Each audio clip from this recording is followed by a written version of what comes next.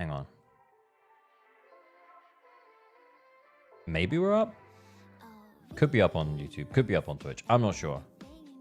It looks like we're up on YouTube. I can't see Twitch yet. Hang on. It's just loading.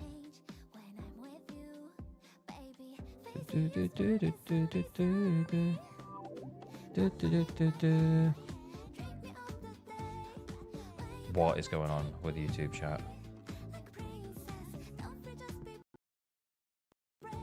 Oh.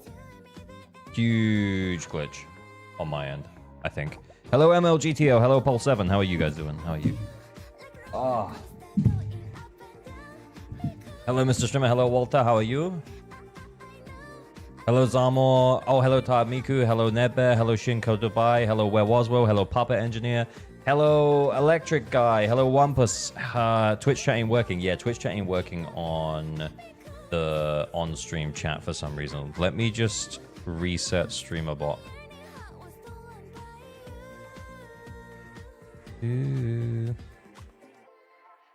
Chat client connecting. Oh, bruh. Brother, what are you doing? Hang on, I'm just gonna reset streamer bot. We're gonna lose the chat for a sec. Hey Zels, Hells Taxo, hello Joystick Blue. I'm gonna miss highs. I'm sorry guys, I'm gonna miss hellos. I know I hate missing the hellos. We're just gonna reset the streamer bot to hopefully get them both together. Yo, Mr. Not Very ALG. That's not true. I mean, that's not true. Okay. Okay. We're now fully connected on Twitch. And YouTube is just reconnecting.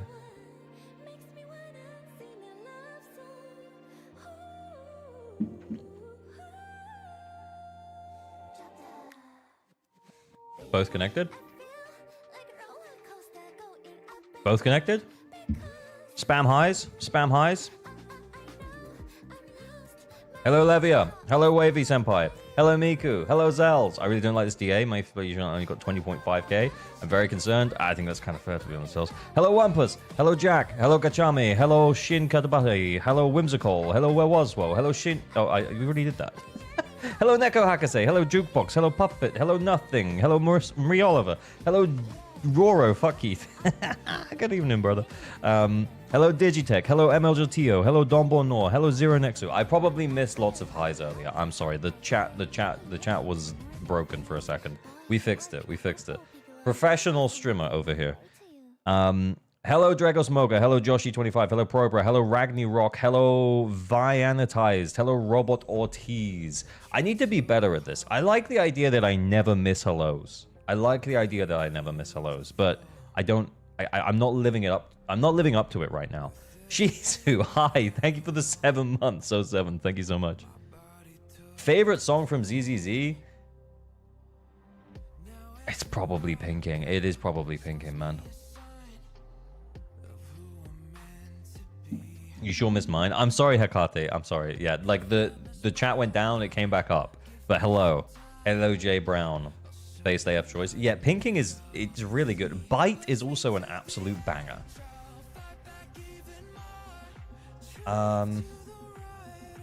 Hugo's song is pretty good too. It might be recency bias, but also I kind of am excited for Lucia's song. I'm excited for Lucia's song on Spotify. Is it on Spotify? I'm not sure. 3-stream streak, none missed. Bro, thank you so much, Todd Miku. I didn't even know that's a thing you could do. 07, cool, very cool. It is on Spotify? Ooh, okay, we're gonna get it on. We're gonna get it on. Hello, Luca. Hello, Eduardo. Sorry, I'm new. How can I get in line for account help? We do raffles via the Discord.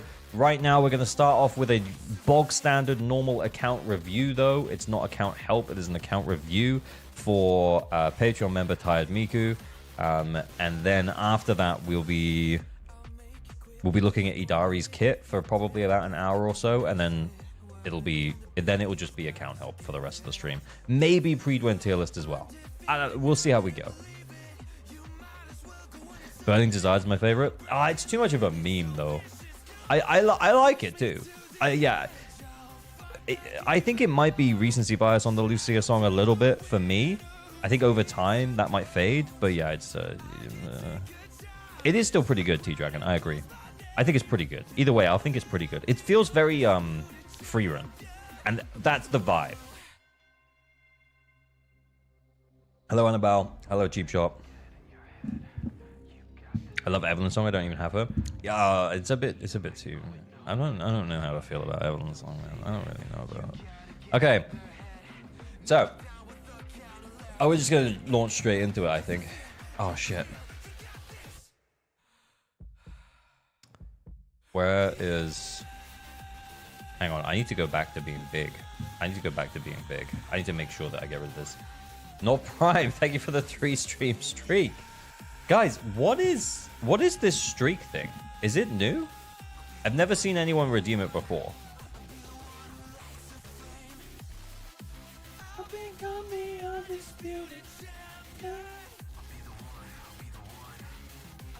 Did you end up covering Dial-In the other day? Not really, no. We didn't go too deep. We had a quick look, but I think things have changed. I haven't looked at the changes. I love closing the day off with your streams, ALG. Hey, thanks for dropping in, Dylan. Thanks for being here. Thanks for being part of the fun. I missed my streak share. Is it? I think it's new. Yeah, Wilder, I can see your message. Yeah, I think it's new too. Yeah. Maybe you didn't have it active before. Maybe it like defaulted to active. I don't know why. I feel like it's new.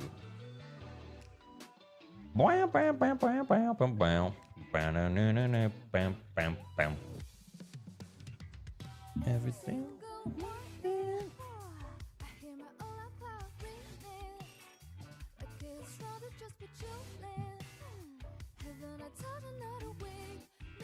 Streak has been a thing for a while. It's just the popper's new.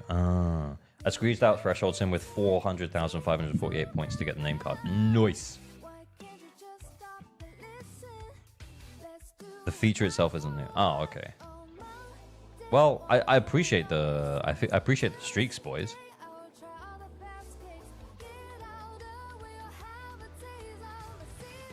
Remove. Yeah, turn it on. Yeah. Okay. This is not for whales and dolphins. It's for you because you are just like me. Average Luck Gamer here. And today we are going to be doing some stuff. So the plan for today's stream is as follows. We're going to start off with Patreon account review for Patreon member Tired Miku. After that, we'll be moving on to... Wait, what am I doing after this? Hello, LG Chat Mods. Hello. Hello, Shiggy. Thank you for the 3-stream streak. Yeah, we're going to be starting off with Patreon review for Tired Miku. After this, we'll be moving on to an hour probably-ish of talking about Yidhari's kit. We are probably going to talk more about her Mindscapes as well. Just because...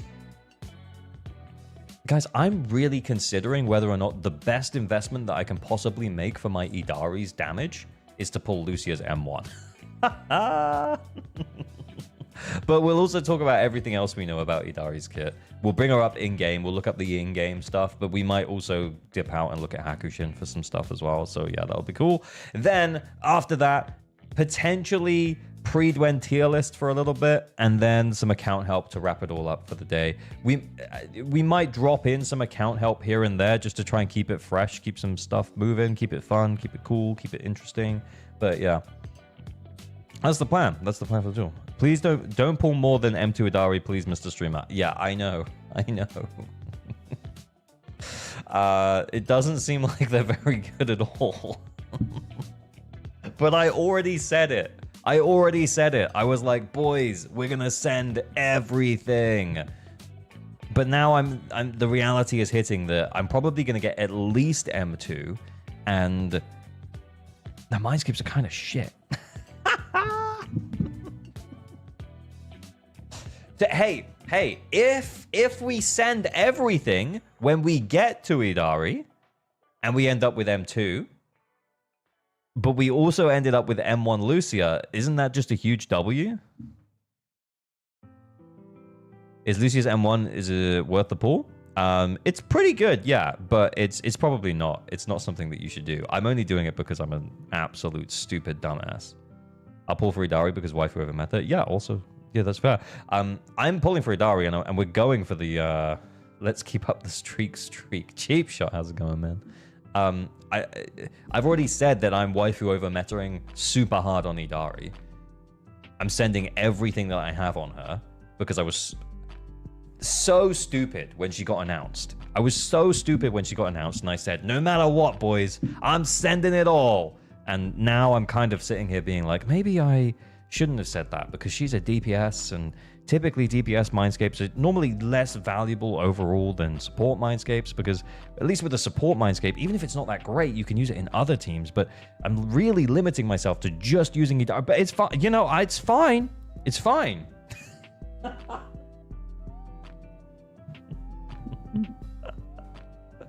Yeah. But anyway. Well, I'm also an absolute dumbass. I'm going to pull now, but...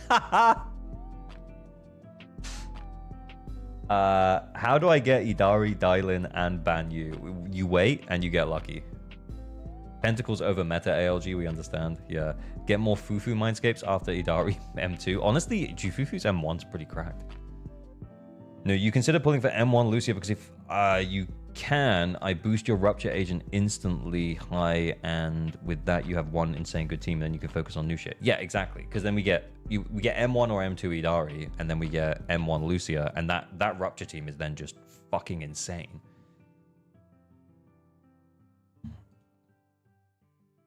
Isn't her M1 just more crit rate? I can't remember. Look, we're going to break it down, boys. We're going to talk about it, all right? Because Lucia's M1 is really good. As a new player and F to P, who should I pull for? Bruh. Who's on banner right now? Look, if you pull Lucia, you're going to get a couple of copies of Manato. Like, maybe the play is to pull Lucia. I don't think it's to pull Vivian, because even if you pulled Vivian, your only real option is to run Vivian with Piper. Because for the next patch, you're going to get, like, in terms of limited S ranks, we're going to have Rupture for the second half. You're going to have Yidhari, you're going to have Jufufu, which doesn't help Vivian at all. And then in 2.4, we're going to have Dylin and Banyu, who are going to be a stun agent and a Rupture agent. So another DPS and another support that's not an anomaly support. So pulling Vivian is kind of like a huge... Like, for a new player, you just don't have anything else other than Piper for now.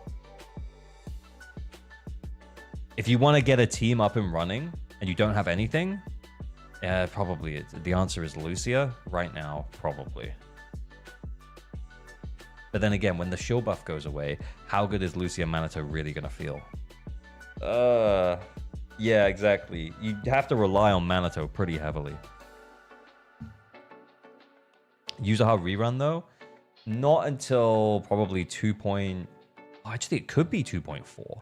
They've been running them 3 patches out, because Jufufu was 2.0, right? And she's coming again in 2.3. So 2.4 for Yuzuha, who initially ran in 2.1, isn't too crazy. That's not too crazy. I think, though, yeah, if you want to get a team up and running right now, the answer is probably pull Lucia. Pulling Yidhari gives you a DPS, but, you know, big shrug. Pulling Lucia gives you a support who can support an A rank DPS to a level that means that you'll be able to 3-star at least one of the end game bosses at this point. So the answer is probably Lucia. Yuzuha will rerun with the next anomaly agent, surely. 100%, yeah. I don't think she would come in 2.4. It'd be crazy. Yeah, Dylin and Banyu with Yuzuha for some reason. Unless they take it as an opportunity to rerun Yuzuha and Alice, for example. So they pair up the reruns. So because yeah, like, you see what I'm saying, right? So because Yuzuha and Alice are running right next to each other, if you want anomaly instead of the new characters, then you could in theory do that. That does feel too soon. You're 100% right, Miku. Yeah.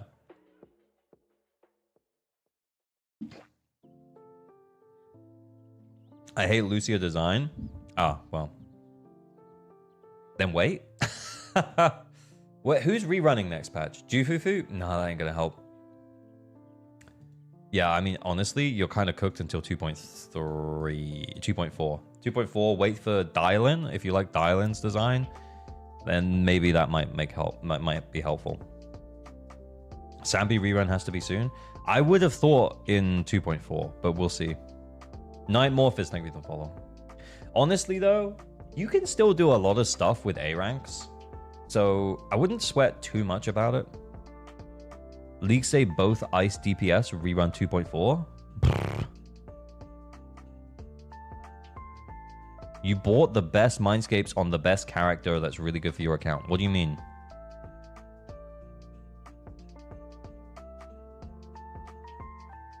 Yeah, I think I'll go for the robot guy. Okay, if you're going for the robot guy, yeah, probably wait then and get Dylan and the robot. Play for a bit, build up some polychromes during this patch. Just do the events and shit. Don't worry about endgame, just don't sweat it. And then, yeah, pick up Dylan and Banyu next patch.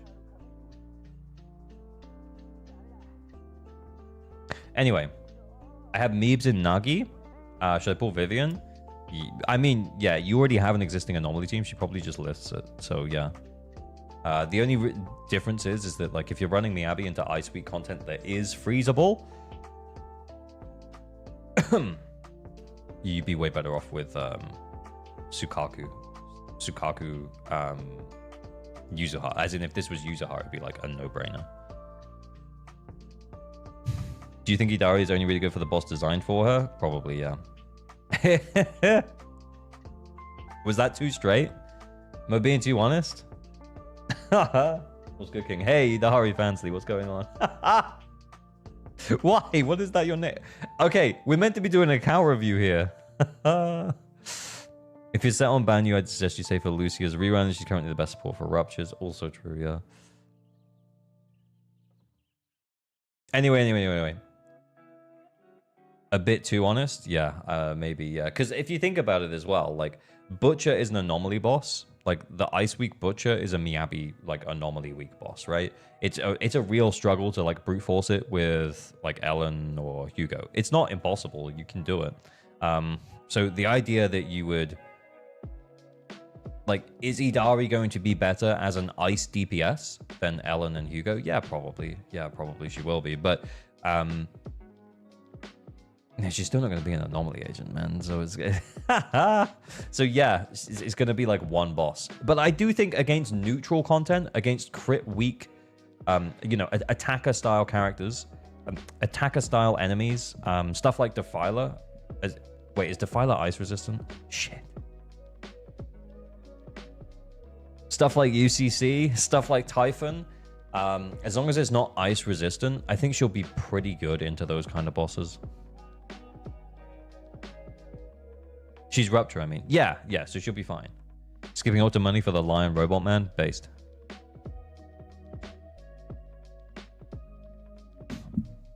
.4 boss is Ice Week 2. Oh, well, that's good. Typhon is weak to everything, though? Yeah, I know. Typhon is a pushover. UCC is a pushover.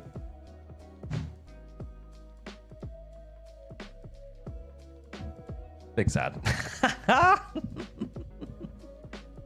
Anyway, account review time. This is Tired Miku's account. We've been logged in for a minute, and we've just been yapping. So let's go and check him out. Let's see how he's doing on his endgame content, and then we will have a look at his characters and teams, maybe see if we can beat a score or two, and then we'll bounce out. That's the fun things.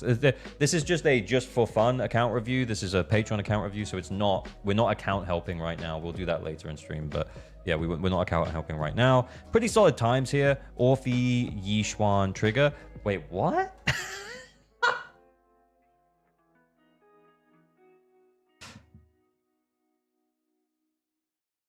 That's weird. Check the buffs. Oh, yeah, the fire damage increase.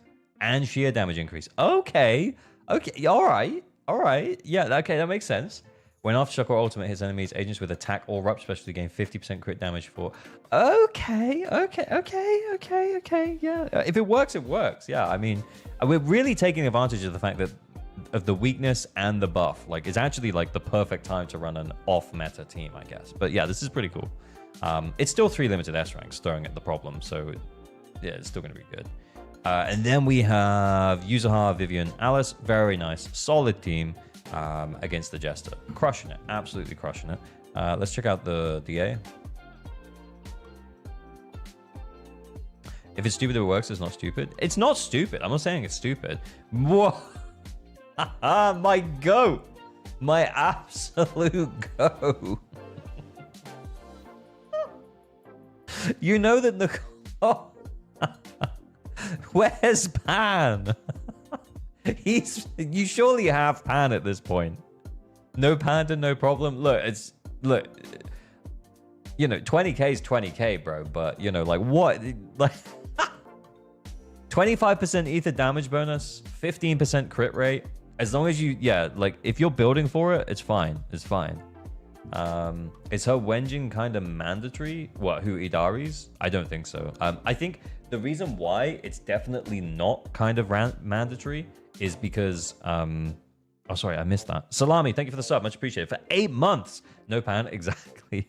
But yeah, the reason why I don't think Yidhari's engine is that kind of mandatory is because it doesn't look like it offers like ice shear damage. Hang on. I guess we're just gonna like we'll talk about this in a moment.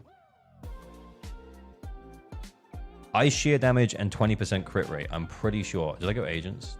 No, no, wait. So, ice shear damage by 6%, stacking up to 3 times, lasting 25 seconds when the equiper's HP decreases. So, like, let's say you can get 3 of these up at the same time. That's an increase of 18% ice shear damage, which is nice. And then you get, when you're below 50%, and we tried her out very briefly yesterday, you're pretty much always below 50%, because as soon as you start holding the button down, it sucks your HP back down, then your crit rate goes up to 20%. So basically all of the time, a 20% crit rate, the main stat is HP. So if, for example, and this is the reason why I'm saying that this is probably not mandatory, is because, a lot of players probably have this. And if you're running Yidhari against like a DA boss that you're not running Yixuan against, for example, you just get this and you just get the crit rate by 20 for free. I think, yeah, if you already have Yixuan's engine, I think pulling Yidhari's engine it's fine. You know, like glowy hair is great, but it's not a huge uplift. Yeah, 18% ice shear damage. Yeah, and that's provided that you get, I mean, to be honest, lasting 25 seconds. Yeah, you probably have all 3 up most of the time.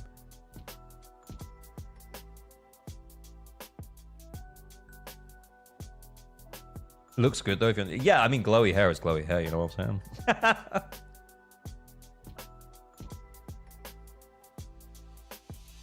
Ban uses 24% fire shear for some reason. What the fuck? That's just unfair. Why?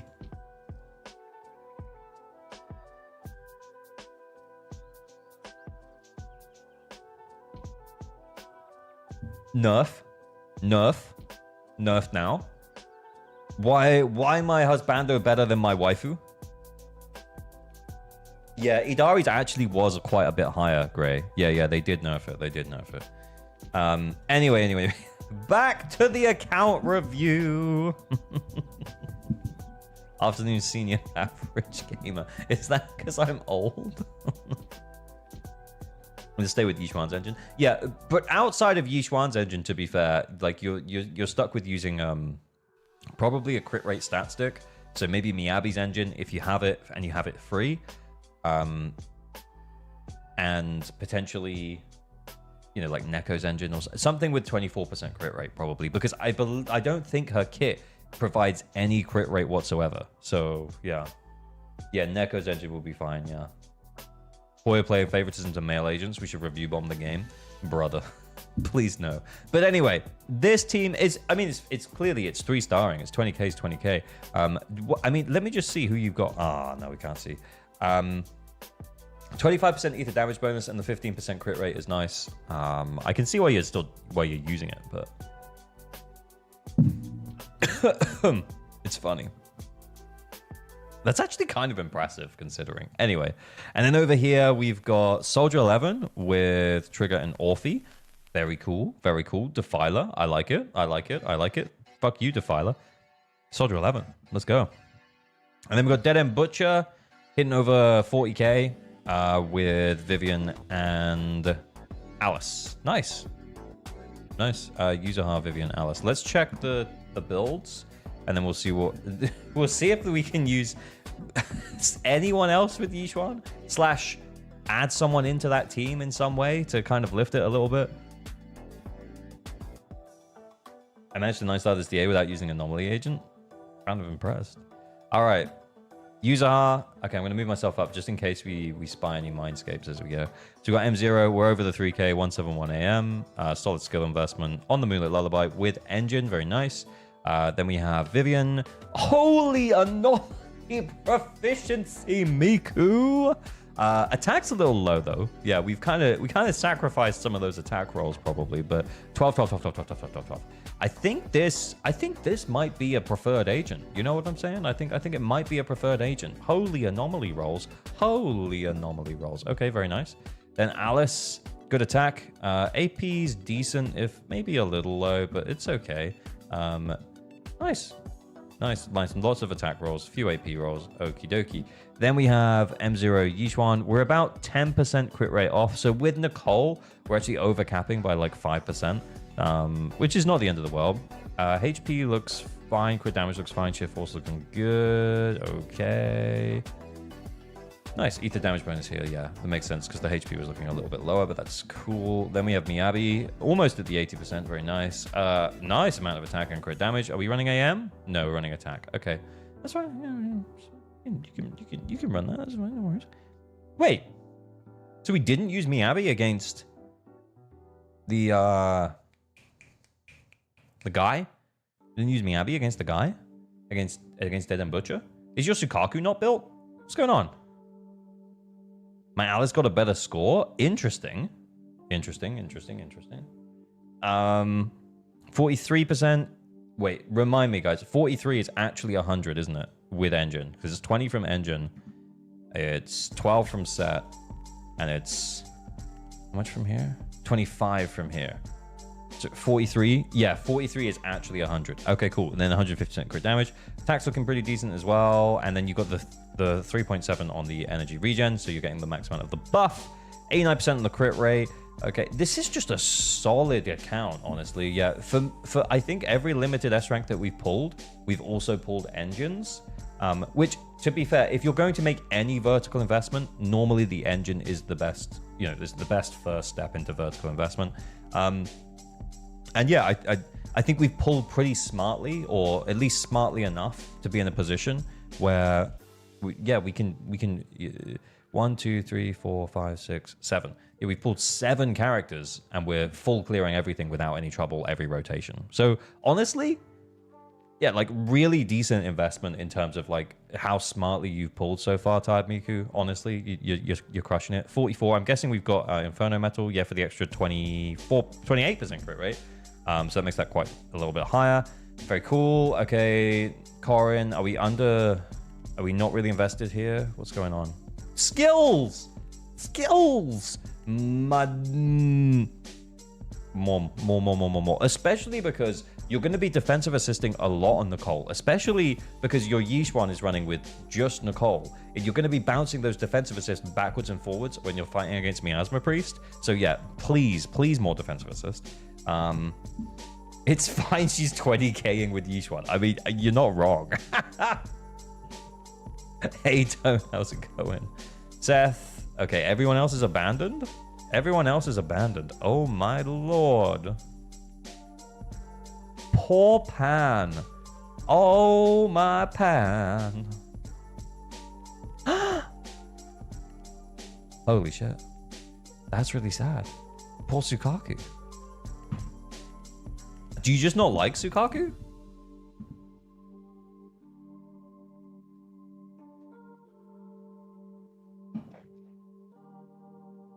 Sukaku really good with Miyabi. Sukaku hella good with Miyabi. Pretty sure we put Sukaku in, we get better score. Just saying. Sukaku Miyabi? Just saying. I hate it. Okay, well, we won't do it then. Let's just see how this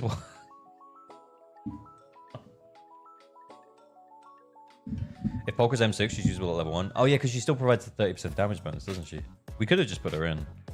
I kind of want to just see how hard it is to two-man with Yizhuan, if I'm totally honest.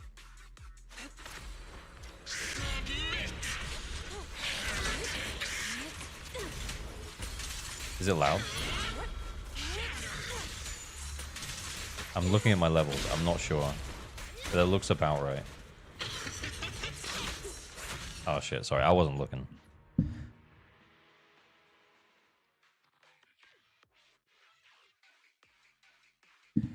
I finally switched my Meebs back to AM after I launched all that time ago, and that AM disc I kept all this time ago was a 0. Funny. Good thing you kept it, though.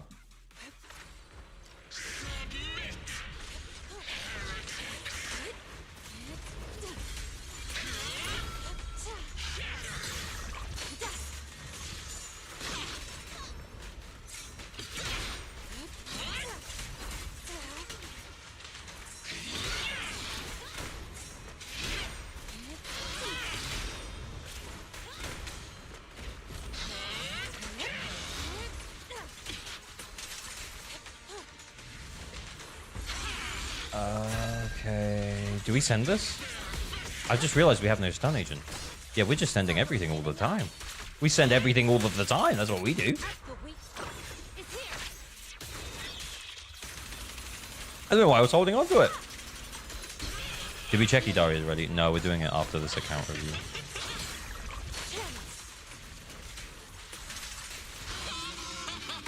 Oh shit, what am I doing?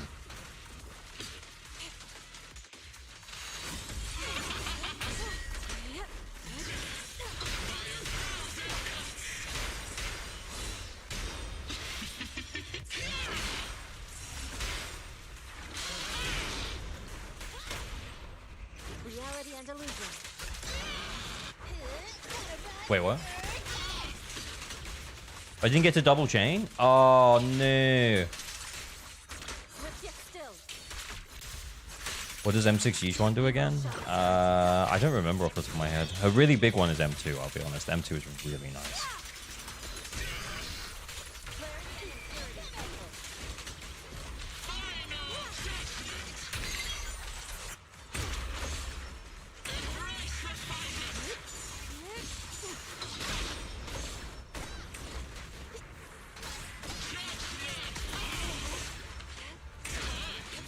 I'm pretty sure her M6 is just bonkers bananas shit. You on track to 20 TVH? One chain for 2 agents? We should have put Polka in. I'm saying it. We should have put Polka in.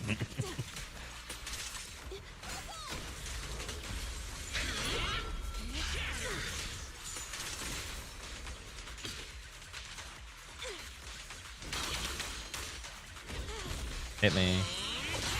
There we go.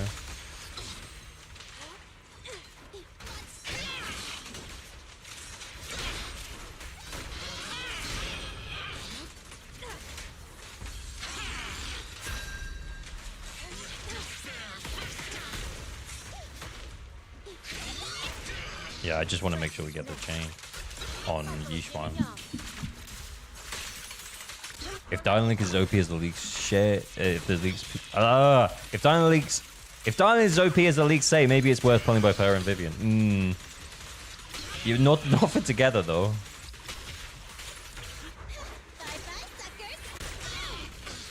Everyone is OP in first beta. That is also true, yeah. Wait, have we already got this? Yeah, we've already got the 20k. What am I doing?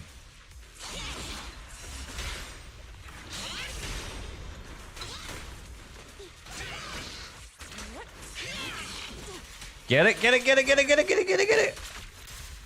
No!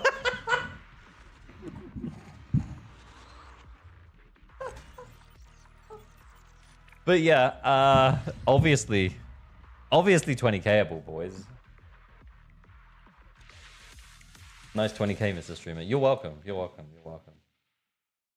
I meant the 5. Yeah, I did mean the 5. I'm sorry. Yeah, I meant the 5. That's why I was like, oh shit, we're wasting time. We should have been... Yeah, anyway. We wasted... Yeah, like, honestly, I just threw right at the end.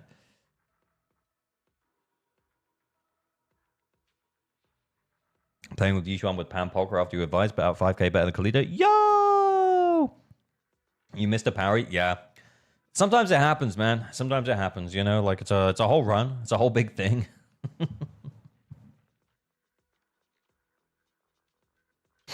Did you see Lino's 4 ults in 1 stun run with M2 Yishuan and M1 Lucia? No, that's crazy. But that is exactly the kind of shit I was talking about, guys. When we started talking about Lucia the other day, was it pre-release or post-release? And we looked at her Mindscapes, and I was talking about the decibel generation on M1. Yeah. Dreamer's Nursery Rhyme deals additional damage. Ignore 18% of enemy all attribute res and have 5% increased decibel generation rate. That's nice. Very nice. Hey, Destiny, how's it going? Imagine putting some metastasis on Panda and putting them in. Just imagine. Just imagine. The other one is M4. I'm really interested in how this works. I think the thing is, though, is that I think for the most part, content creators don't necessarily demo like how much of a difference this makes, but I am so curious to see how much of a difference this makes. Because you could do some absolutely wild shit with the additional decibels, both from here and from M1. It's crazy. Check me, Abby, disc 3. Okay, man.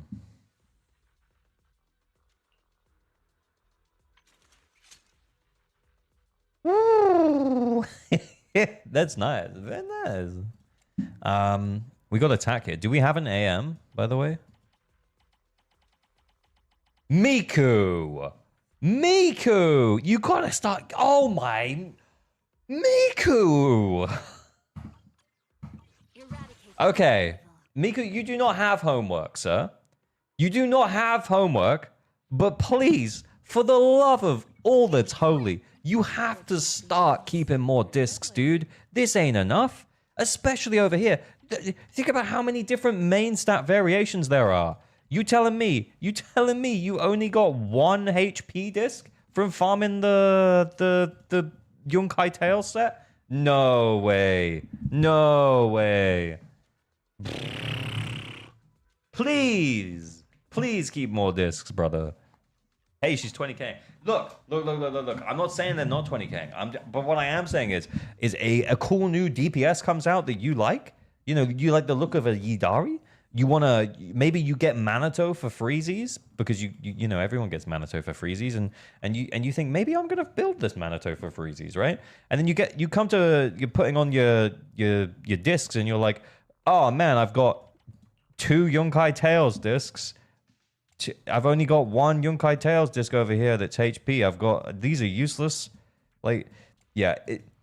To be honest, it matters a lot less on slots 1, 2, and 3 because slots 1, 2, and 3, like you can flex these a lot more because it's always the same main stat, right? But on slots 4, 5, and 6, you have to start keeping more of these discs because you're going to reach a point where like you just don't have the right main stats. For example, you probably came across a decent AM disc for Miyabi, but we ain't kept it.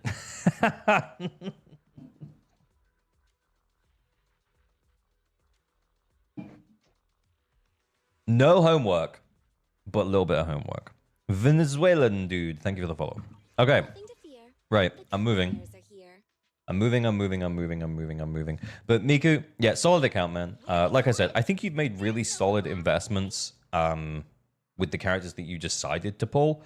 Some of your build decisions, a little bit weird, not keeping enough discs and stuff, but like the actual discs that you have are really good. So, just keep going, man. But keep more. Please do keep more discs.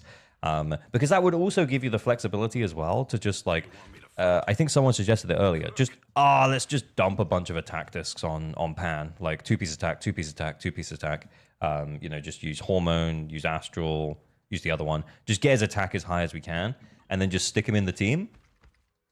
Because he would just make that a lot easier. And remember, what is Priest going up again? In another DA? Do we have the news on that? When's Priest going up again? I actually don't know. Why AM on Miyabi? Well, It's kind of up to you as to what you think is more valuable, but the rotation, particularly for mono ice, becomes a lot smoother with AM on Miyabi. Priest comes up again. Yeah, is it more than the next two though? If it's more than the next two, then we won't know. Like, well, I mean, technically you could argue we don't know anyway, but it's not the next one. Oh, it's the same. That's the same HP as now, right? 114. Okay, yeah, but should it go up? Yeah, you're kind of fucked, dude.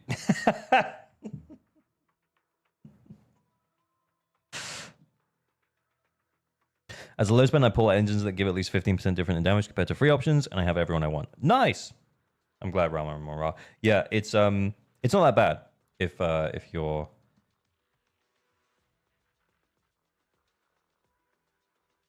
I think ZZZ is a pretty well balanced game in terms of being able to pull enough characters to keep you engaged as a player. What do you think ban you in meta perspective? He'll probably be a lot better than Minato. It's too early to say anything like for certain right now. Right, I'm logging out. Should we look at Yidhari? Yidhari kid.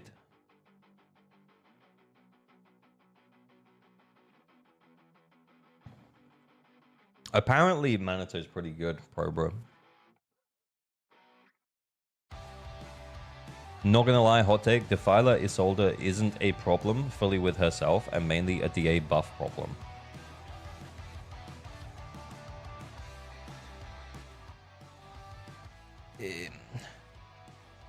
I don't think it's just a DA buff problem. I think it's like how restrictive certain bosses are built to how certain bosses are built to be very restrictive. Let's put it that way. So I think you're right. It's not necessarily Defiler's fault, but Defiler does have a 25% anti-anomaly debuff, which sucks. And then if you don't get an anomaly DA buff to kind of offset that, then yeah, you're just kind of fucked. So to an extent, I agree with you, because I think if you had Defiler and you wanted to run an anomaly team into it, I think you'd be okay. I think you'd be okay to do that, as long as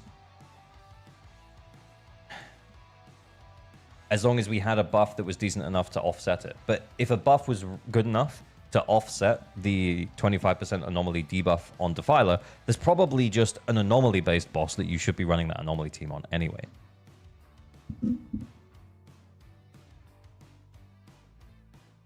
Hey. What do you think is better, to get Yidhari or Vivian to pull in this patch? It's really tough to say, because it's honestly it's not based on how strong a character is anymore. It really isn't, because Miyabi is the strongest character in the game. We're going to do Yidhari kit in a moment, by the way. Sorry, I saw a question about it. But yeah, we still haven't done it. We're doing it in a sec. But it's not about how strong the characters are anymore. It's about how much the dev team want to shield them.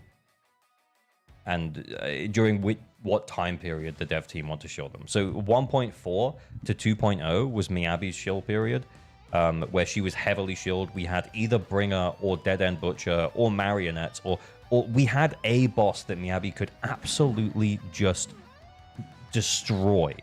The way it's going, maybe in an hour. Look, boys, you keep asking me questions. I just keep chatting. But anyway, Defiler is way more shield than Butcher or Bringer. Yeah, I would agree, actually, to be fair. I would agree. But then we get to 2.0, we get Priest. We're having other Rupture bosses now. They aren't necessarily all focused around Yishuan, though. I don't know.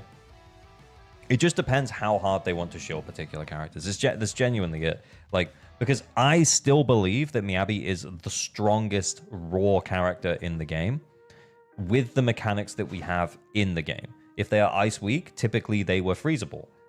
But that's going to change. We're going to have ice weak and non-freezable enemies, which means that Miyabi is getting a little bit destroyed in the stun window times, but she's still going to be able to do big damage to them. But the fact that they're balancing the game around things that an element can do and changing the way that element works against certain bosses because Miyabi is so strong kind of just shows you that Miyabi was too strong.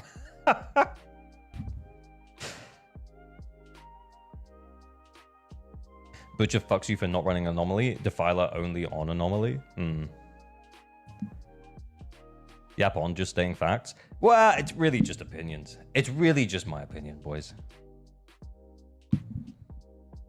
Yeah, her numbers were inflated in a way that feels intentional. Yeah, and I think, to be honest with you, what's happened since Miyabi is they've realized how strong of a character Miyabi is, and they want that to continue to be the ceiling for the game. So what they did is when they released Yixuan, they deliberately down-tuned her, but they gave her ridiculously good DA buffs in a way that they've kind of tapered off. And they taper off those DA buffs because then she gets really good supports that have helped her to continue to excel. Whereas Miyabi did get really good support. In fact, like, you could argue that User Heart is her best support. She only came out in 2.1. But yeah, it just... From 1.4 to 2.0, we didn't get a Yuzuha, but Miyabi still felt so incredibly dominant.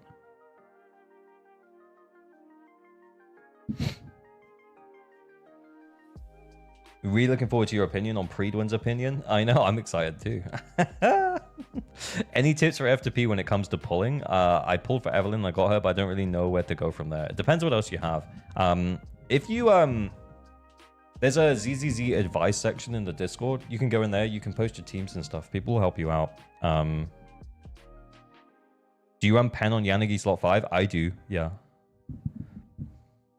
I don't think they realized Mono Ice would be so strong. Yeah, I genuinely don't think that they realized how... Okay. Maybe. Guys, the stream is not even an hour old. And I've already made some very hot takes. Are you ready for the spiciest take yet? Miyabi's great. They didn't realize how good Sukaku was. They knew how good Miyabi was. The development team realized how good Miyabi was. They didn't realize how good Sukaku was.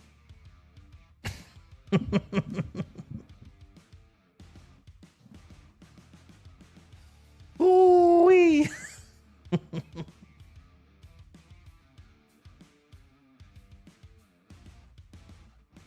You mean Slowkaku? It's over for Slowkaku memes. Slowkaku's so good, dude. Anyway, let's go. Right, Yidhari. Oh, wait, achievements? Is this my account? It is.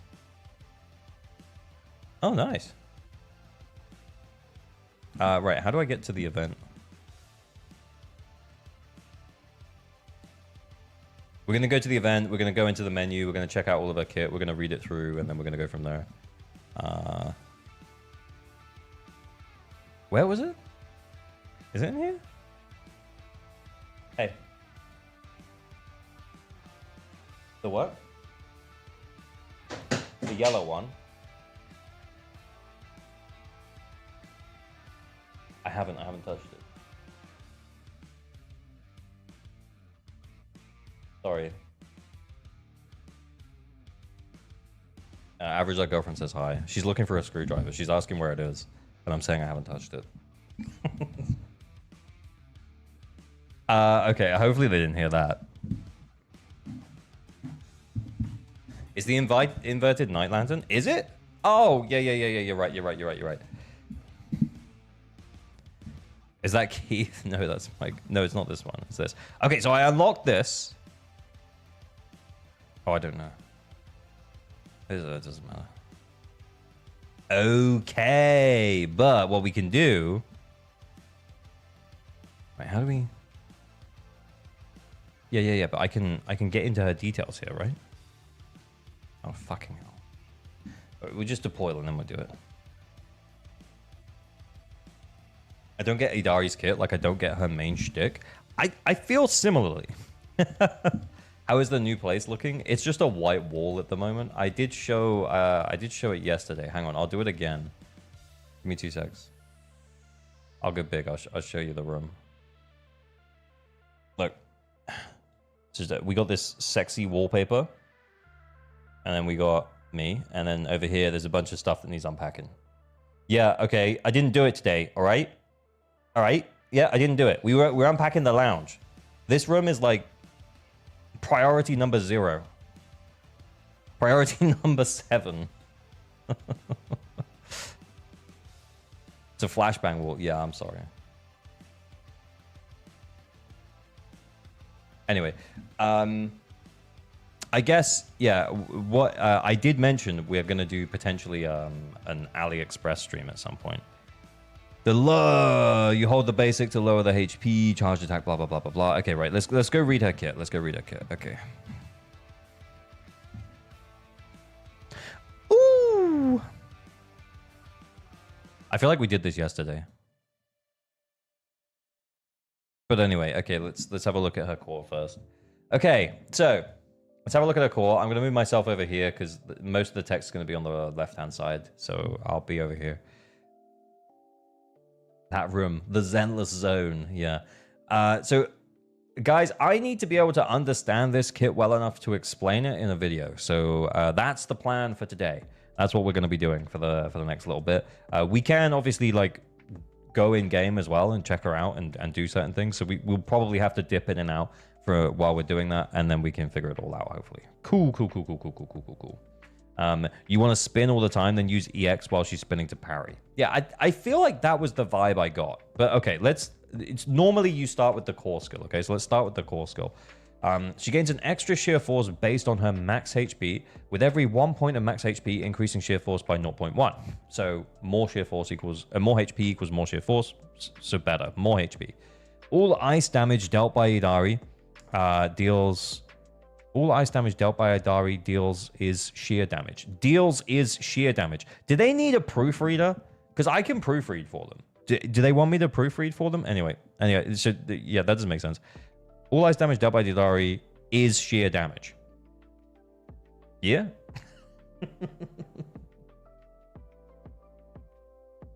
Then we have ignoring enemy defense and using her sheer force stat as the damage multiplier. Awesome. Okay. When Yidhari enters battle, she immediately gains 60 adrenaline. So she doesn't have energy. She has an adrenaline, same as Yixuan. In investigation zone mode, this effect can trigger once every 180 seconds. So that's 3 minutes. Yeah, okay, that doesn't really matter though for like BA and she. Hidari's skill damage increases as her current HP percentage decreases.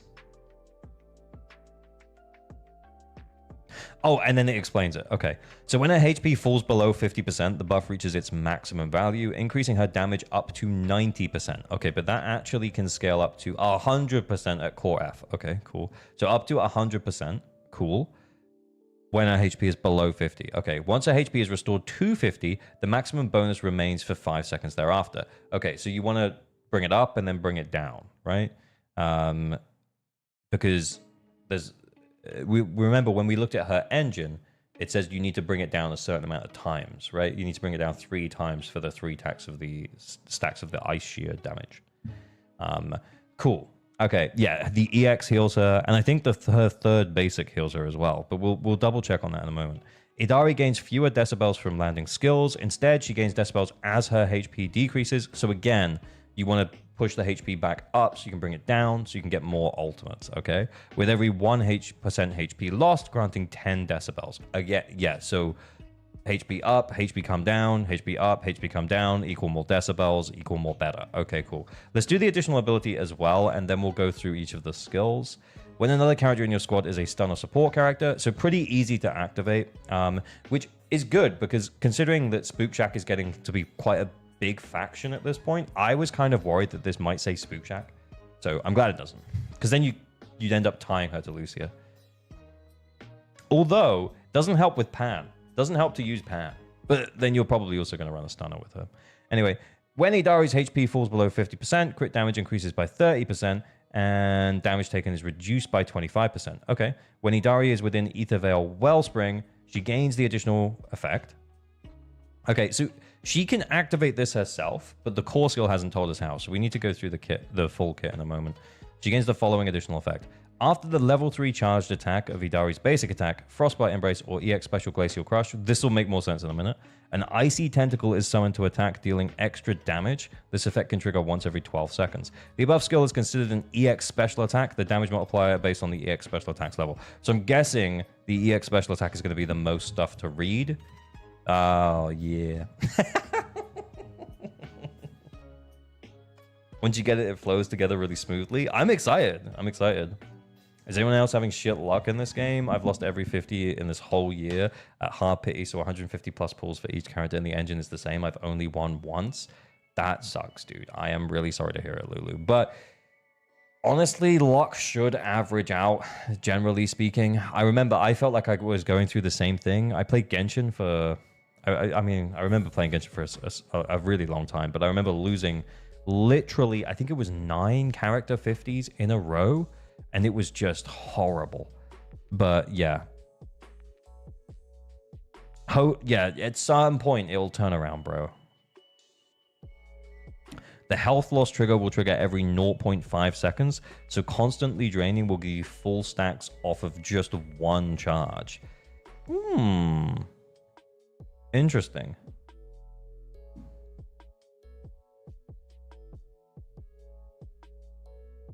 I'd say every agent should have their additional ability activated by 2 things outside of faction and also faction. I also think as well, as we grow in terms of the roster size, I'm thankful that they have loosened up the you know, some of these restrictions, because someone like Jane is just really annoying to run like in a team that you really want to run her in. So with Jane, there's been a couple of times where I've thought to myself, oh, imagine if we could just double support Jane. Like, Astra Yuzuha Jane. Like, let's just fucking go for it. And there's like, oh, the additional won't be active. Now, her additional's not huge for her kit, to be honest. You can still double support her, but yeah, like the faction stuff is just annoying, especially when it's like one faction teammate that they work with well. So for Jane, it's just Seth. There's no fucking point running her with Qingyi or Juyuan. But anyway. Anomaly or Seth. Yeah, exactly. Yeah, exactly. Yeah, I like the idea of being able to just slap characters together and having them work. I remember when it originally ZZZ came out, I thought to myself, oh, this might make team building kind of fun. But the deeper we get and the larger the roster is, the more I'm like, I feel restricted by this. And I wish that we could just put them together and have them have full access to all their kits. Hey, Requiem, how's it going?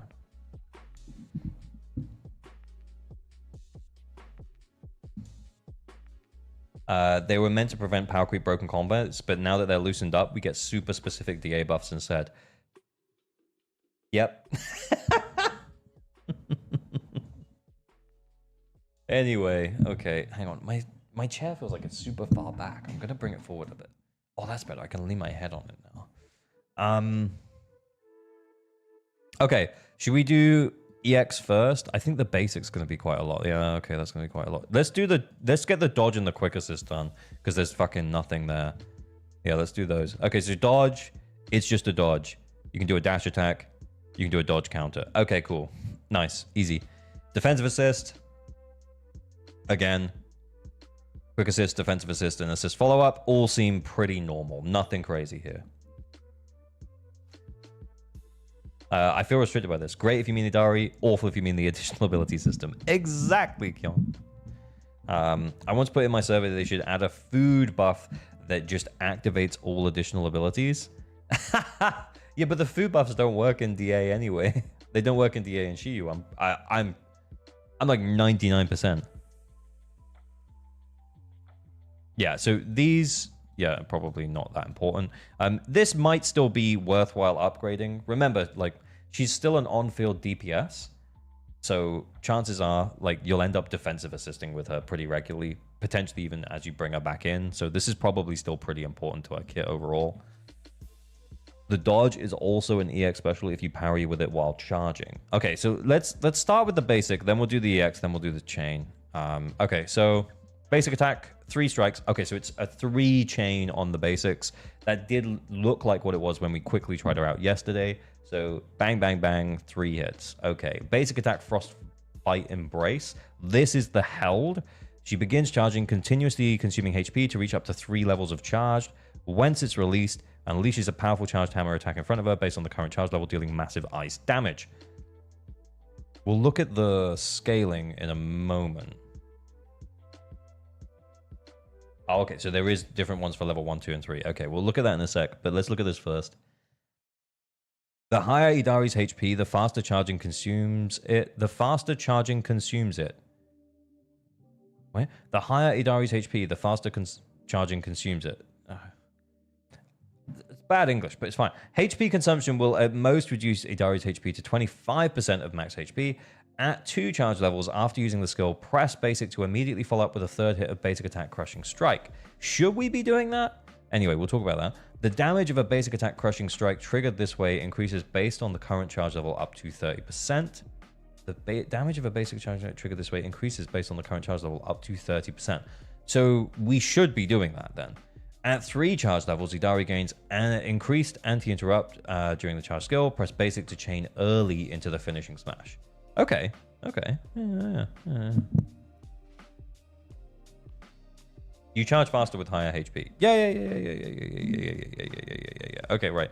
So while charging or spinning during basic attack, if hit by the enemy, she can block with one of her tensils and reduces damage by 25%. So it's not like an auto parry, it's just a reduction in damage. If charging or not yet at full charge, Yidhari counterattacks with her tentacles, returning to the charging stance and instantly gaining 1 charge level. Yidhari counterattacks with her tentacles, returning to the charging stance and instantly gaining 1 charge level, while also dealing ice damage to enemies ahead. But she still takes the damage, though. Are you talking about the trial Yidhari right now? Yes, this is the trial Yidhari. While Frost's Crushing Weight is active, so that's this skill, press basic makes Yidhari immediately unleash the finishing slam of basic attack Frostbite Embrace based on the current charge level. So you can skip straight to like the 3rd basic and kind of skip this part out. Okay. Yidhari immediately unleashes Frostbite Embrace at the charge level. While Frost Crushing Weight is active, press special or EX special makes Yidhari unleash a special attack Surging Cold or Crushing Pursuit that is guaranteed to trigger Surging Cold. Okay, I don't know what any of that means though, so we're going to have to go and look at the special stuff. I know you want Yidhari to crush you under her weight. I know! Hey Rockin', how's it going? Hope you're well. Okay. Xenovan reached 3 stream streak. Notice me, senpai. Consider yourself noticed. Thank you for turning up for 3 streams. Love it. Loving your work. Okay, so let's do the special then. Cease thoughts. Launch enemy in front of the dealer damage. Anti-interrupts increase while using the skill. Okay, cool. So yeah, nothing to write home about here. This is interesting, but let's do the EX first.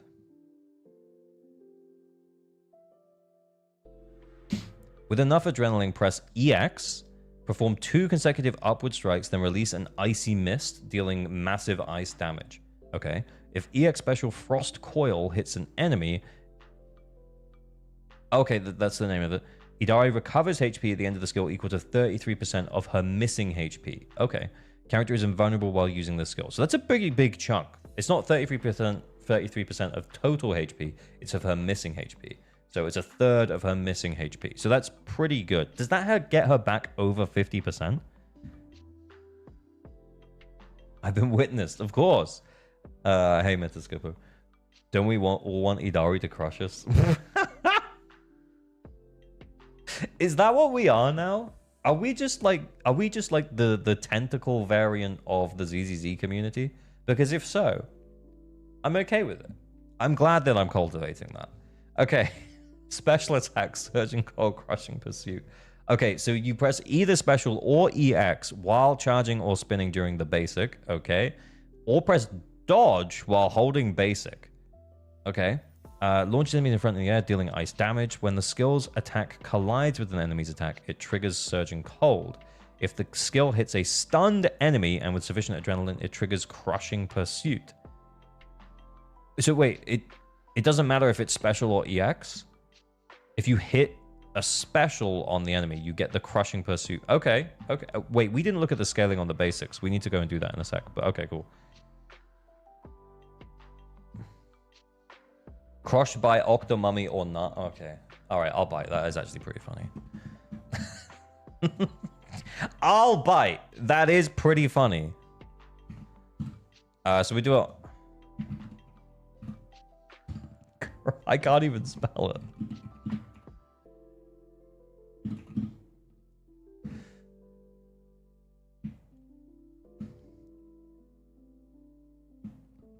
No.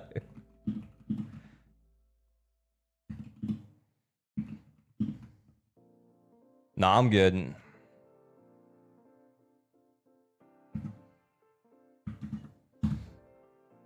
Okay, I'll check it in a few minutes, boys. That should have gone on to Twitch and YouTube. What are we talking about? Okay, right. So you press it during the spin. If it hits a stunned enemy, you get a different attack. Or, you know, it might do slightly more damage or something. Triggering Surging Cold or Crushing Pursuit instantly raises the charge level to maximum. Oh, so you should always do it. During the skill, press Basic, and Yidhari will immediately unleash the finishing slam of Basic Attack Frostbite Embrace based on the current charge level. Anti-interrupt increases while using the skill. We need to check the scaling for all of this in a moment. Okay, so we're going to go back to the basics in a sec. But let's do the special first. When triggering Surging Cold or Crushing Pursuit with enough adrenaline, press EX Special only, not just Special or Basic. Okay. Dash forward with an upward attack, then leap into the air before dealing a powerful downward smash, dealing massive ice damage. So it's like a double special. Kind of like Lighters, where he goes up and then down, right? What if I'm into crushing, but not into inking? Well, honestly, it's a package deal, Roar. Take it or leave it. Abudabad, hi. Hi, hello. Welcome in. We're just breaking down Yidhari's kit right now. Honestly, we will have a quick go with her in a minute and try some of this stuff out. But yeah, it's kind of interesting. If EX Special Glacier Attack hits an enemy, Yidhari heals the end 33% of her missing HP. Again, so it's not a full third, but it's a third of what she's missing. If the skill is used after Surging Cold, it grants an additional 50 in adrenaline. This effect can trigger once every 1 second. After using the skill, press Basic to immediately unleash the finishing slam of Basic Attack Frostbite Embrace based on the current charge level. Character is invulnerable while using this skill. That feels like a lot of text. Can we go back to the basic and look at the scaling for the charge levels? Okay. That's the 3 hits. Okay, and then this is the spin. Okay, so the level 3 charged smash or spin is this in terms of damage. So the smash is higher. Well, that makes sense. Well, how did you do the smash again?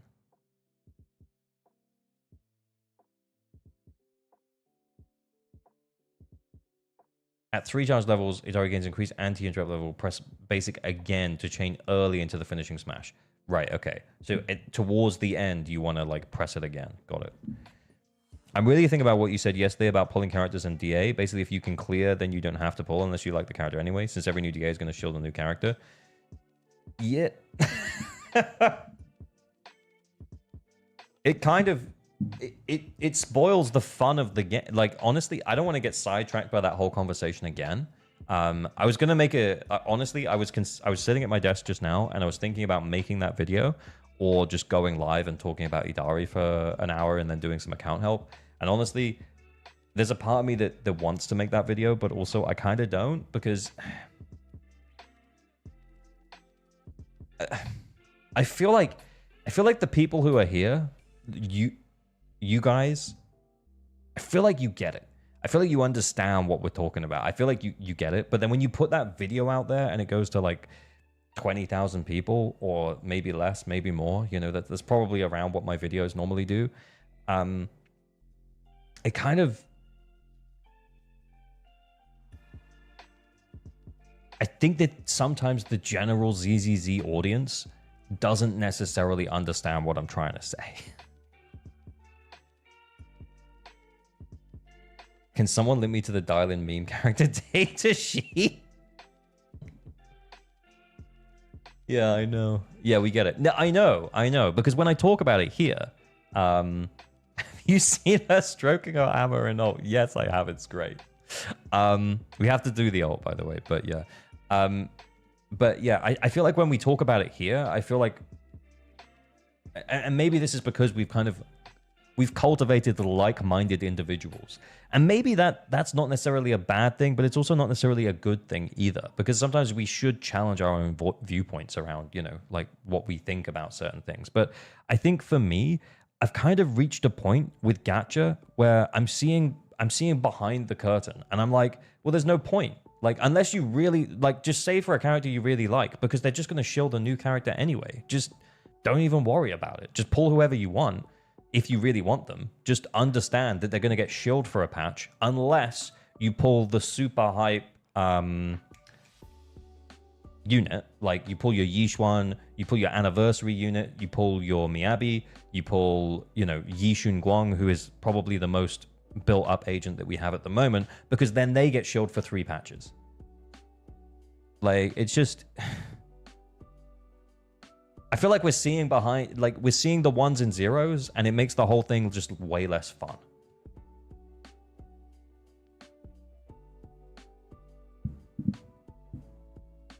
Could mean we were echo chamber. Getting your perspective to others is good. I know. You're right. I probably should make the video, but yeah. DA isn't the whole game after all. Also true. Yeah. Shil Guang.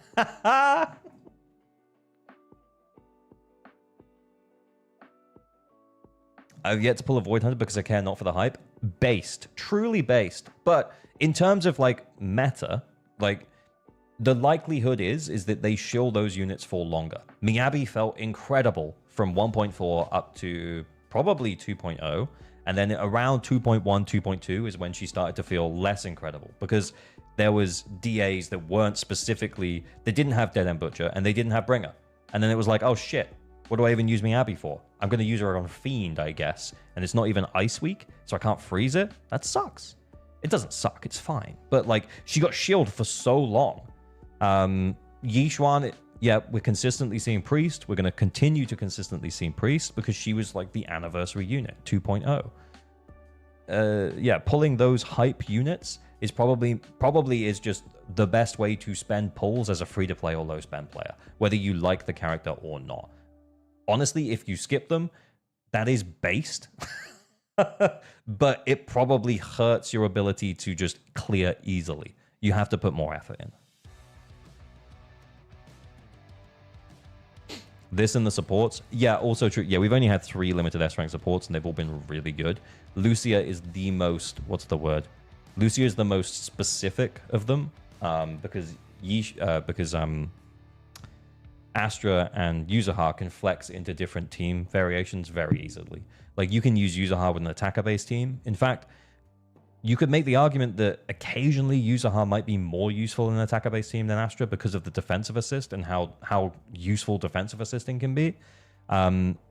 Very rare situations against very rare bosses, but I guess what I'm saying is that, like, she still provides that massive attack buff. She still provides a damage bonus. She's still just way fucking better than Lucy. So if you only had Yuzha, you would still use her with Juyuan, for example, because you might as fucking well. But yeah, with Astra as well, Astra can then also... Astra was the anomaly support before we had anomaly support, before we had Yuzha. Yeah, so support's still goated. Lucia may be slightly less goated from a flexibility perspective, but if you already have a Rupture team, if you already have a Yixuan, if you're planning to get Yidhari, then I think pulling Lucia is a no-brainer. Lucia can be in attack team. I saw really good builds on YouTube. Yeah, maybe, but focusing on her own personal damage potentially. Yeah, I don't know. Yuzuha with Juyuan. You would still use Aha with Juyuan. What?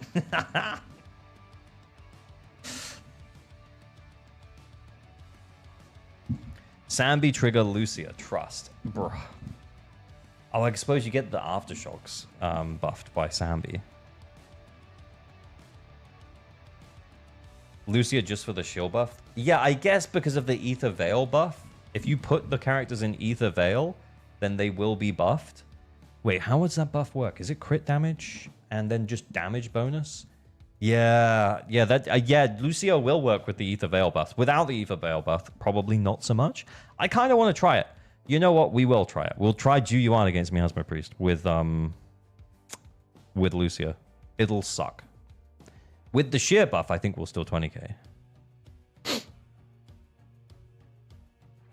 Lucio with Shadow Harmony as attacker sub DPS. What do you think? I think you're cooked, brother.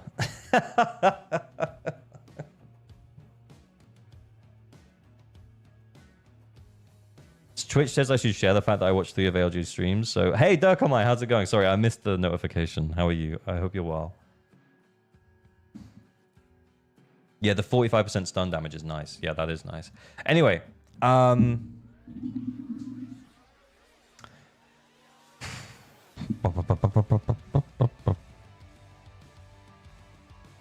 yeah, I want to look at the scaling here for the Surging Cold Crushing Pursuit.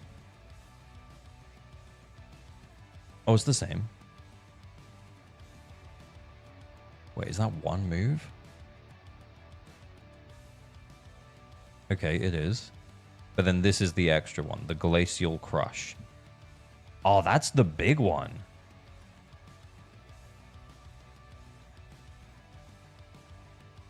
Okay. Adrenaline costs 60. So do you need 120 to do both of them? Hang on. So what does that mean? Hang on. All right, in-game. Surprise stream from ALG. Yeah, it was like... I did talk about it, but... Okay, so if we hold the basic and then do EX...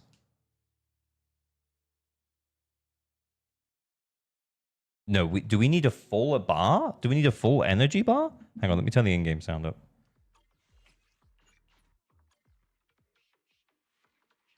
Is it worth it to build M1 Manitou with M1 Lucia? If you don't have anything else, then probably, yeah. You'll get it eventually. DA is not good at representation of how good a team works overall due to the buffs and debuffs. That's why I like Hollow Zero and Nineveh to get a better idea of how a team performs. Yeah, you're probably right. Except the thing is that like no one else is really doing that. I think Shiyu defense... wait, is this Adrenaline? Is it just going to go up on its own?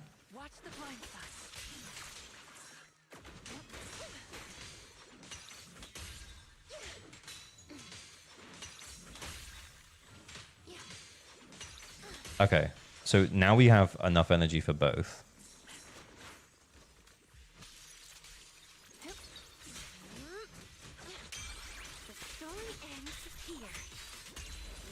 Right, so you basically want to build up her energy to completely full before you do that. That's crazy. Glacial Crush is the additional ability 12-second cooldown proc. So that's the double EX, right?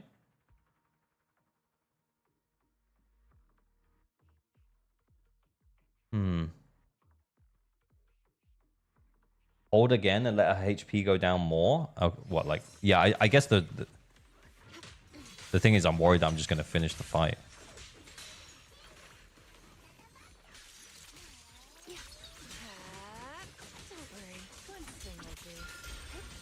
Oh, we Ether Veiled ourselves.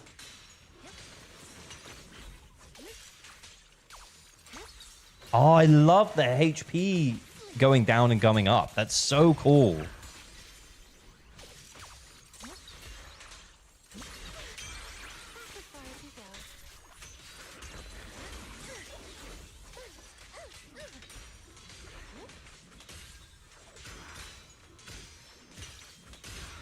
Wait, do we only need half? Hang on, let me try this again.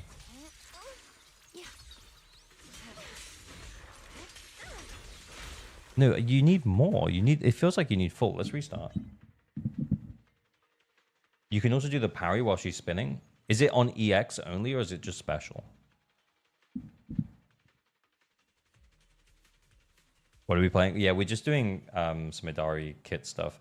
It feels like by the way, I absolutely love Yidhari suck. Like, I'm not like this. The fact that this sucks is so nice. Look at all these guys spread out, and then she goes. Look at that. That's nice. Very nice. Hang on. Whoops. Didn't mean to do that. Is this Lucia's agent story? Yeah, but we're not really paying attention. We're just fucking around with Yidhari. Yidhari sucks good. Mm-hmm. You saying Midhari sucks? Oh, yes. But yeah, I actually do want to also check out her Mindscapes. So I guess the entire game plan with her then is get Ether Veil State up.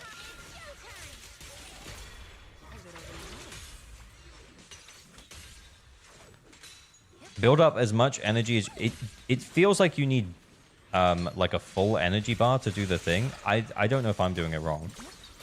Get this on the go. Then towards the end, press the X. Nah, it was too late.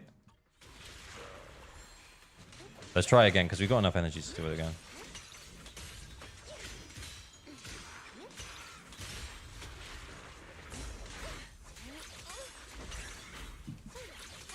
Okay.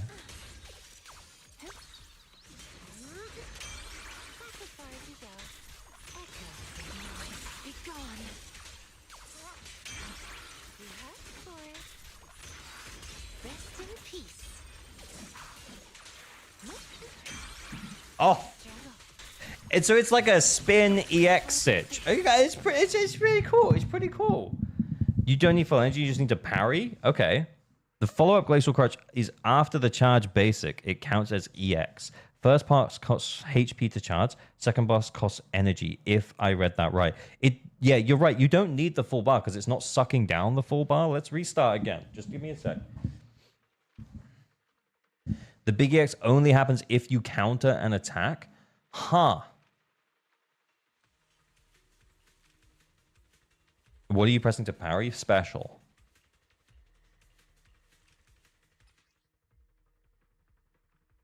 Yeah, so you don't need the... Hang on. So let's just get the... Let's get the buff up.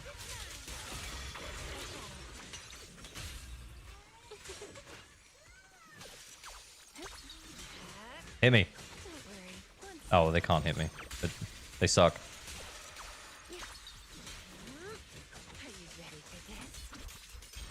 Okay, well, she's just too good, honestly. Hit me. No, that didn't work. Hit me. Oh my god, why wouldn't he hit me? I'm spinning, brother!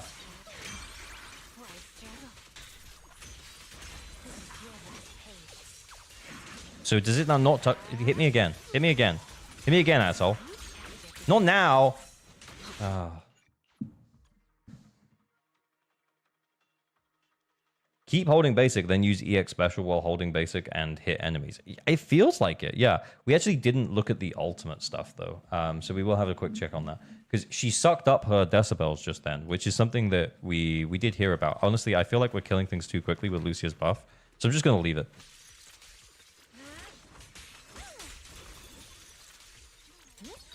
I didn't go to the third charge.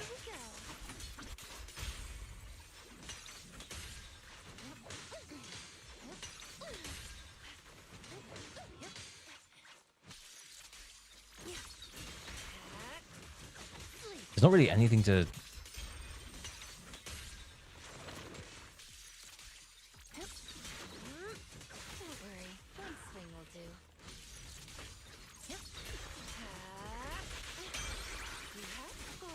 Okay. Yes, that only took half the charge. Go on, hit me again. Hit me again. Hit me again, asshole. Come on, hit me. Hit me! No, I tried to move away from him to bait it.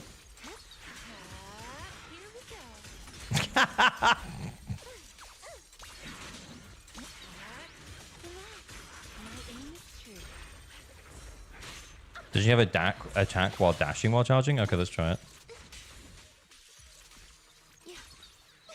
Yeah, that's it there. Do you need to...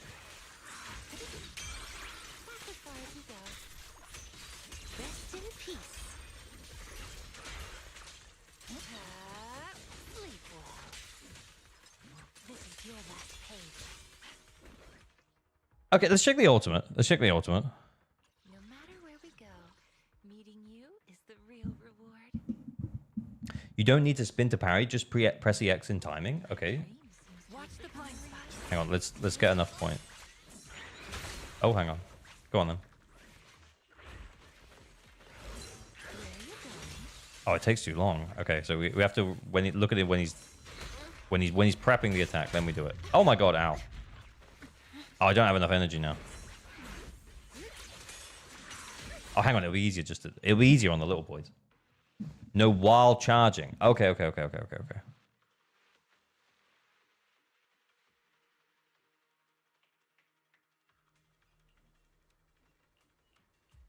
You have to be charging to counter. Okay. Lucia, I'll face the enemy head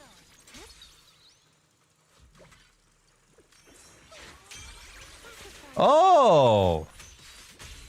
Ooh! Oh my god, I'm gonna get some sick wipeouts, boys.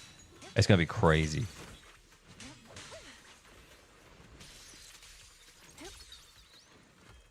Watch out. You can move. That's nice.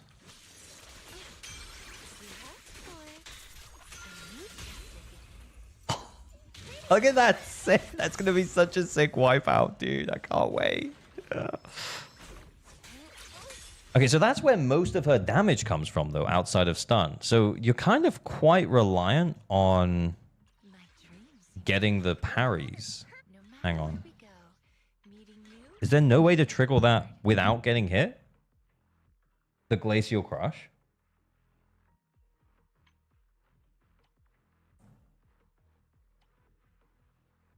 Yeah. Yeah. You only want to do it then, I guess. She autocasts the parry at least once in stun? Yeah.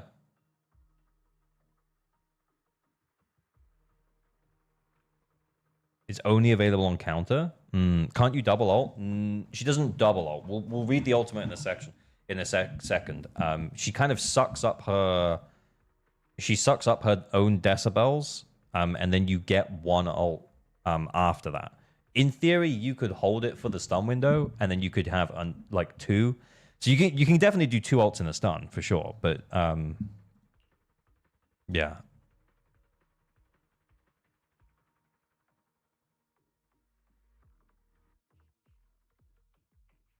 When triggering Surging Cold or Crushing Pursuit. Okay.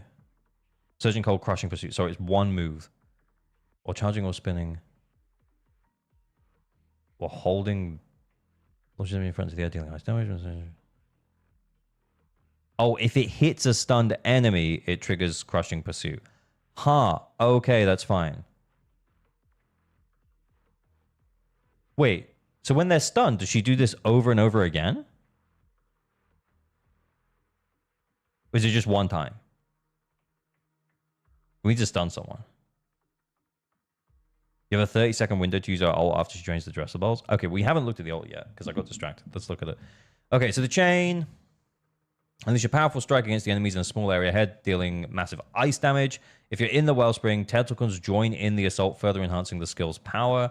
So, yeah. So in Ether Veilspring, you get an extra...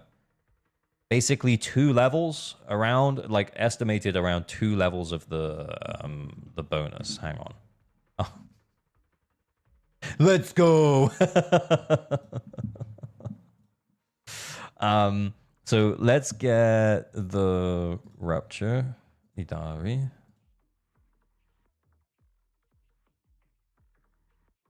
Special. The ult, sorry. Okay, so if the ult was level 9, damage in Ether Veil Wellspring 1088, and then out 989. If we go 2 levels, 1093. Yeah, so yeah, about 2 levels extra of multiplier from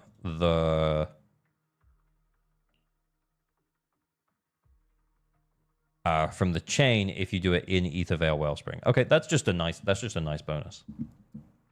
When Decibel Rating is at maximum, the final hit of basic attack Frostbite Embrace, EX special attack Frost Coil, EX special attack Glacial Crush, and chain attack will consume 3000 decibels to activate an Ether Veil Wellspring. So basically, a lot of her stuff, so either her EX special, the Glacial Crush, or the end of her, is that the end of her yeah,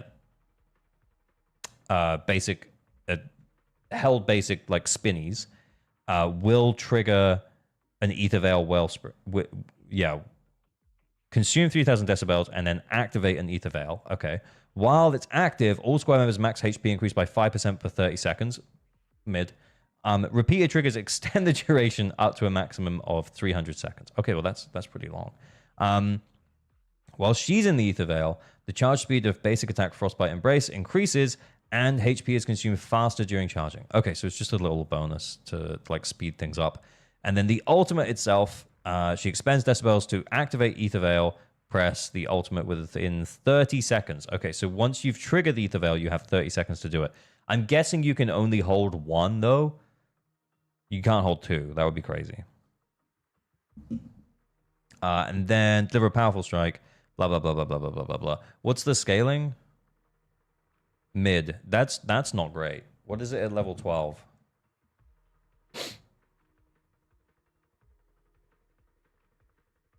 $3044.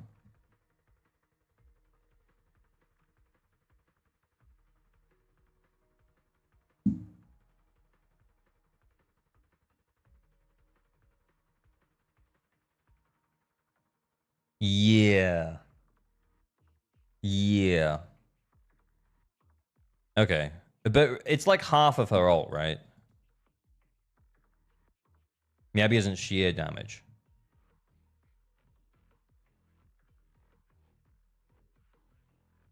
Each time Yidhari spends this spell to activate an ether veil, which means she can use ultimate finalizer once.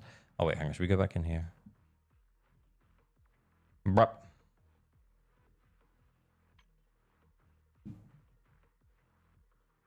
Yeah, you're right. She's not sheer. Maybe that's a bad comparison. But yeah, it feels kind of low. What's Ellen's? Maybe we shouldn't compare like rupture to non-rupture. It's because the scaling is going to be different. But like Yixuan, if we look at, let's look at Yixuan's. I feel like that's like half of her ultimate though. Do you know what I mean? Yeah, it's lower, but remember it's yeah, and she gets 2. So it makes sense that it's lower for her. Anyway. What is Ellen's?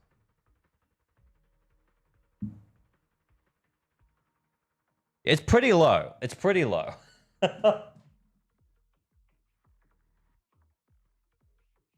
It's much weaker than other ruptures, but it's really fast. That is also true. And it is like kind of like Yixuan. It's kind of half of it as well, because the other half of it is the activation of the ether veil. Okay. Let's try the ult suck up and I wanna stun something to get some defensive assists off on this guy. Oh, I missed one.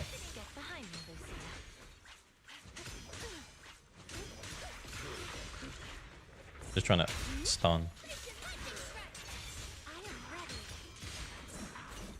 Oh, we're out.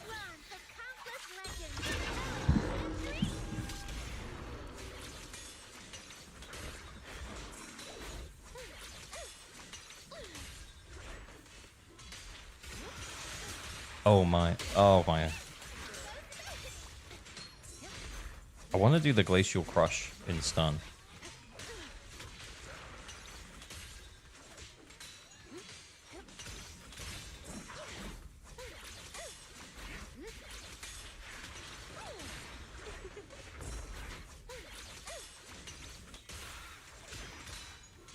And we haven't even seen the chain yet.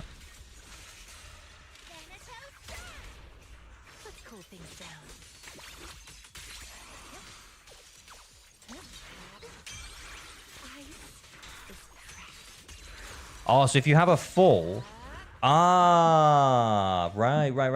Okay, I didn't actually mean to activate the end of it there, but that means if you go into a stun window with a full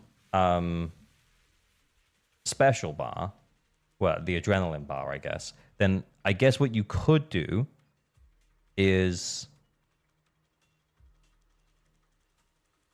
yeah.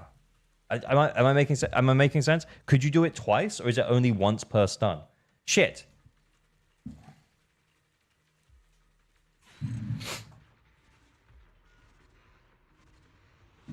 I didn't mean to finish it, though.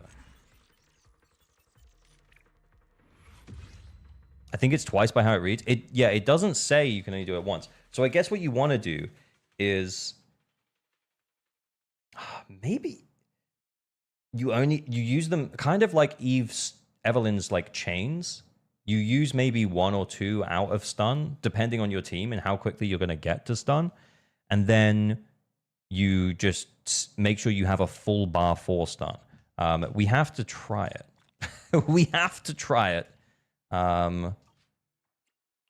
Is there something that can survive in here for long enough?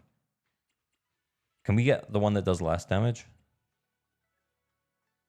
Probably that one. Do we get Yidhari again? We do. Okay, cool. Is there a chunkier enemy here? You can try the last battle stage. Well, maybe we'll just whiz through the event now.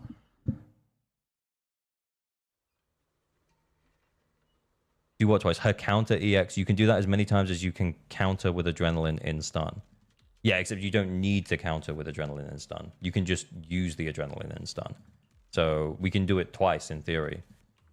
Potentially 3 times in a stun window because you could use your ultimate. Oh, we don't really want to buff too much, actually, to be fair.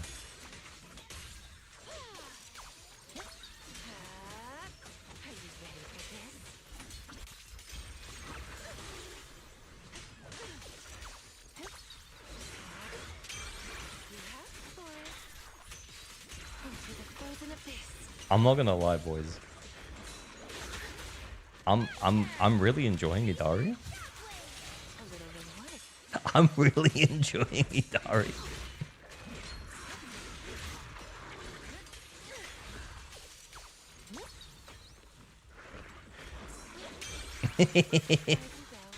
I feel like we're just fucking with him. It's great.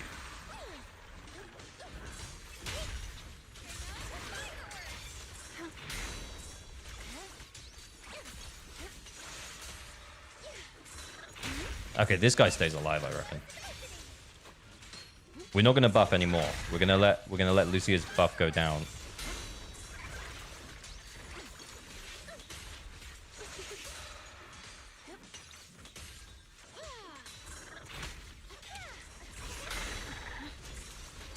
I missed that one.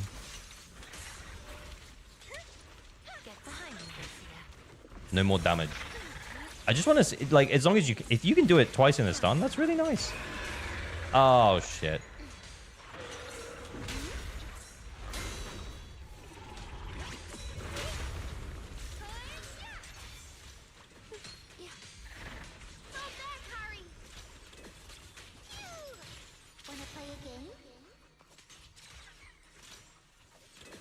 Oh my god, just finish it.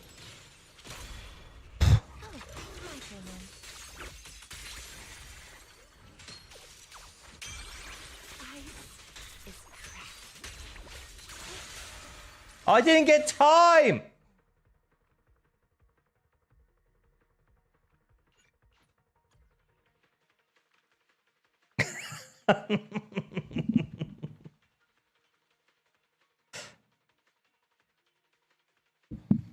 Lucia spoiled everything. God damn it, Lucia.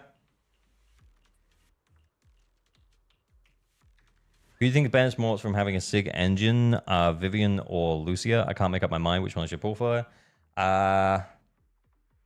Lucia would be my suggestion. I think only because Vivian scales incredibly well with AP and Weeping Gemini is an option. Weeping Gemini is really, really good. So much so that, in fact, I think I know players. In fact, we've reviewed accounts with players who have got M2 Vivian and then just put Weeping Gemini on her. Because Weeping Gemini is still really, really good as an anomaly option. But yeah, Lucia's is better for Lucia teams than Vivian's is. What am I doing? Okay. Okay, so we don't have to worry too much. Oh, I don't know why I did EX there.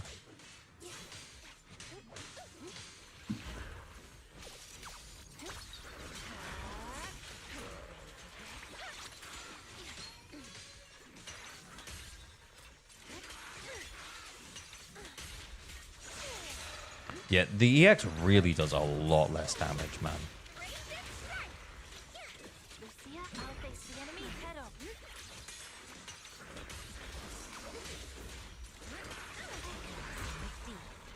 Okay, actually,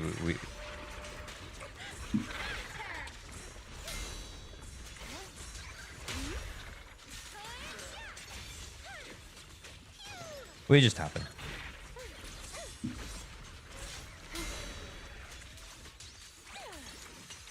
We're not even going to do a chain this time.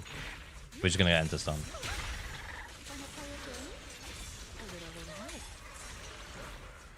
I can't see beyond the numbers.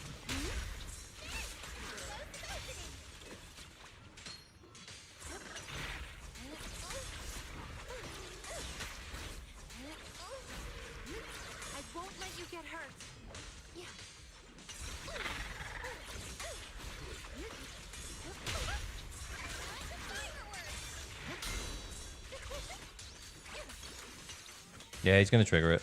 Yeah.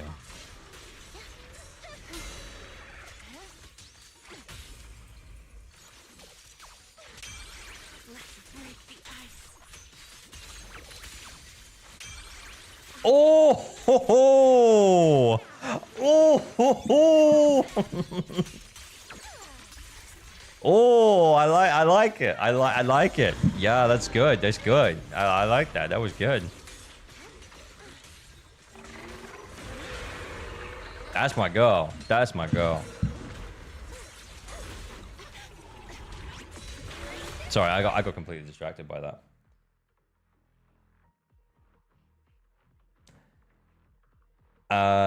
What did I miss? Yeah, the double EX and ult in stun. Very nice. Very nice. So yeah, that's pretty awesome. That's pretty cool. Yeah, so you hold the charge and then you send the glacial blast. It's pretty cool. Hey, Ethereal, you want to meet my hammer? Want to meet my hammer? Yeah, that was good. That was good. Honestly, Yidhari? Man, she's shaping up okay, boys. When I tried Yidhari, I was very underwhelmed, but you're making it look fun as fuck.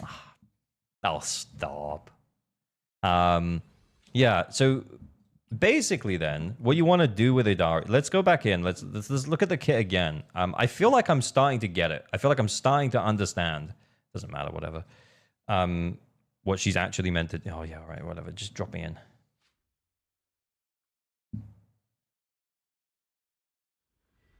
Add dialing for the extra ult. My man, I'm not gonna have enough to get dialing. I am going to be dry. I'm going to be dry as fuck because I said I would spend everything on Yidhari. Anyway, let's see here. So basically, it feels like to me what you want to do is you want to use her. Hang on, back to the skills.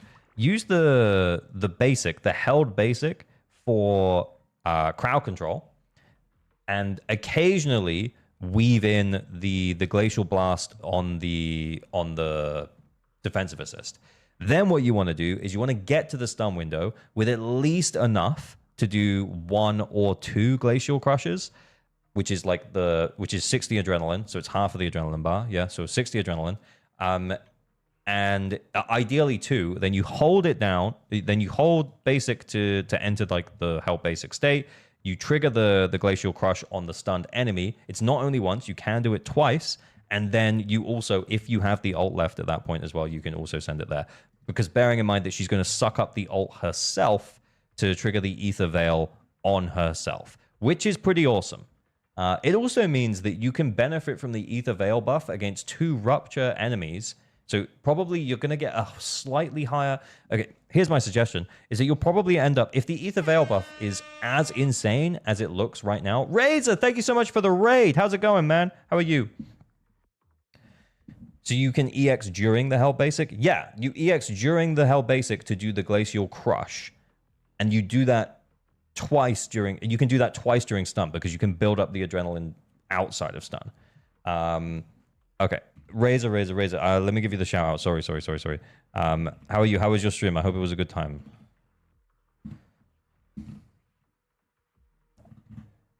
I actually played through. I know I was in your stream the other day, and I actually played through the new endgame mode. I forgot what it's called. already last night, and it was so much fun. I had such a blast. But welcome in, Raiders. You have to teach me how to do raids on YouTube. They changed it, man. YouTube keeps changing its interfaces, and it sucks. But yeah, like, because you were saying that it was like really fun to play the game for a bit longer. I completely agree. It was so much fun, and you don't have to go do it all in one go because it's like 40 days. Yeah, so I'm gonna go back through it at some point and choose different options to get a different end boss. But yeah, it was really good. I had such a great time. But yeah, welcome in, Raiders. If you don't know my name, I'm Average.Gamer. I make videos about Zenless zzzero on the YouTube. Thank you very much for the raid, Razor. Don't feel like you have to hang around, brother, but you know, like you know, I know how it is. Sometimes you stream for like 5 hours, you want to go sleep, but that's okay. But thank you for so much for the raid, dude. Threshold is sick. It's been kicking my ass with the team requirements. Yeah, but as a day one player who has a lot of characters and teams, I found it very fun. I also, and I said this when I went through it though, I was a little bit like, when you go through the hard mode stuff, it would be nice if they offered up a couple of trial characters, I think, at that point, so that, you know, players who are slightly less invested, you know, maybe they started playing in Season 2, maybe they started playing in 2.0 or, you know, like 1.7 or something. So relatively recent players who, you know, might be like monthly pass players or something. I think they should have got something in that mode that kind of would have helped them to push through it, really. That would have been like, I know in the easy mode they gave you like there was one occasion where there was like 4 trial characters. I'm not saying that they should give you 4 trial characters, but maybe just like, you know, like maybe just give you a Sambi here, give you a Yeesh one there, give you a, you know, just give you like one character, like a DPS on each one or something. It would have been a little bit nicer. But I'm also not completely against the idea that it's kind of made in a way to push people to pull for more characters so that you have a wide enough roster that you can do it. But yeah, 5 teams is just excessive. Agreed. Yeah, and you could skip the optional stage, so it's like 4 teams. But and also it wasn't, even on the hard mode, those fights weren't super hard. But yeah, it was fun S ranking everything without trials. Yeah, and to be honest though, like, if there were trial agents there, they probably wouldn't have helped if you were a day one player anyway. So I don't really understand why they completely took it away for the hard mode. I think we should have had 1. There should have been like 1 on each one. You don't need full teams. You're not wrong, Nomi Nom Noms. Yeah, it was pretty easy. So potentially you wouldn't even need a team of 3. You could do teams of 2 on some of the wider ones.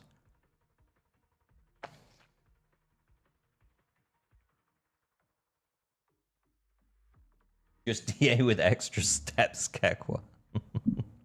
Sasquatch, thank you for the follow. Sorry, I don't know if I said that. But yeah, sorry, what were we talking about? Yidhari. I started in 2.0 and I managed to clear. I had to skip the optional fights. There's no way I'll get the 400k total score anytime soon. Yeah, but I guess, Samson, the question is, how does that make you feel? Does that make you feel like, oh, I want to play the game more, or fuck this game mode? Because if it makes you feel like, this was pretty cool, I want to play the game more, then maybe it did what it's supposed to do. And maybe I'm getting offended on behalf of someone who actually I shouldn't be getting offended on behalf of. The 400k only gives you a name card. Also true, yeah. It's basically nothing. Fallen 80, think of the follow. Is it going to be a permanent endgame? I don't know. I hope so. But it had like 40 days on it, I think, when I did it yesterday. So in theory, the hard mode resets every 40 days. But remember, we did have that that other mode that it's in the same like bracket as where Shiyu defense is, right? Was it called? I can't remember what it was called. Ambush? Yeah, and that said something like 40 days remaining or something on it as well. So yeah, it may not be, yeah. I don't really care about the name card. Got everything important. It was quite fun. Okay, well, then chill. Yeah, we chilling then. We're chilling. It could end like Tower. Yeah, it could end like Tower, and they just reset it like every other patch whenever they feel like it, and we just get like not a temporary one, but like you know what I mean, like they just reset it every few patches or every patch or something. More than 42 is what they say about the Tower. Yeah. What supports will pair well with Yishun Guang? We'll know a lot more soon. To be fair, with the leaks around Dylin kit, I think she could be attack or rupture. I really hope she's not a rupture agent, genuinely. Anyway, Yidhari kit. So yeah, we were just playing with her a little bit. She's pretty chill. We like Yidhari. So you want to build up adrenaline outside of stun and then use the glacial crush move. So yeah, when you're held basic and then do the special, normally you're going to be doing it outside of stun. You would do it as a parry in order to get the glacial crush move. But if the enemy is stunned, then she just does this to them and does the extra benefit of getting the glacial crush move off, which is like her biggest multiplier move. So you can save up for 2 of these during stun. So adrenaline cost is 60, so you can save up for 2 of those during stun. But I think it'll be kind of like Evelyn, where you would spend 1 or 2 of them outside of stun and then save the rest of them for inside of stun. You can use her basics for crowd control, which is pretty cool. You also want to pull her HP down and push it back up, and pull it down and push it back up, because that's going to gain you more decibels. Decibels equals that she's going to suck up those decibels and give herself a small buff. Max HP increased by 5% for 30 seconds. And she's going to have a faster charge speed of her spinnies. And then lastly, yeah, just remember to activate the ultimate. There is probably going to be some finagling and some DA routing, I guess, to make sure that you can do 2 ultimates and potentially 2 glacial crushes during stun, which would be sick. That would be very cool.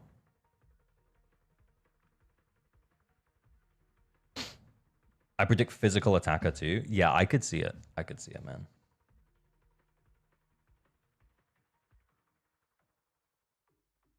Dylan will get nerfed. They don't want to give us OP General Stunner. She does at the moment. No, to be honest, actually, I haven't looked at the kit since the changes, but the initial kit that I saw was insane.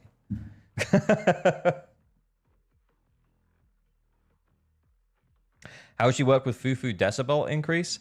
Well, I guess what would happen is she would suck up the decibels when she's over 3,000, right? Yeah. So she'll suck up the decibels post EX special, well, any of her EX specials, or the final hit of her spin. She'll suck them up when she's over 3,000 and trigger the Ether Veil. So it basically means it's the same as like using it when you're over 3,000 with Fufu. It's not going to use like 3,500. It'll use 3,000. It'll leave you 500. So basically you'll have an extra pool of it there.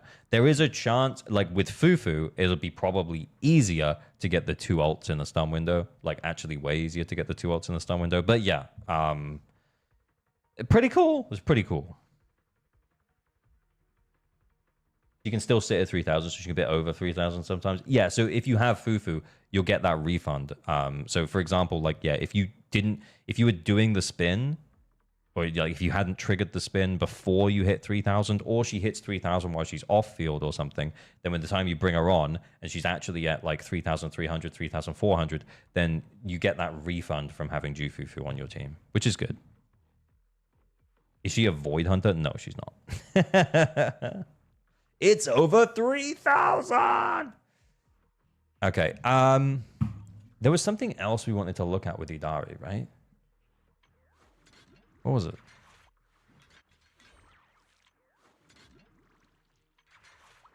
Oh, boys, I can't wait for Yidhari. Look at the glisten. Look at them glisten, boys. Oh my god, look at them glistening. Anyway, what the there was something else we wanted to talk about. Can you read her alt again? Yes. Decibel rating is at maximum. The final hit of basic attack blah, blah, blah, blah, blah, blah, blah, blah, will consume 3,000. When decibel rating is at maximum. Does that mean it needs to be at 4,000 for Jufufu to activate it? Is Jufufu actually just a debuff here? Surely not. That would actually just be... That would be bad. Anyway, because you'd have to hit 4,000 before she sucks it up. Nah, surely not, surely not, surely not. Anyway, she consumes 2,000.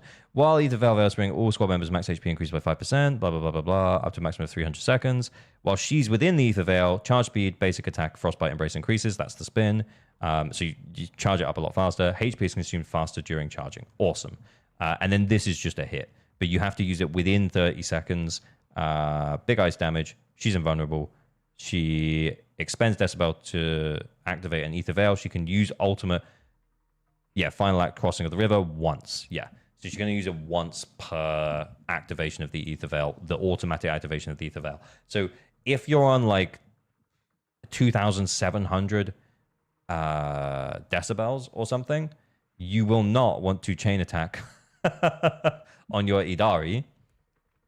If you're already sitting on one ultimate, you'll want to send the ultimate, then chain on Yidhari, or send the ultimate and then switch to Yidhari, do a Glacial Crush, then send the then have it re-trigger the post Glacial Crush. You'll be over 3,000 probably.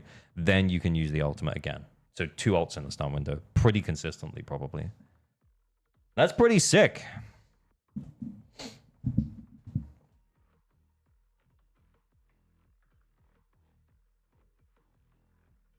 I'll be M3ing her for sure. Who are you talking about, Miku?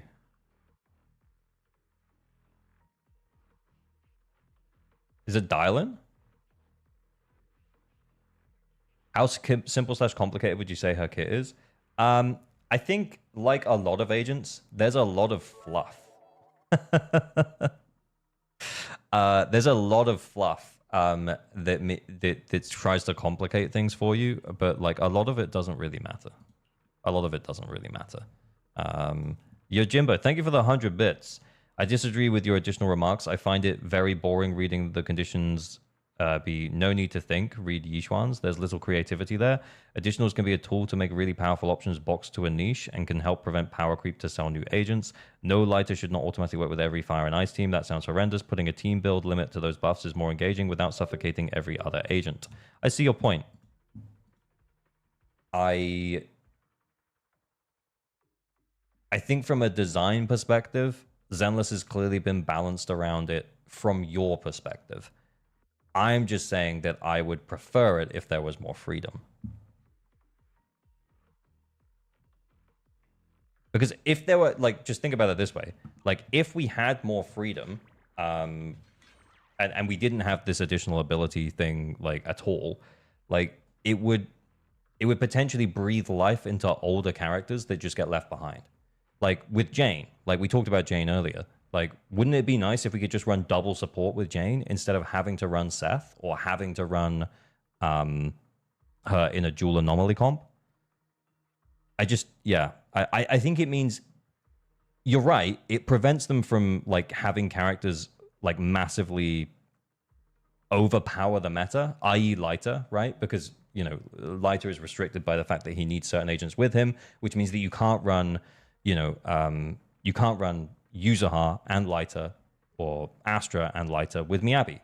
But, and that's fine because they wanted to restrict Lighter in that way because it would have made that team probably way too strong. But yeah, I would just prefer if there was more freedom in flexibility in team building.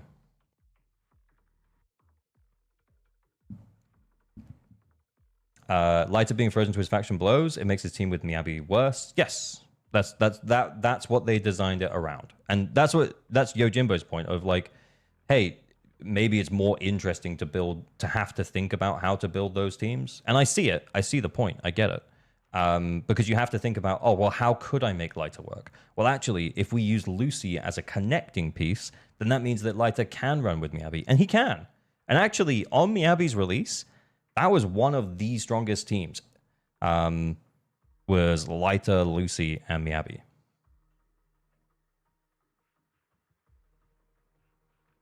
But for some older characters, I feel like it just makes them feel left behind. Because their additional abilities lock them to factions and stuff that just yeah.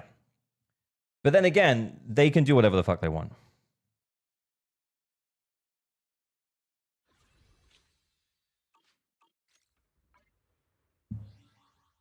The phrase you're looking for is composability or modularity.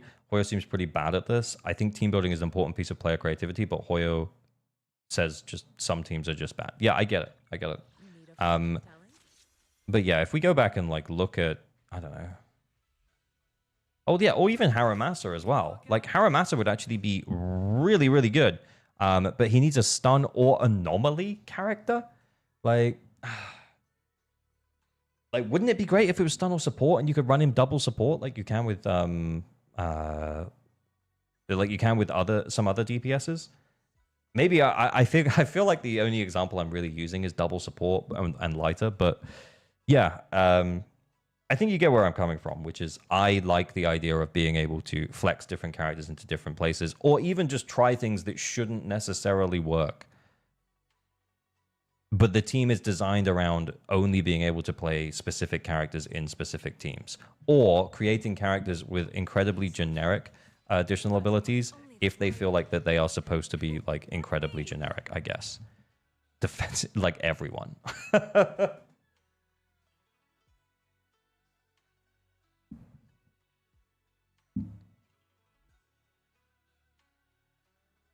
Look at Grace. She needs someone in her faction or another electric agent. Yeah, that feels too restrictive. Yeah. I think, like, as a whole, I'm not against the idea. Where's Grace? As a whole, I'm not against the idea of same squad, attribute or faction. I'm not against the idea that this could exist. I just wish it was a little bit more open. Ellen requires a tribute, faction, or stun. Yeah, so like, and I think Ellen is an example of like, oh, they understand that they got this wrong, right? She has the same attribute or faction. Wait, what? Didn't it change? Isn't this different now? That was changed with her buff. I can't activate it because I don't have her, right? What is it now?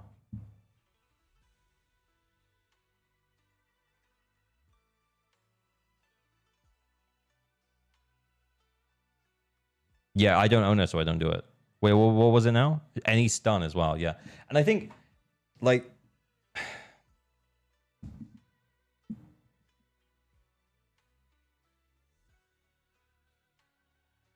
I'm wondering if I should say this because it's going to sound really negative.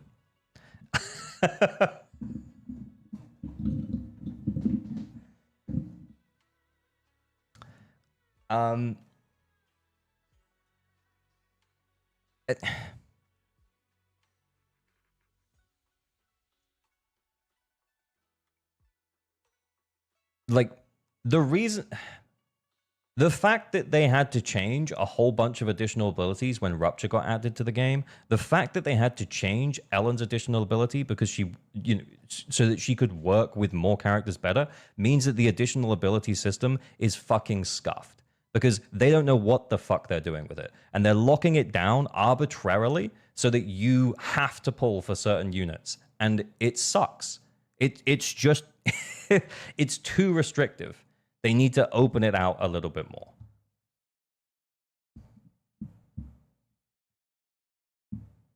Like, the fact that they changed it is them realizing, yeah, we did lock this down a little bit too much.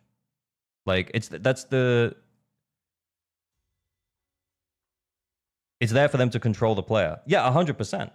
Just like everything. It's a gacha game, ultimately.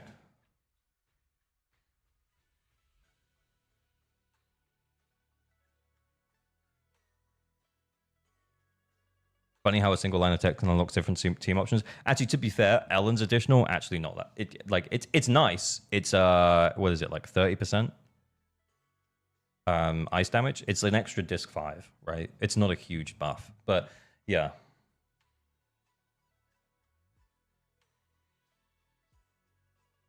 It's there so not all characters work with everyone, so you need to pull more.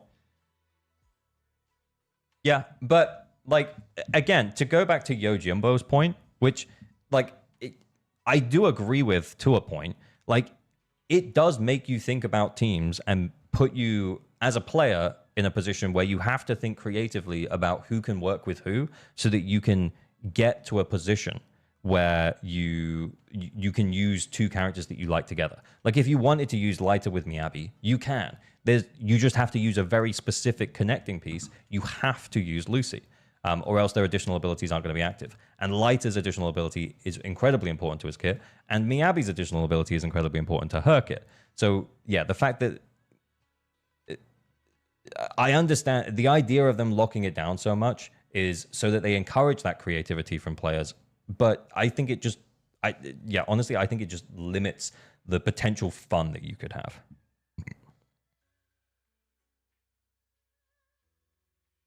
How is it creative to say this agent only works with this agent? I think it's like an outside the box thinking for team building, I guess. Because it's like, well, yeah, I mean, you wouldn't typically use Lucy, but actually maybe Lucy can work here. And then you use Lucy and you realize, actually, this team is fucking sick. And it helps with balancing. It does help with balancing. But again, like the hot take that I said just a moment ago, the fact that they had to change it when they added Rupture to the game, the fact that they had to change it when they buffed Ellen means that they're not getting it right and they're making shit up as they go along.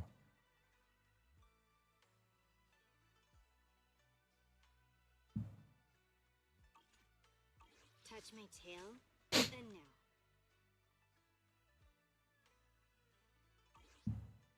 now. Did someone ask about Yidhari's engine? Do we have it open? Yeah, so specifically though, I think we do also want to look at Yidhari's Mindscapes. We'll look at them in a moment. But first,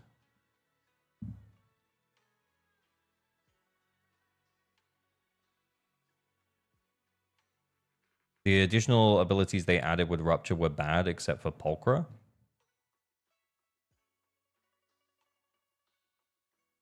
I mean, for Khalida, it's still just... There's still just a small... Like, if you were going to be stuck using Khalida anyway, like, it's still just a nice upgrade, right?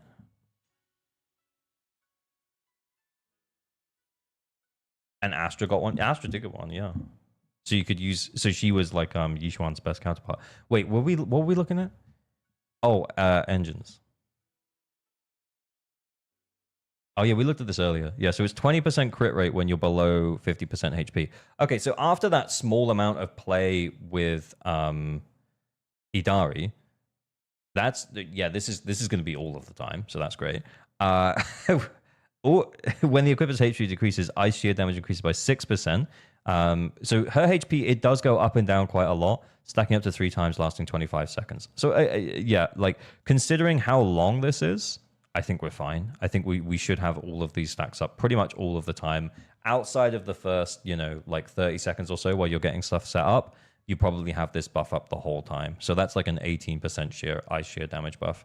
The duration of each stack calculated separately. Yeah. Trigger once every 0.5 seconds. Yeah, so like by the time you get everything set up and stuff, you've done a few spinnies, blah, blah, blah, blah, blah. Yeah, you're probably going to be on 18% ice shear damage. So really, this engine is 30% HP, crit rate of 20, and 18% ice shear damage. That actually doesn't seem like that much, boys.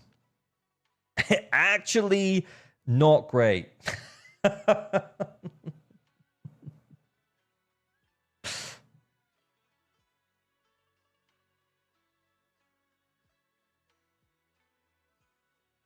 Yeah, I think if you have Yishuan's engine,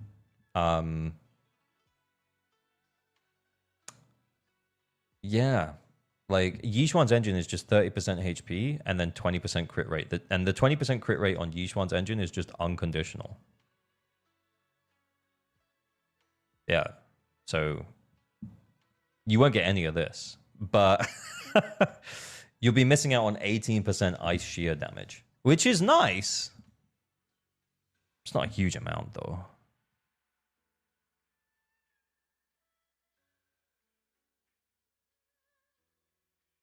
Puzzle Sphere? I don't think so. What does Puzzle Sphere do again? I think you'd be better off on a crit rate stat stick. Because remember, we looked at her kit just now. She has... Oh, wait, we're not on her anymore. We moved on. She has no crit rate in her kit whatsoever. So the only crit rate you get is from her engine, I'm pretty sure. Let's go back and check. So I think you'd be best off using, well, like whatever you've got that's got 24% crit rate, basically. Evelyn's engine, Miyabi's engine, Neko's engine, Malkato Desire. Well, if you had to. This weather's perfect for a little exploring. What if it was 30% ice shear damage and 32% crit rate? Is that R5?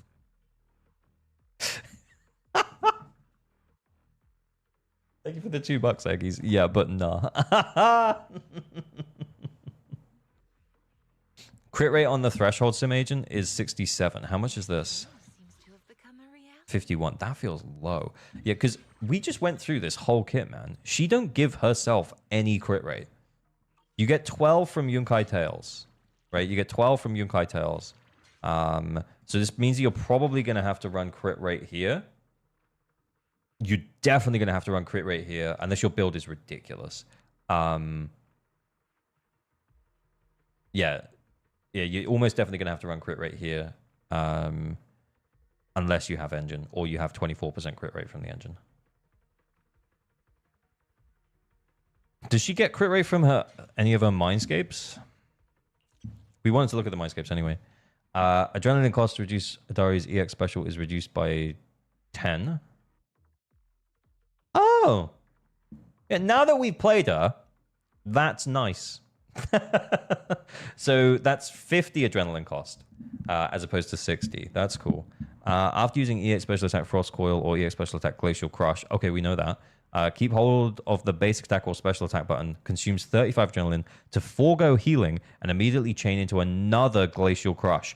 Oh, so you do two. Oh, I like this. So you get, the cost is less. So then what you want to make sure is you need to make sure you've got 50 plus 35. So 85 total adrenaline, and you can just double Glacial Crush. That is cool.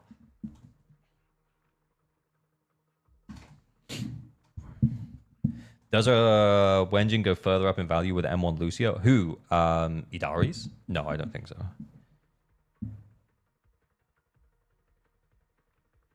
Yeah, but you sacrifice the healing. There might be occasions where you want the healing. Because remember, her HP going up and down gets more decibels. And it's going to make sure you get that ice shear damage buff. But by the time you hit a stun window and you want to do the double Glacial Crush, you probably have the ice shear damage buff fully up from the engine. The HP restored by the EX special Glacial Crush is increased by 100% of the original value. Oh! So it goes from 33% of her HP to 66%. So it goes from restoring 1/3 of her HP to 2/3 of her HP then. That's pretty good. Yidhari's basic attacks and EX special attacks ignore 20% of target's ice res. Okay, like now we understand a little bit more about how Yidhari works. M1 feels like a pretty nice quality of life upgrade. Some small gameplay changes from the M1 as well, which is nice. Small buff with the ice res change. Yeah, M1 seems okay. Yeah, M1 seems okay. It's not bad. Yeah, for it, DPS, this is a fine M1. That's a fine M1. M2, crit damage is increased by 40. Okay, so this makes crit rate more valuable as well. So if your crit rate is on even post Yunkai Tails buff, like 80, and you're, more crit rate, please. Probably is going to be the situation for most Yidhari builds. Triggering Surging Cold or Crushing Pursuit grants adrenaline regen of 0.5 seconds for 30 seconds. That's the special, right? Hang on. What is that again? When spinning, launching, dealing ice damage. Okay, and then you follow up with the Glacial Crush. So it's the pre-Glacial Crush. Okay. The pre-Glacial Crush. Oh, sorry, I don't know why I alt-tapped. We're on the same thing. No, go back to the Mindscapes, please, Mr. Man. Okay. Energy region. So, additional energy, basically. Additional energy and crit damage. Feels pretty mid, I ain't gonna lie. That does feel pretty mid, yeah.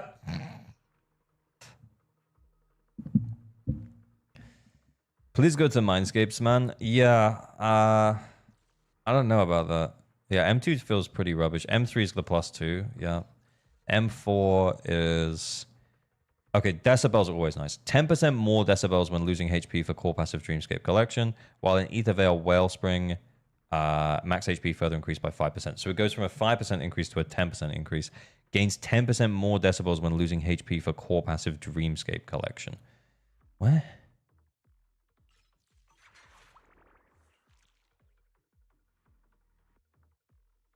Oh, okay. With every 1% HP lost, she gets 10 decibels. She gets 10 more. She gets 10% more, so it's 11 decibels for every 1% of HP lost. Is it gonna make it like decibels are good? Like, I'm not saying they're not. It might enable something really cool. It's like someone mentioned earlier around the M1 Lucia plus the M2 Yishuan getting 4 ults. Something like this with like an M1 Lucia might enable like 3, maybe more ults in a stun window for Yidhari. But there would be some like insane tech associated with it. It's a small amount. It is small. This is small. It does add up, yeah.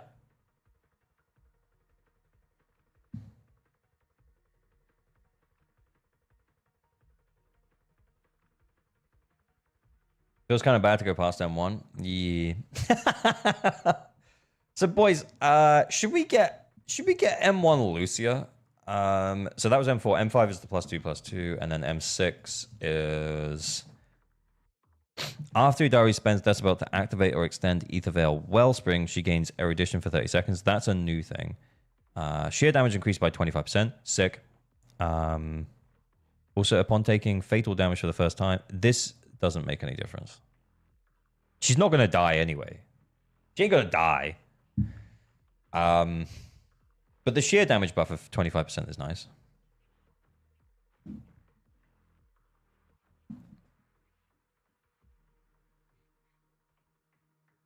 M1 sounds like a good stopping point. It really does.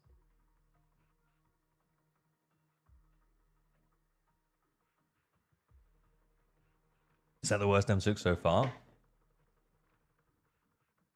I feel like from memory, I can't remember off the top of my head, but I remember Ellen's is pretty underwhelming. I also remember Evelyn's, like most of Evelyn's Mindscapes are like pretty shit. I think you should reconsider going all in. You'll want at least one character from 2.4, 2.5. I know. But I said what I said, you know? And we're going to just stick to it, I guess. But M6 name card, though. M6 name card? What does the M6 name card look like? What if we got M6, boys? Like, what if it just happened by accident?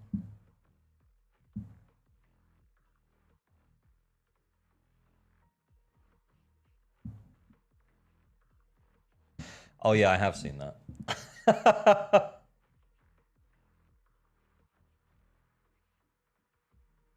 Put your money where your mouth is. Why forever matter, right?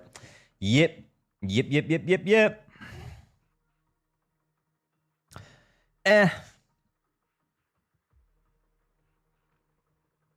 How come everyone else gets their tits out, man? Why my waifu not got her breasts out? What's this about? Look at this fucking schoolgirl. Fuck Keith. She just... My waifu still got clothes on. What the fuck?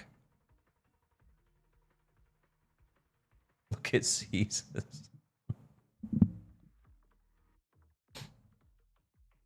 What is Caesars? Oh. Well, that's pretty sure.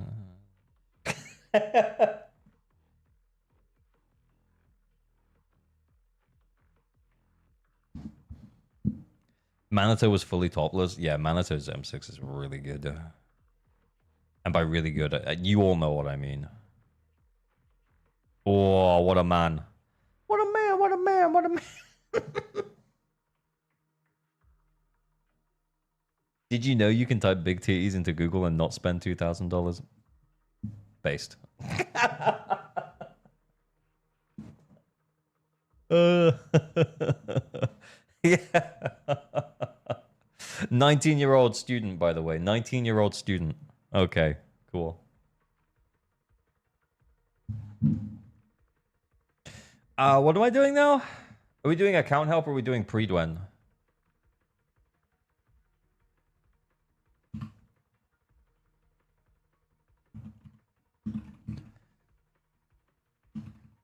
Shit.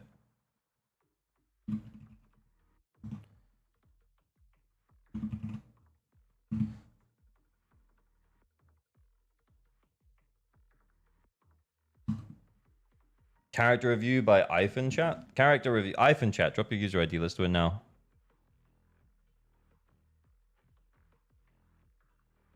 When you like this when you were 19? Yeah, I was ripped. Man, nipples are so sexy. Hugo. Got it.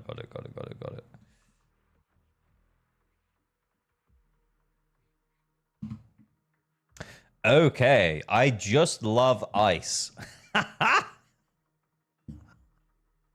Okay, we'll let the poll cook for a minute.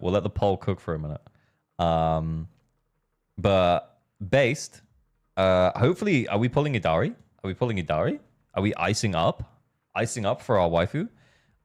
We got crit rate of 70, crit damage of 131, attack of 3,373. He only gives himself like the 12% from here, right? How much is it? Is it 12%? Crit rate? It's not. You're rolling the dice a little bit, man. It's like an 82% totalized shot. Does he get extra crit rate from here? Am I forgetting something? But like, yeah, anyway. You get the extra 45% crit damage from here, so your crit damage is also like a little bit healthier than it looks here, because you're actually getting the extra 45% from here, so you're actually on like 176%, which is pretty cool. Really solid amount of attack. In terms of subs, we've got 15 attack percent subs. Holy shit. 8 crit rate subs and 7 crit damage subs. Yeah, so really nice from a raw attack perspective. Pretty decent from a crit rate, crit damage perspective. Really nice Hugo. Really nice Hugo overall. Loving Ice, but no Ellen. He does have Ellen. Yeah. Is he pulling Yidhari? Where was the character review? Oh, man. Okay. I mean, I'm excited. I'm excited. You want me to look at your Sambi on internet? Okay, let's look at her here first. Okay, so overall, yeah, it's pretty good. 4-piece Shadow Harmony, 75, 20 crit rate rolls, 11 crit damage rolls, 7 attack rolls. Okay, we can look at internet. Ba-ba.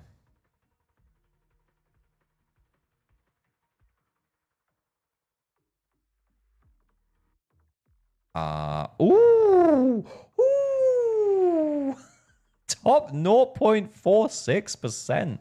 Ooh wee! I think Hugo's pretty good as well. Top 6%. A top 5% Lucia. Are there like no Lucias on here? That's crazy. Top 5% Lucia with an E disc? Wild. Actually wild. Okay. Bro, Kirill for now. All right, send your user. I'm not doing any more after this, all right? What the fuck?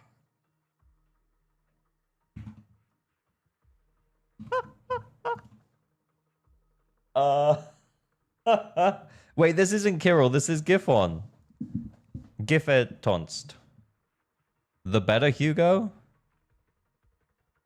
Top 4%. Miyabi, I guess. Okay. I'm just gonna do a quick look because we need to decide what we're doing. So this was that's pretty good. Yeah, this is nice overall stat. Yeah, a nice overall stat line. Nice overall stat line. Oh, there's a lot of attack there. Yeah, very nice. Nice. Good work. Zero disc. God disc. Very nice. And then we've got the Miyabi.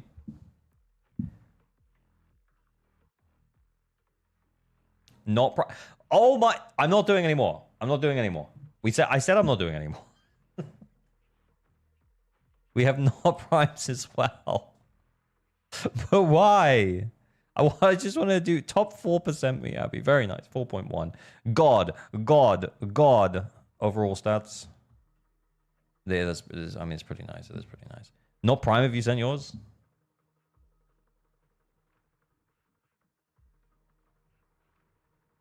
Emote only chat redeemed.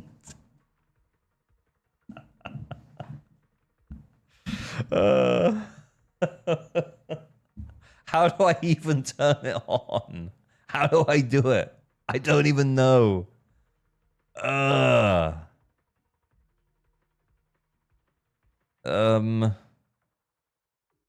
do I do it? Is there any mods here? Can a mod do it? I don't know.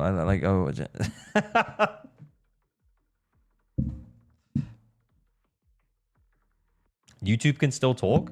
Wait, did you guys put it in emote chat? Okay, Joe Samaka, you're gonna figure it out. Okay, I love you. Okay, and in terms of the poll, okay, it's account help. It's account help, not pre-win review. We'll do pre-win review later.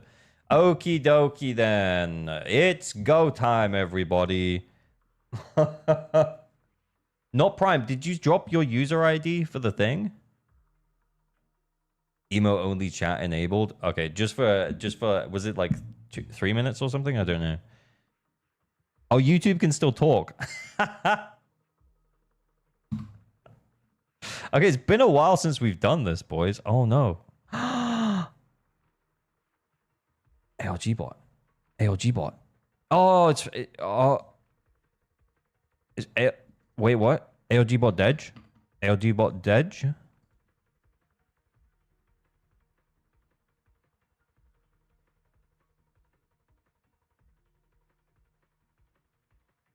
ALG bot Dej. The bot is dead. Oh no. I'll have to ask Traffic about it tomorrow. Oh, so sad. So anyway.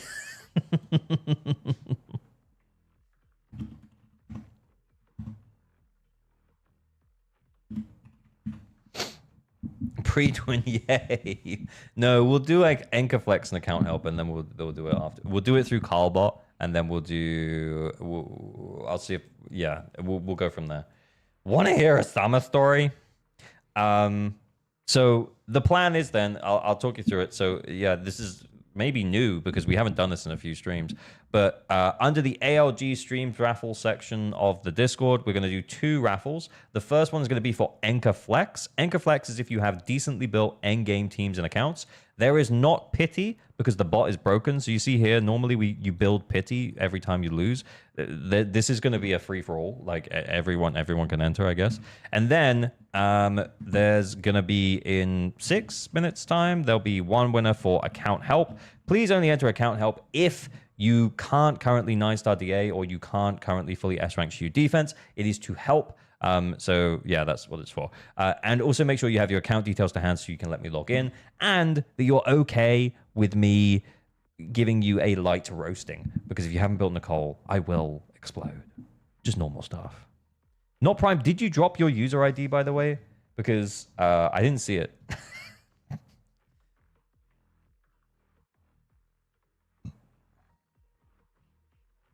Oh, no, wait, he can't say anything. Oh, no, he can't say anything. It's emo only.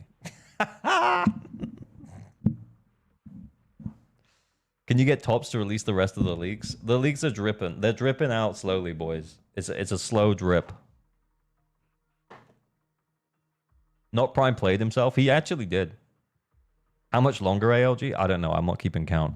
Basically, when Enkerflex is done, 46 seconds, then you can turn emo only off.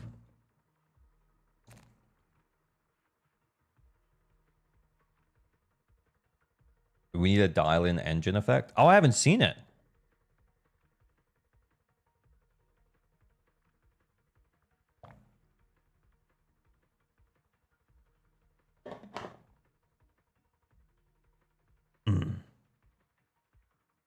What are your pool plans after Lucia? I am going to be... I'm full sending on Yidhari. Like literally everything. It's really M1 feels like the stopping point if for vertical investment on Yidhari. And yet we are where we are.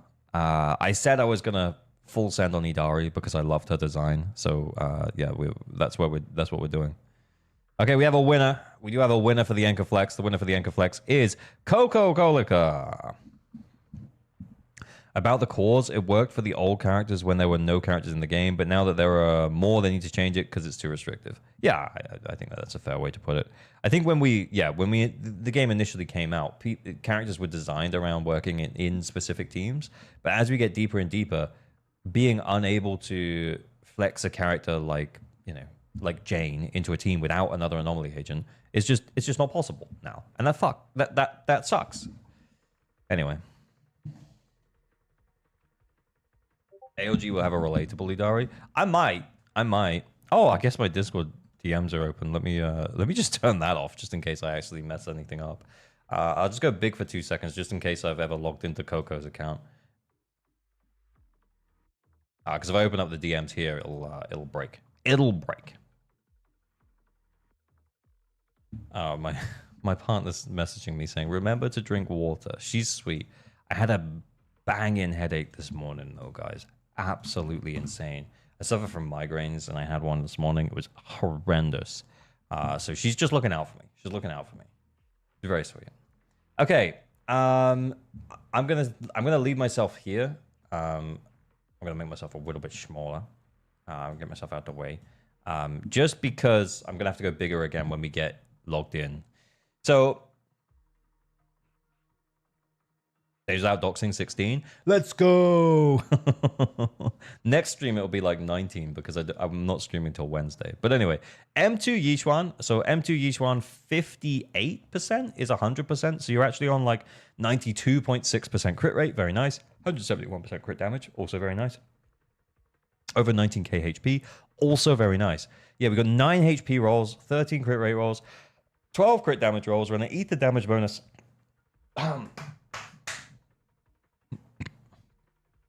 Get some migraines that make me vomit. Yeah, I vomited this morning. It was gross.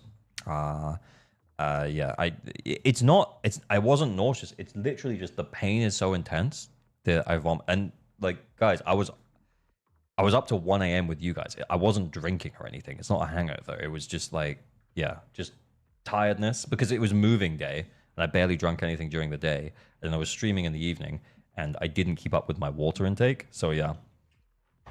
Only top 15%. But hey, no, this is a really solid Yishuan, man. Like, yeah. Like, endgame Yishuan wise, leave her alone. She's absolutely crushing. You're all good. Okay, then we got Lucia. I'm glogging right now. I'm gonna glog some.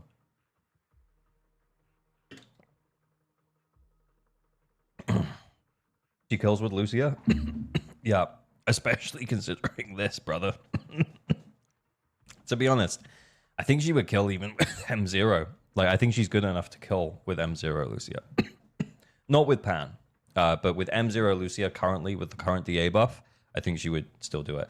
But the fact that you have M2 Lucia probably just means that when the Ether Veil buff goes away, you probably would still probably be able to push into the kill category. But yeah, we're over the 24k HP. We got her engine. We got HP, and ER. ER is bait. It's literally just straight bait. It's completely unnecessary.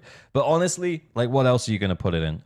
You could put it into crit for her. You could put it into additional HP. Look, I don't know, man. Like, it's, I feel like I don't know where you need to go with Lucia once you hit the points that you need to do it. But yeah, I am finding with my M0 Lucia that I was running HP, but I was running 2P swing for the 20% ER, and I had too much ER. I didn't know what to do with it. So I switched to 2-piece Yunkai Tails for the temp, like, because I might as well switch to it to get the 10% HP, and I still have too much ER. But yeah. Anyway, yeah, we carry on. We carry on. Crit rate would be best. Yeah, so what? Put HP here and then crit rate here. That makes the most sense to me. But anyway, we carry on.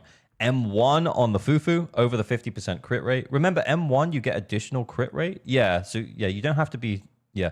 See, I remember this time, guys. I don't always forget. So does she need ER slot 6? No, definitely not. Definitely not. She doesn't. She absolutely doesn't. Because, like, her buff lasts for so long anyway. Her buff lasts for so long. And then by the time you need to re-up it, you can just EX, basic, quick assist into someone. You're done. And then you get a free reset from the ultimate.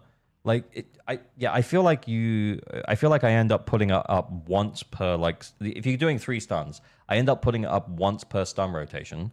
And and one of those is a free reset because of the ult. So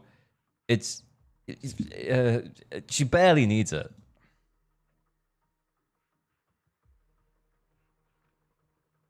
The buff only lasts 25 seconds, though. I feel it feels like it lasts longer. Maybe I'm exaggerating when I say it's 3 times, because maybe it's like once during or just before the stun, and then I re-up it just into the next stun or something. I don't know. Anyway, look. She's fine. You'll probably find you got too much ER. You can fiddle around with it, man. It's fine. M1 Fufu, very nice. 4-piece King of the Summit. We're over the 3.4k attack. And we have impact here. Very nice. Okay, Honor Engine. Then we have M1 Orphe. 33% crit rate. Wait, did she get extra crit rate here? Wait, that's still like 90% though. Does she get extra crit rate from here? No, but that's still 90%. That's really nice. 146% on the crit damage, 2,800 on the attack. Okay, so I feel like you've sacrificed potentially a little bit of crit rate for the extra attack, and that's fine. No fire damage bonus though. Oh, that's where the extra attack's coming from. Okay, that's cool. Yeah. 4-piece Moonlight is 25 seconds long. Oh, the Moonlight Lullaby. Ah, you're right. You're right. Right, you are. 25 seconds. Yes, just make sure you re-up the buff before the stun, I guess. M2 Yuzuha, 3186, Anomaly Mastery, 2-piece Phaethons, 4-piece Swing Jazz. Okay. I mean, I think Swing Jazz was the preferred, like, general Anomaly support set over Astral before Moonlit Lullaby came out. So we might this might need a build that needs updating. Again, your M2 though, you're probably not worrying about it. It's fine. Yeah. And then M2 Vivian. Holy shit, Coco, you're like, I feel like you just really go for the characters that you go for, and I like that about you. I've always liked that about you.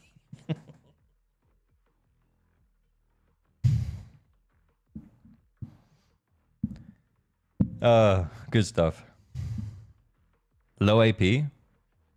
That's not that low. It's a little low, maybe. 11 AP rolls is definitely more than endgame worthy. It's fine. And 9 attack rolls. It's a pretty decently balanced build. Could it have more? Yes, it could have more. But it's also fine. It's also fine. Did not Prime drop his user ID for the character review, by the way? Because I still haven't seen it. Oh, shit. Gotta go big again, or else I'd leak Coco's DMs. It's just him sending me his user ID, by the way. There's nothing in there. But we do have a winner for account help. The winner for account help is Reaper. Reaper2339. Come on down. Oh my god. I feel like I haven't done account help in so long. It's time for some account helping.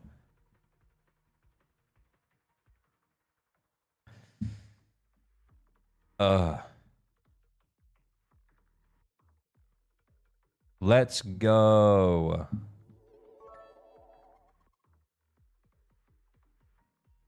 Yo, Jimbo, thank you for the 100 bits. What is this?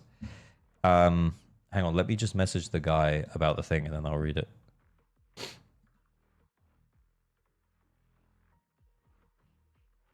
Oh my god, how do I message someone on Discord? Oh, fucking hell.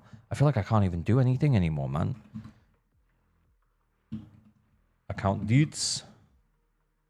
Oh, it was a grace check. Let me read your Jimbo's message first, and then we'll go from there.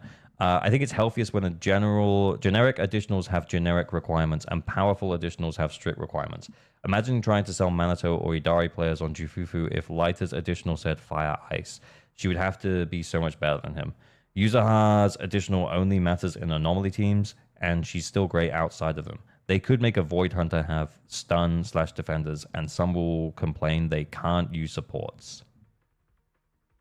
Yeah. Yeah. I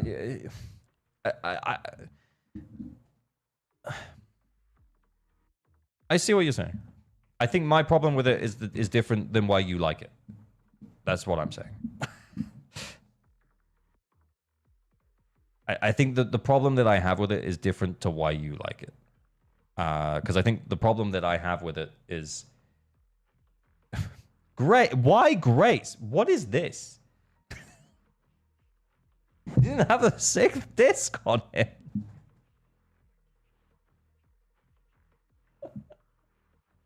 Chunks, why? Oh, we might have to start upping the character review cost, because I feel like I'm just spending a lot of my time just doing the character reviews. But to go back to Yojimbo's point, yeah, it's not that I don't see why you like it. I think that the reason that I dislike it is just different to the reason that you like it, if that makes sense. And that's fine. So the 4-piece Thunder Metal, I'm guessing is meant to be 2-piece Freedom. This is the character you wanted me to review, right? You're 1 away, bro. You're 1 away.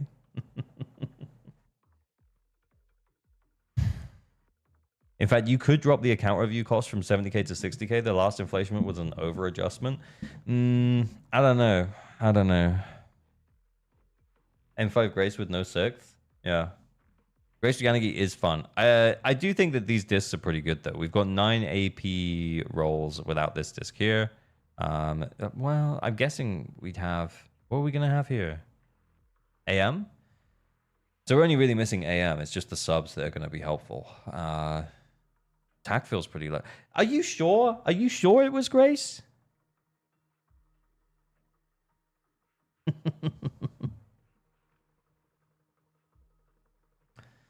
Anyway, sure. I'm glad not to Prime. Oh wait, what did Chonks want? Like we're meant to be doing account reviews here. Wait, what did Chonks want? Seed. Yeah, it's a seed. 4-piece Dawn's Bloom, crit rate 72, crit damage 174. She gets extra from her engine. Yeah, extra 15. Taken up to like 87. Really decent amount of attack. We've got the 2-piece Hormone Punk for the extra 10%. 12 attack percent rolls, very nice. 18 crit rate rolls, 10 crit damage rolls. Yeah, I mean, very much endgame seed. Very much endgame seed. Like, we're good. We're good. We're good. Stop building her. It's fine. It's a seed. Check Internet. How many subs was that overall? It was in the 30s. It's definitely a good build. Oh! 0.32!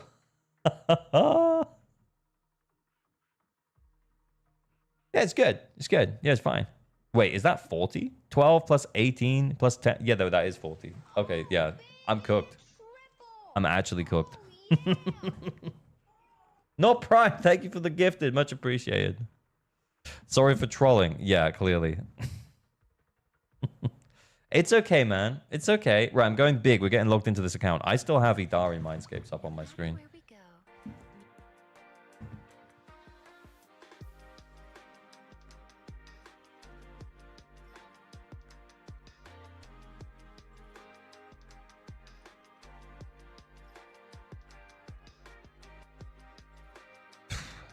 I'm logging out.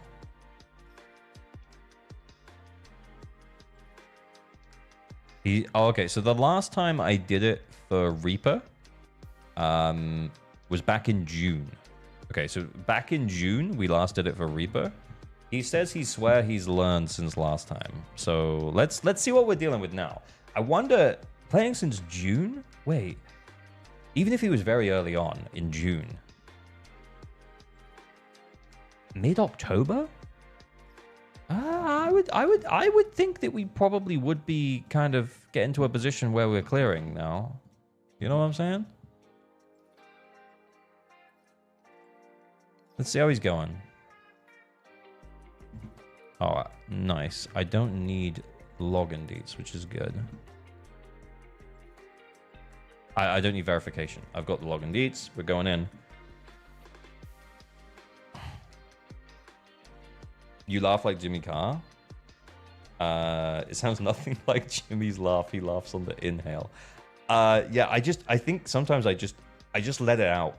You know, I just let it out. I just can't hold in a laugh, and it goes. It's like a ha. Whereas he goes ha, ha, like that. Yeah, it is different. I can see what you mean because it's a high pitched laugh. Anyway.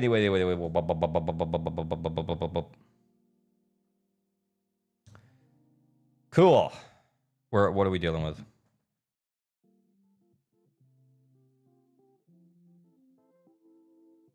I'm going all in on Banyu, just getting the bare minimum for supports. Let's go. Okay, let's go and check endgame first and see how this guy is doing. Was his name Reaper? Reaper, who are you in chat?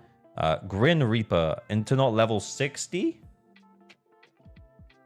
Alice, Lucia, Yuzaha, Yishuan, Vivian, Evelyn, Juyuan, Miyabi, Yanagi, Caesar, Ellen, Nicole, Jufufu, Qingyi, Pan, Haru.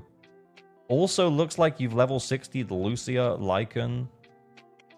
It feels like you have a built-out roster. And Piper, like you have a built-out roster. This roster is built. This roster kinda low-key stacked. Let's Grim Reaper, it's you. Okay, we got you. Okay, let's take a little look-see. Okay, we're doing fine here. Actually crushing here. You know, this is you know, you're in the 3-minute somethings, you know, 3-minute 20 something. You're crushing here. Solid team, dude. Solid teams. Okay. GG's. We go next.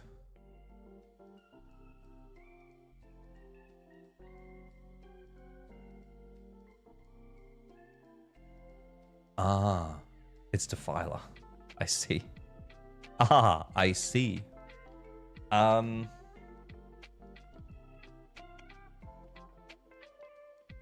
Okay. I'll tell you what we're gonna do. We're not even gonna look at builds. Let's just team build, okay? Let's just assume all of these characters are built and let's just team build. There is a part of me that thinks potentially what we could do is we could just go for an anomaly team.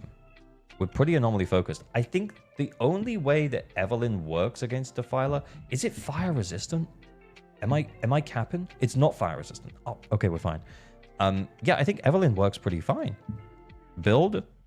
Cracked. Yep, we're good. All right, Evelyn. The problem is we don't have an Astra or Lyta. Yeah, for Fire Week, we'd be totally fine. But into neutral, we are probably struggling. What about Qingyi? Okay.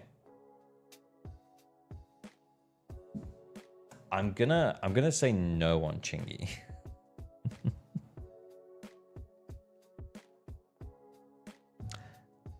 We could try it with Qingyi. All right, look, I can just run it with Qingyi and see what happens. But I think what would make it a lot easier and make it more replicatable is if we put Qingyi here and we gave Jufufu to Evelyn.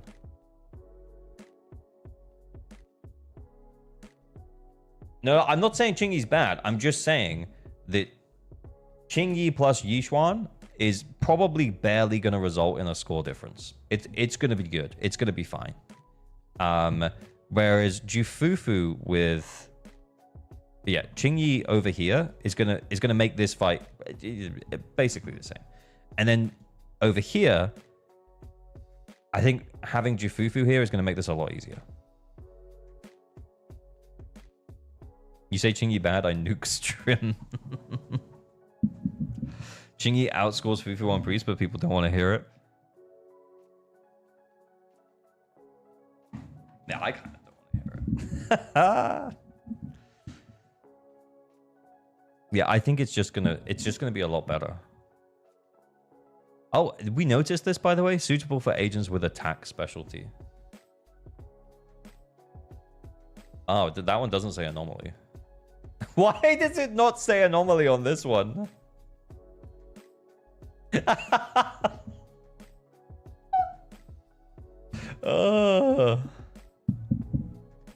not on that, but this is like the most locked.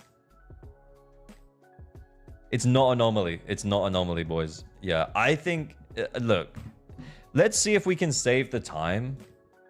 We'll see if we can save the time, and I'll run the Chingy team here.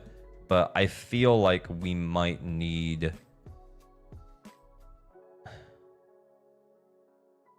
It might just be a lot easier just to move Fufu over. Well, hang on, can we check builds quickly? We checked Evelyn. Evelyn was good. Okay. But we're over the 50. Nice.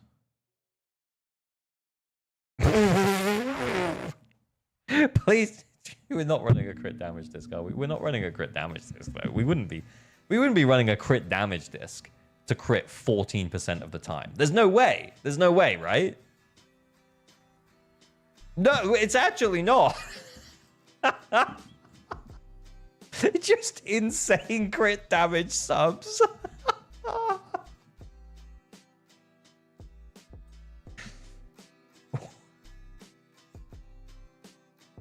That's good. This is good. This is good. With M6 is 30. You're right. Actually, you're right. Sorry, that's my fault. M6. The plus 1.5% 10 times. Yeah.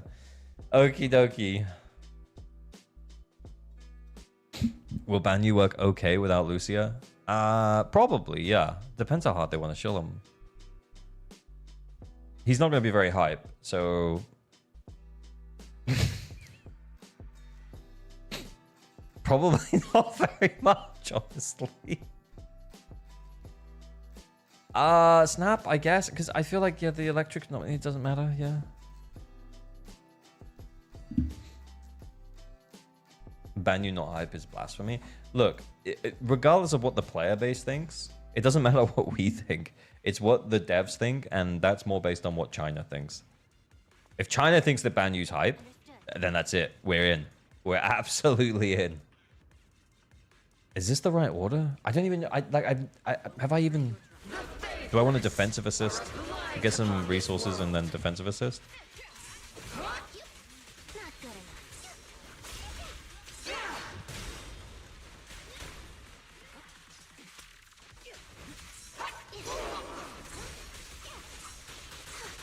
Oh, shit.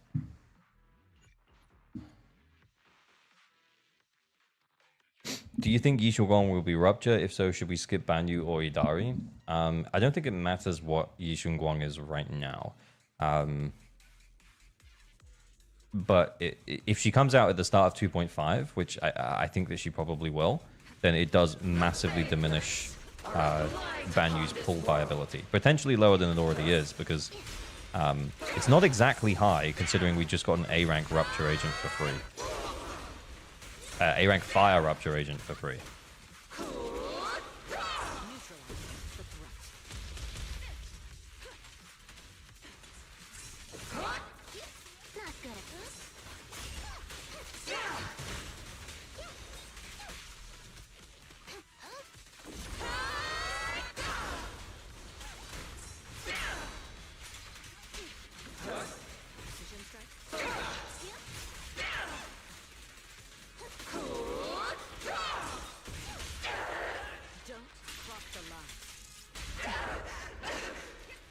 Wait, I don't know why I did that. Oh my god, I think I messed up, guys. Have I messed up? What did I do?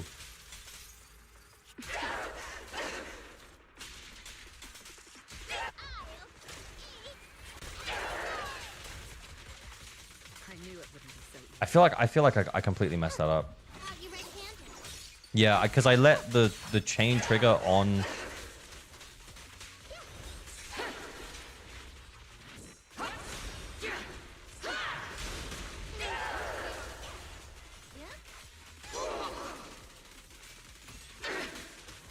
Okay, we've done the stabbies now. Yeah, I know we're not gonna get it, but we have done the stabbies, so we're good.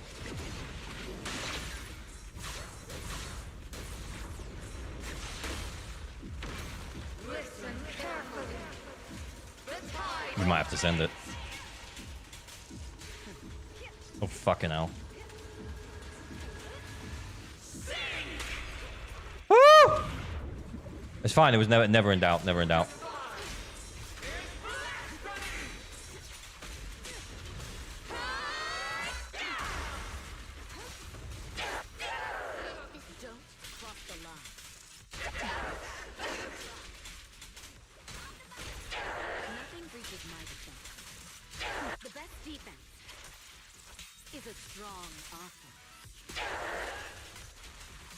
Yeah, maybe Anomaly is the way. Maybe we just stick Alice in here. Oh, for fuck's sake.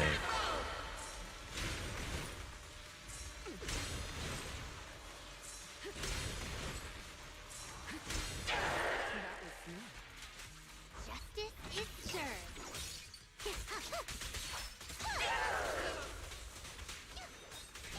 Hold again.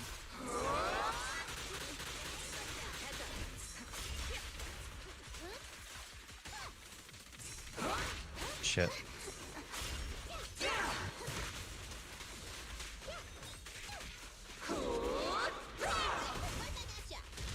Oh, fuck. Shit.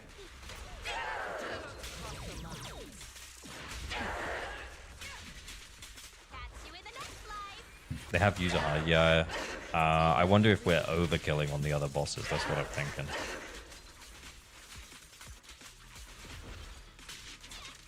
Oh, wait, what?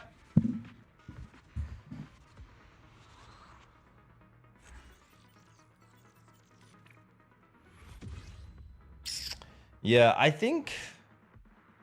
I wonder if Fufu was here, that might have just gone a little bit smoother.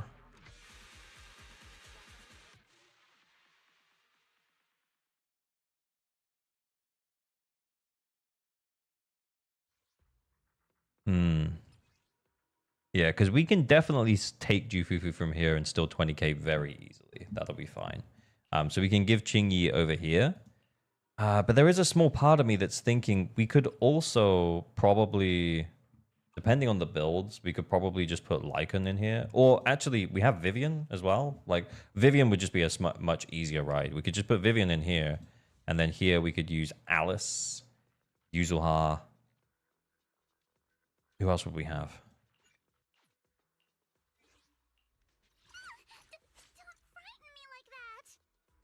Yanagi? Alice Yuzuha Yanagi for the double weakness? How are we doing with these guys' builds? Okay, okay. With Weeping, yeah, that's not too bad. That's not too bad. And then this one. Oh, all right, all right, all right, all right. All right, all right, all right, all right, all right, all right, all right, all right, all right. We're going 9 stars, a big score. We're going 9 stars. I think I'm tempted to steal Jufufu. But I'm also tempted to try the Anomaly.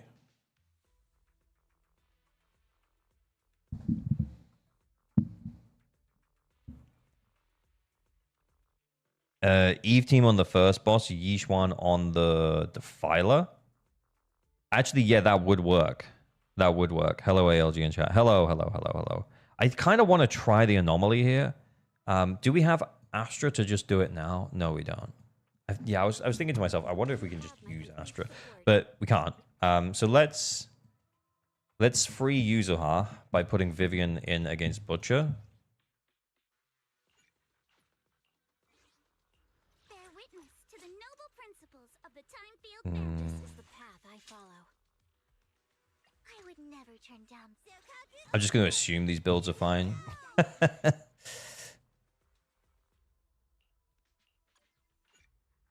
Although, actually, he might be sharing Weeping Geminis. Let's just double check.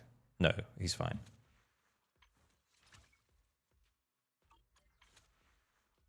Yeah, that's fine. That's fine with Weeping. That's fine with Weeping.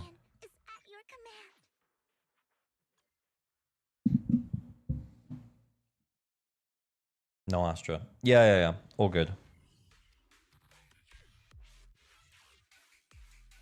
The game quiet?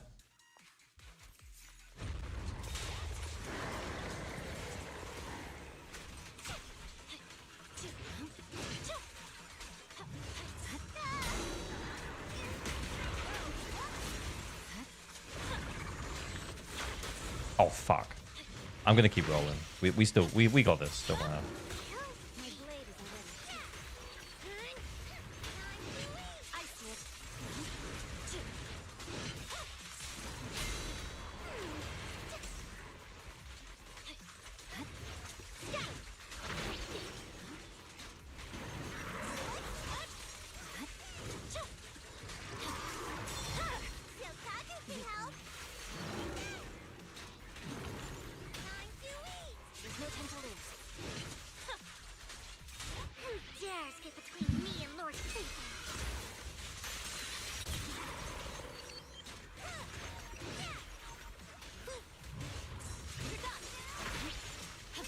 Oh, too early. What am I doing?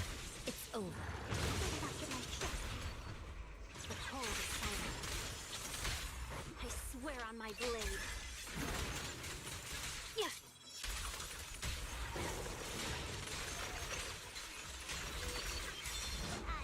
We're Steam.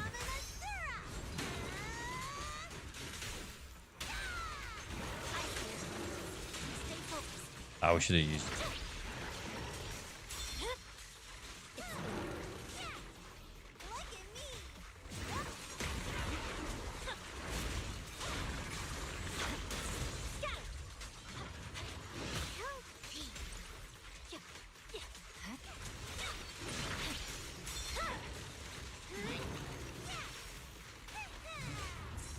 I think we're sending too many blooms on Sukaku.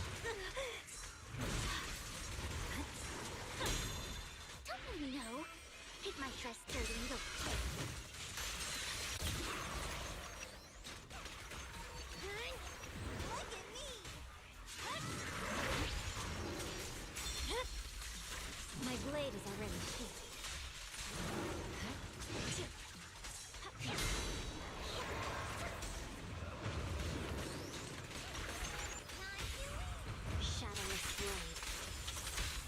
We need to do that for the Viv stacks.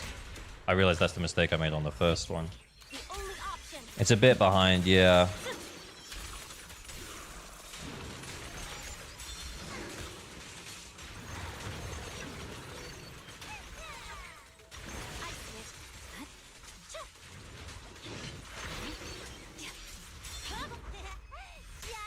We might have to check the builds here.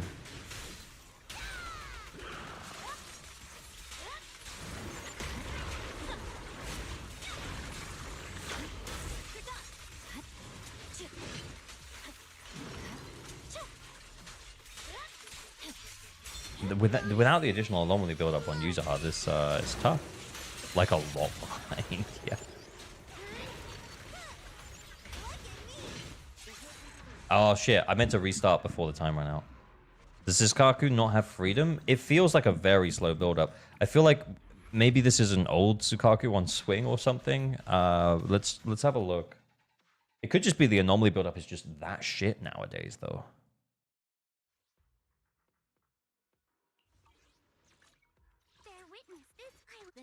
Do you want me to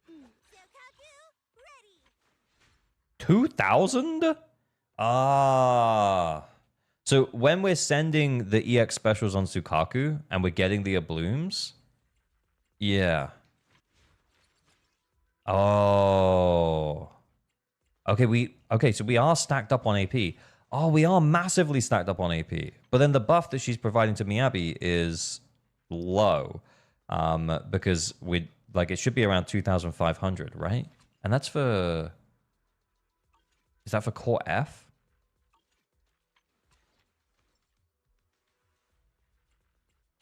So crazy. Do we have any other freedoms? Can we just put attack on?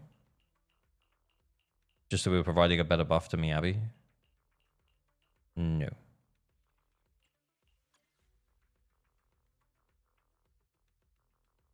Wenjin is also level 30. Oh my god.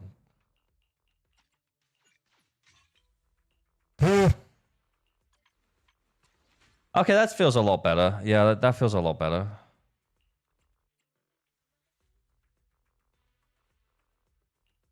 How did I not even notice that? Anyway, double check on me, Abby. All evil. Fine. With AM. Nice. Okay, cool. This is the path I Also, Curse, thank you for the sub. Much appreciated.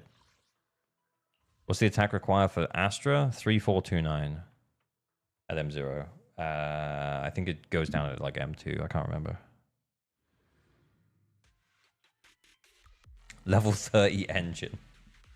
Yeah, okay, right. So this should feel a little bit better now. Let's get Viv stacks up straight away. And then remember, there will be temptation to EX special directly after we get the Viv stacks. Don't send it because you're wasting the Ablooms. All right? You're wasting the Ablooms, ALG.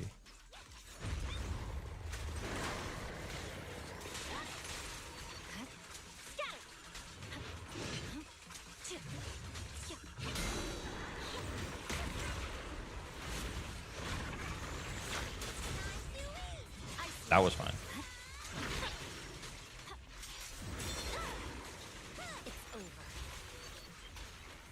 I know I did it. I know.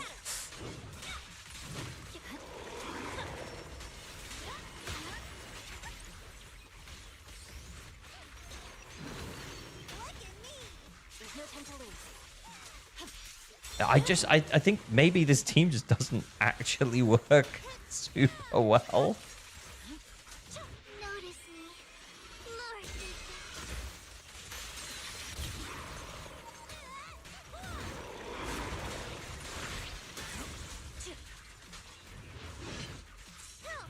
Yeah, this team feels pretty anti-synergistic the more I'm thinking about it.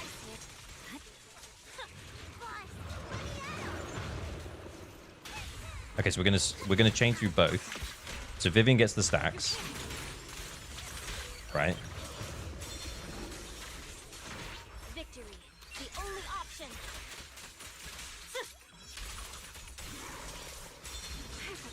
Watch me. They're back up. You're done.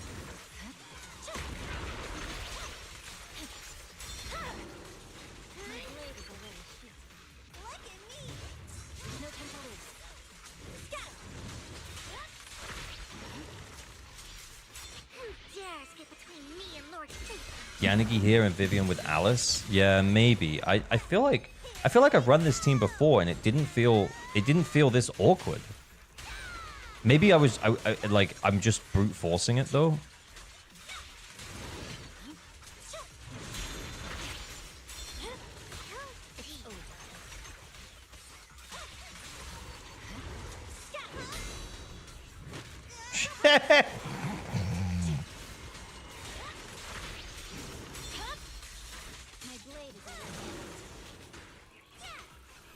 Yeah, and then we pass it to Miyabi. We do Vivian for the stacks. We go back to Miyabi for the ult.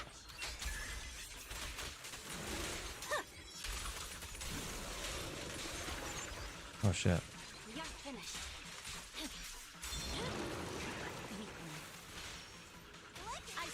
No rally cancel, I forgot.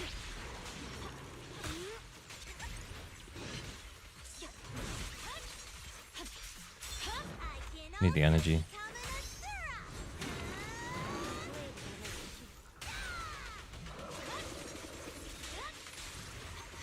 Bad disorder, please.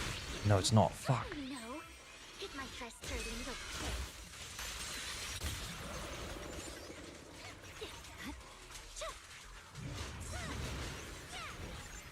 There's no time to lose. Weakling. Never in doubt. Never in doubt. Never in doubt. Whew. Hey, yeah. What? It's fine. It's fine. It's fine. Gibbonage, thank you for the follow. Just tempted a new D angle 7 stars. Insane considering who we're using. Yeah, I think the problem is that you need Sukaku into Miyabi to provide the buff to Miyabi, but then naturally you end up going Vivian into Sukaku, even though she doesn't quick assist into Sukaku. I do know that, but like, yeah, Anyway, let's do this one.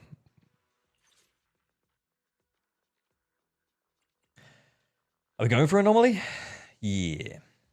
Bear witness to the where we this I only touch pick Superhero Yanagi awaiting orders. Oh, how's the user? Huh?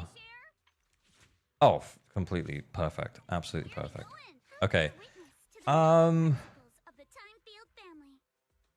I'm just thinking out loud for a second.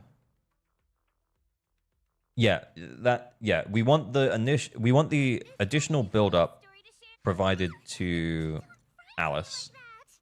And then Yanagi can just polarity disorder. Yeah, that's perfect. That should be fine. More physical. But in the absence of that, maybe this one. What does Miss Esme even do? What does she even do?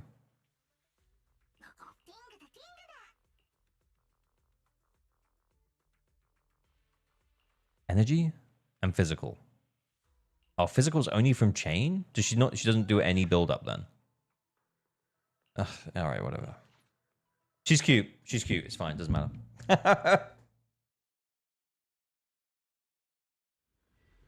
Change the 5th? Oh wait, did we steal something? Why not revolver? Was he there? If he was there, we maybe should have chosen him. What do you mean change the 5th? Did I borrow something from someone? Bear witness to the noble principles of the Timefield family.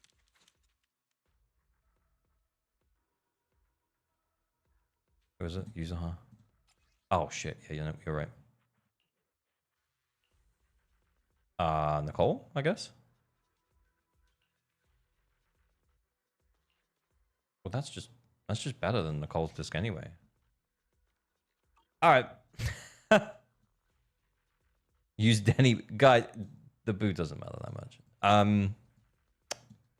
Yanagi, we're fine. Everything's fine. Everything is awesome. Let's go.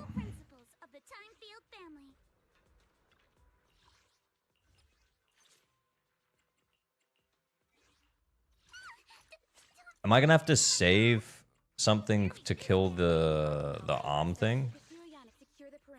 Not the arm thing. You know, the little thing. Can we do that with? Do we use Held Basic? Bang Volva level 50.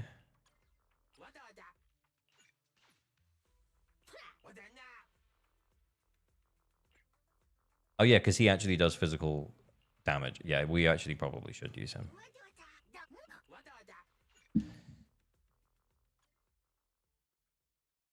You need a lot of personal damage. Enhanced basic 3. Yeah, so Alice's hold. Yeah, okay. Alice held basic isn't enough? That's crazy. Crazy. The sacred path must not be profaned.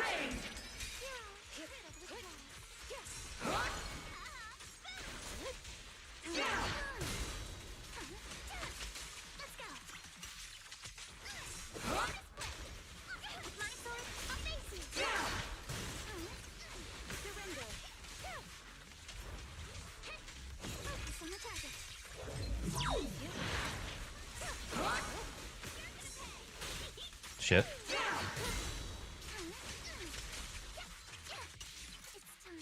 How much does she get? Doesn't build anomaly at all, so you can't proc assaults.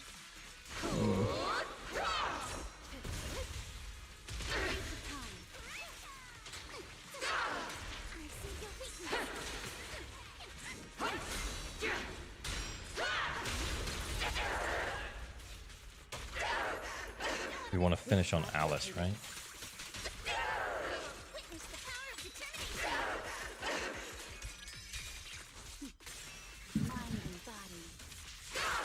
I kind of ran out of steam because I sent it all before we hit the stun.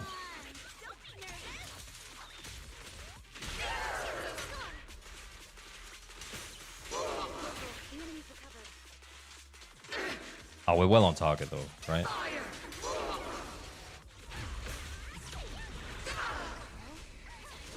Shit. Total waste.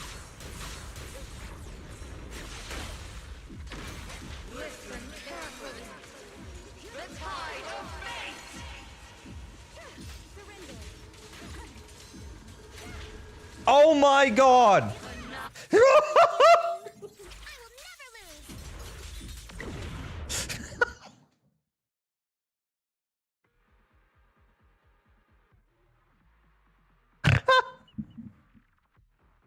lose. You want to finish on Alice too, ALG? Yeah, I do. I do want to finish on Alice. Wait. Thank you for the $2, Dosakis. Stop baiting me into saying stupid shit. You need 2 ults? Holy fuck.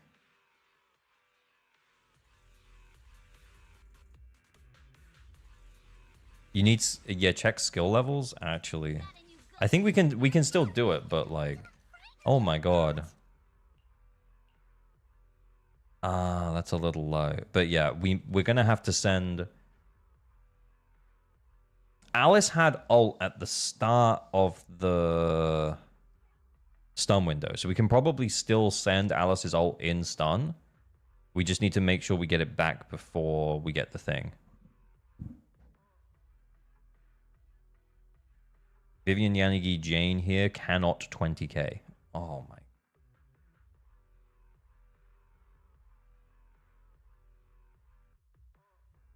So no user harm, no finish. Bruh. Okay. The faithless are a blight upon this world. I don't know why I did that. That was a waste.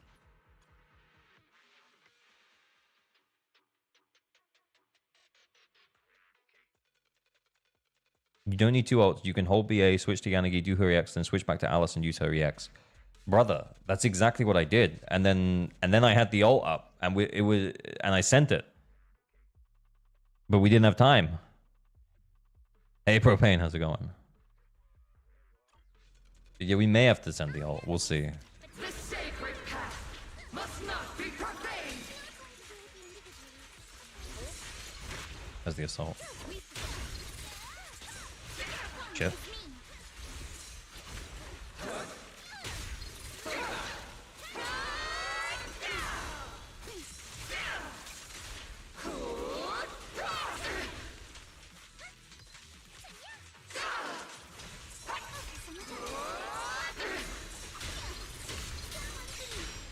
Oh, wait, what?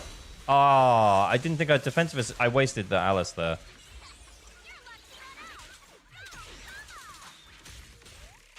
Yeah, well, maybe the builds are better, Eugen, because yeah, it didn't work here.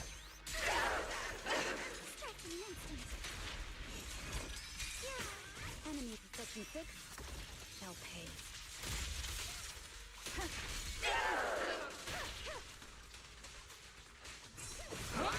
Shit. Oh, dodge where? Perfectly symmetrical. Move with the blade.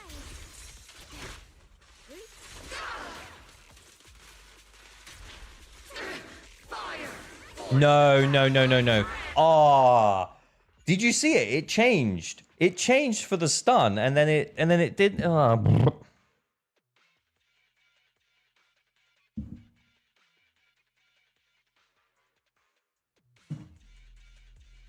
Anyway, we go again.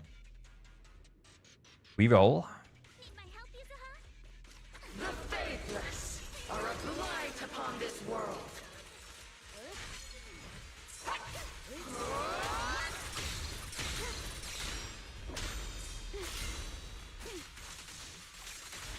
I see your weakness.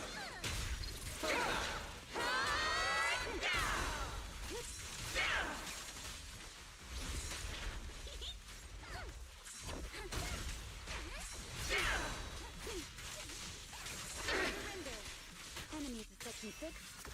You change the builds if it needs to be. I think honestly, it's just a case of getting through it at this point. If we can get through the fight and get through the thing and stay alive, I think we actually just get it.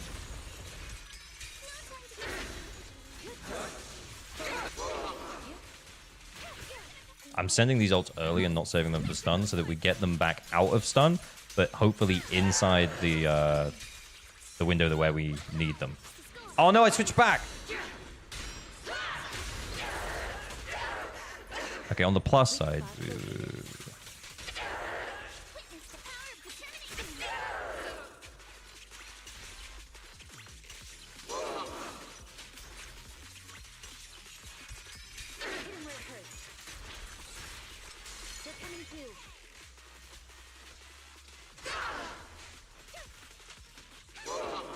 We got Yanagi ult. We can send that if we need to, and we've got enhanced basic.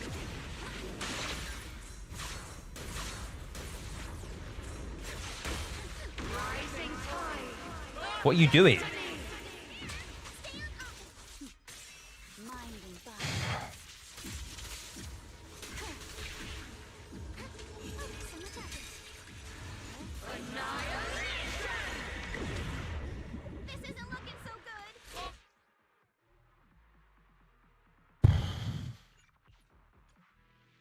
Okay, I wasted the time on Yidhari because I thought it was just going to be a quick switch EX. Fucking hell!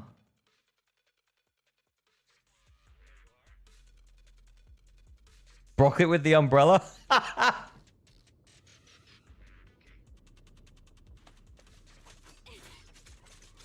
The waves coming, Yidhari! Get your brolly out!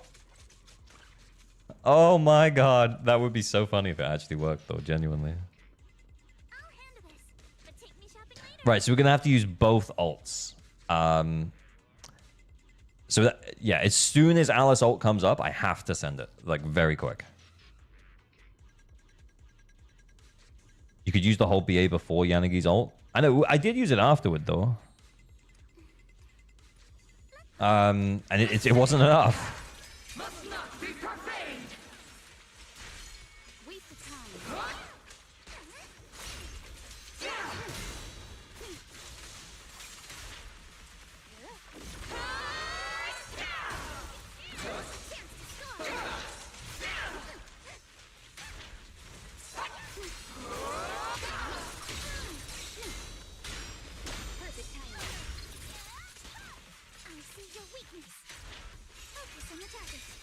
Send it, and then we go back to Alice and send hers immediately as well.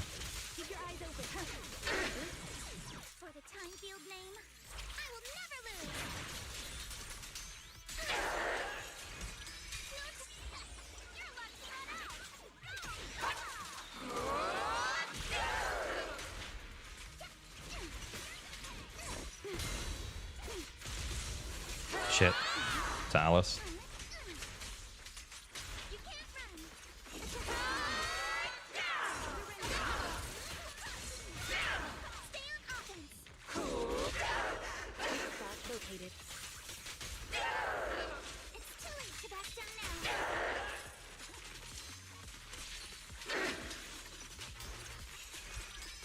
Just saving that.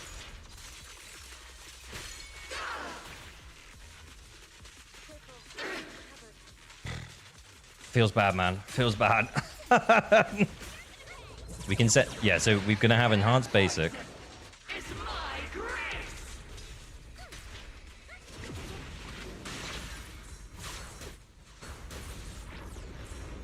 Just conscious of Moonlit Lullaby uptime.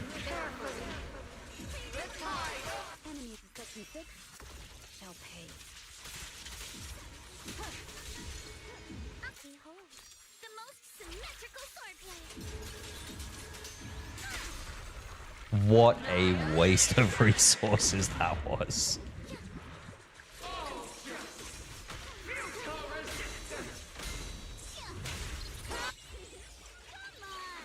I don't know.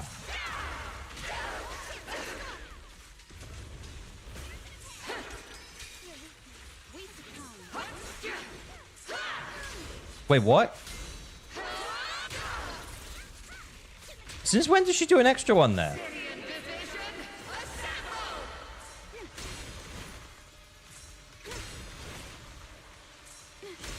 Just trying to get the ults back on these two, so I'm switching between them.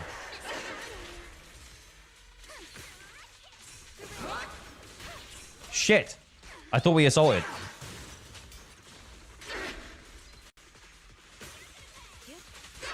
No, we have.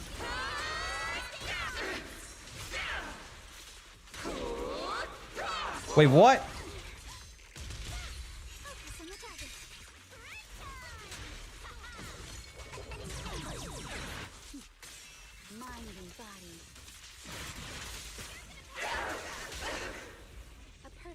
Full chain, I think.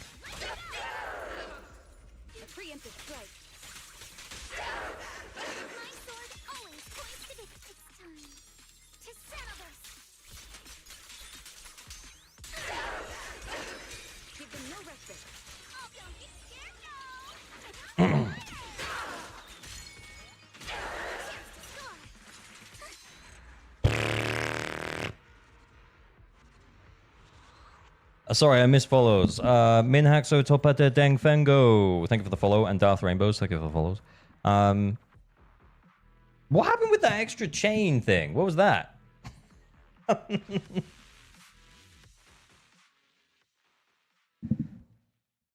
Bruh. Yeah, Grin Reaper. I think honestly, yeah, it was a little bit of a team building diff, and we kind of had to, like, honestly, have we kind of tanked your score a little bit? Because you were getting over 30 here and you were getting 15 here. So we actually tanked your overall score to get the 9 stars. I'm sorry.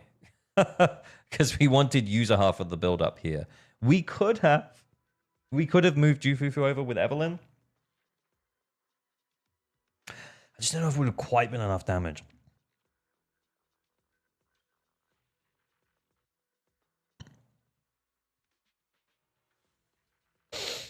Well, now you guys still reach S? I can't anymore. It's the game is getting not necessarily harder, but the game is focusing more and more on the new units that come out. That's what it is doing. Yeah, it's fine. Yeah, let's see how the new boss is in next EA. Yeah, I'm kind of curious about new boss, as in like how hard is it going to be to brute force? Because if the new boss. Does the new boss have anti-anomaly shell? Hang on. Where is it? This guy. Does it say? Doesn't say here. Does anyone know? That's 2,000 up to a maximum of 5,000. Okay, so that's how you get it. But yeah, there's nothing about it. Don't think so. Yeah. So maybe like Yuzu Mono Ice might be completely fine. I know he's not freezable, but it still means that you can bounce the disorders backwards and forwards between Sukaku and Miyabi with Yuzuha. So I wonder what this will be like to brute force for not brute force necessarily, but like against type. This is clearly going to be like a rupture boss, but I wonder what it's going to be like if you try and run anomaly teams against it. It also has 1588 def. Wait, where's the defense? Can I see that here? I swear they used to show it down here. They didn't show it anymore. But did they never show it? Am I crazy?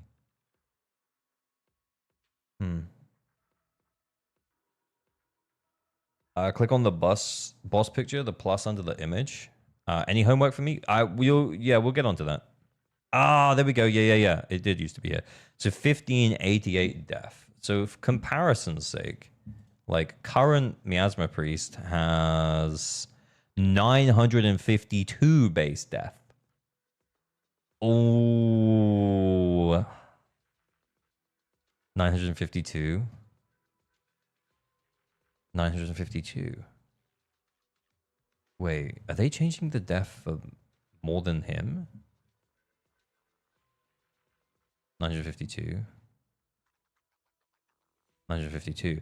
So he is a specific Rupture Shill boss who's got around 50% more defense than most other agents. That's kind of crazy. We went from HP to defense inflation. Very Rupture Shill, it seems. Indeed. And that Manitou M6 pick is crazy, I know. It's Penis's time to shine. Actually, Fire Week. 67%. Thank you, Kuno. That's crazy.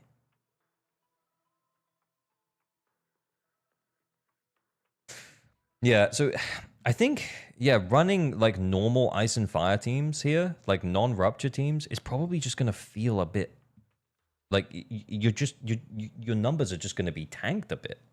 I'm so curious. I am so curious as to how this is going to... I'm excited. Like, not necessarily in a good way, but not necessarily in a bad way either. I'm just kind of interested to see what's going to play out here, man. Kind of interested, not going to lie. You can try it in the new end game? Oh, yeah, maybe if you pick the right options. I didn't pick the right options. Maybe we can try that. Not today, because it'll be a little bit late, but yeah. Should we do Prydwen Tierlist? Should we look at Prydwen? Oh, sorry. Hang on. Before we do that, yeah, for you though, Grin Reaper, you're good, man. I think you've made pretty smart investment into your account. I think that your anomaly teams are great. You have the option of Miyabi, you have the option of Alice, you got Fievian, you got Yanagi, and then outside of that, yeah, you've got some other supports and like DPSs that don't really have a home right now, but can be used somewhere. You've got like the Juyuan Chingy Nicole team, the old classic, the old standby. But honestly, yeah, you may find it a little bit tricky sometimes. Like I feel like this is like it's a pretty simple team to play, but it feels like it just doesn't do quite enough damage. Juyuan does have a home, but Yishuan stole that home. Yeah, like, and this is me talking. Like, I love Juyuan, guys. I've built my entire original channel around Juyuan. She's fantastic. I love her as a character, but yeah, she's struggling a little bit to keep up. Is something the matter? Is the character menu sorted by alphabetical or release date? I think it's just random. No, there is something that kind of makes up the order for the characters. There is like a specific reason as to why they're in the order. I just can't remember what it is. Level then faction. Yeah, but then if they're anyway. But then who decides which faction comes first? It's like it's sorted by internal ID. Yeah, so that as far as like we as players are concerned, it's just like whatever.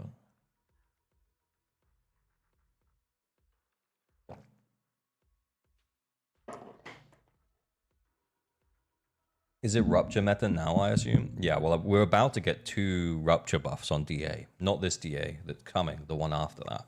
So things are going to get pretty crazy. But yeah, I guess what I'm saying is that, yeah, you have other DPSs outside of that, but they don't necessarily feel like they have a home right now.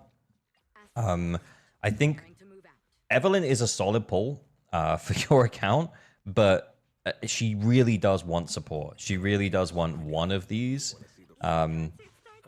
For like true endgame, you can. I think you would have better luck brute forcing with Evelyn plus Jufufu than you would Evelyn with Chingy and then Nicole. So I was tempted to try that initially, but yeah. So next time, if there's Fire Week content, I would probably consider giving Chingy to Yishuan.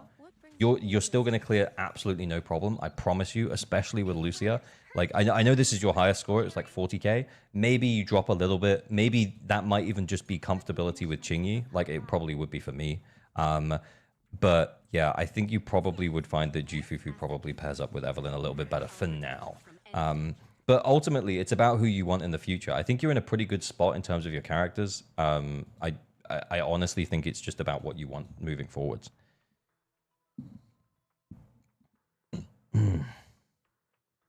So no real homework other than continue building some of your characters, but probably considering pre-farming for a character that you want in the future is probably also fine.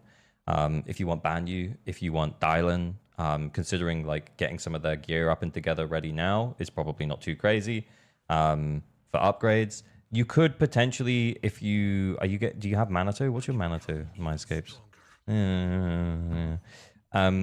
You could potentially consider going in on Manitou as well, and then you could use Yishuan with Pan, because remember we are going to have those two rupture enemies. So building Manitou, if you're not really super feeling anyone who's coming up, maybe building Manitou might not be a bad shout, so that he can deal with the Fire Week Rupture boss. You can give him Lucia, and then you can have Pan with Yishuan, and you'll have a pretty easy ride on both teams.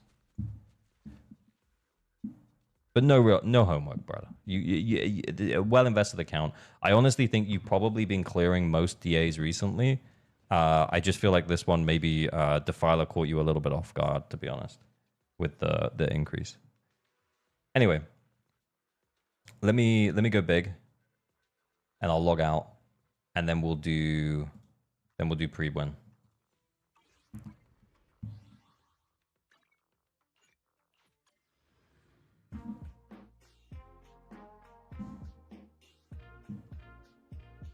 the way Darlin is right now, there's not a reason to pull lighter, but if she gets brought down to earth with nerfs, or if you stick with Yishun Guang, then lighter pull is decent.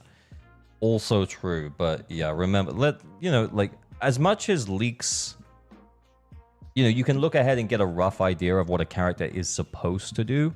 They're looking at the actual full detail of that. It can be fun, sure, it can be fun, but it's probably not the best usage. I wouldn't necessarily make your mind up too early.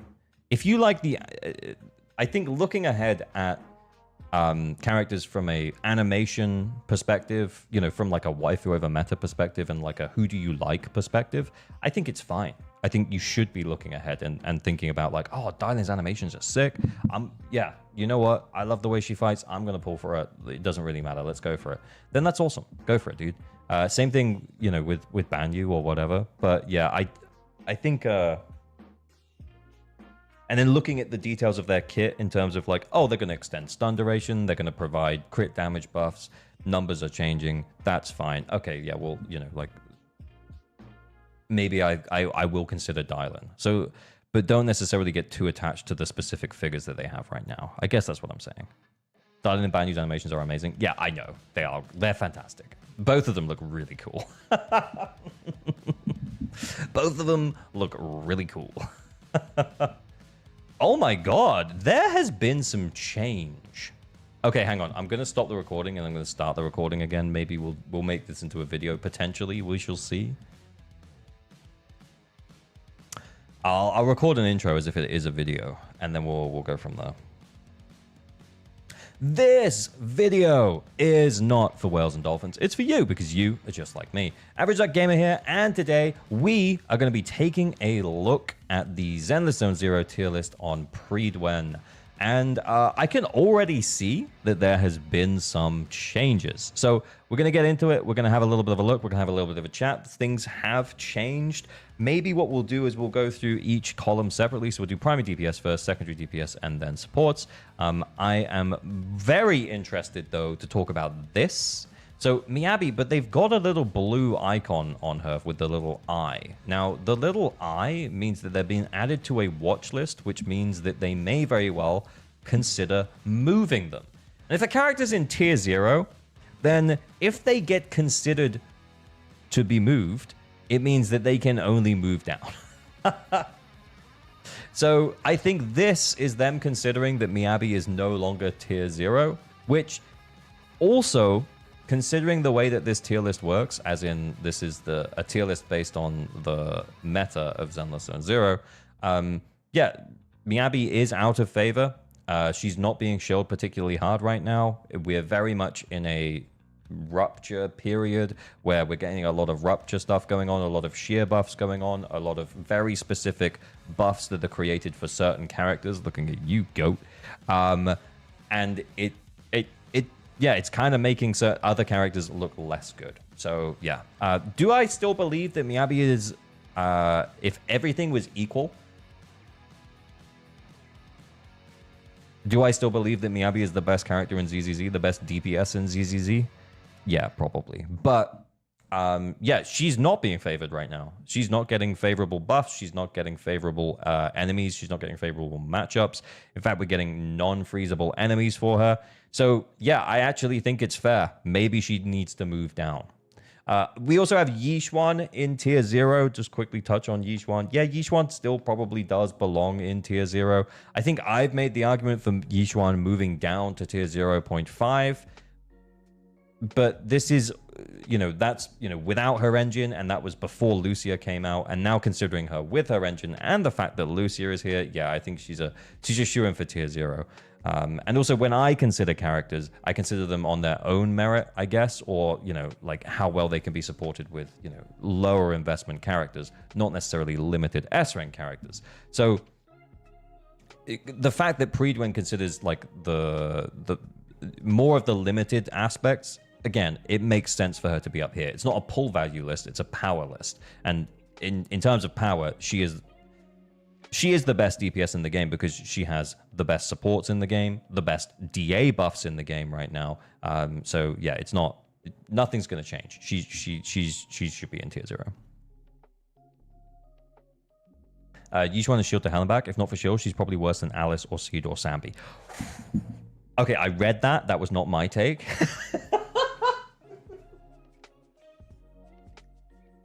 I wouldn't go quite that far, but I do agree she's being shield to Hekion. I do. Okay, let's move down to tier 0.5, where we have an Alice. We got a Bunny. I think Bunny is definitely in tier 0.5. She does belong here. She's definitely top 3, top 4, top 5. You know, she's in the conversation for probably being the best DPS outside of Miyabi and Yishuan. I think that's fair to say. And yeah, she's fantastic. And yeah, I think the only real downside to Alice is that there's some overlap with some characters that are a little bit further down, and people may not have necessarily felt the need to pull Alice because of Jane, because of Piper. And again, that's more what I normally talk about is pull value. I can see why Alice's pull value is potentially lower because you might already have that covered. But does it change the fact that Alice is still a really useful character, really good character, really strong DPS? No, it doesn't. She deserves first place in T0.5. Okay, then we have Sanbi, who's moved up now to tier 0.5. This is post-buff Sanbi. This is post-Orphe Sanbi. This is post-Seed Sanbi. Sanbi's got a whole bunch of new options that have been added since the 2.2 has kind of ended, because we got Seed, we got Orphe, then we got buffs in 2.3. So yeah, again, she was in tier 1, where I felt like she kind of did belong, but I also feel like, yeah, this is a deserved increase for her. I kind of do hope for a lot of players who maybe like Ambi as a character but skipped her initially because she was underwhelming. Maybe actually let's hope for a rerun in 2.4 so that we can actually pick her up. I honestly think it's pretty good. He's talking about Sambi's, guys. Hide the dogs.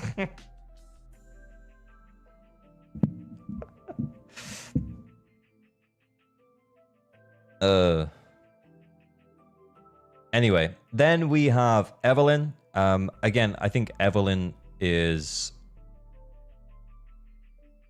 expert tag. Wait. So Evelyn.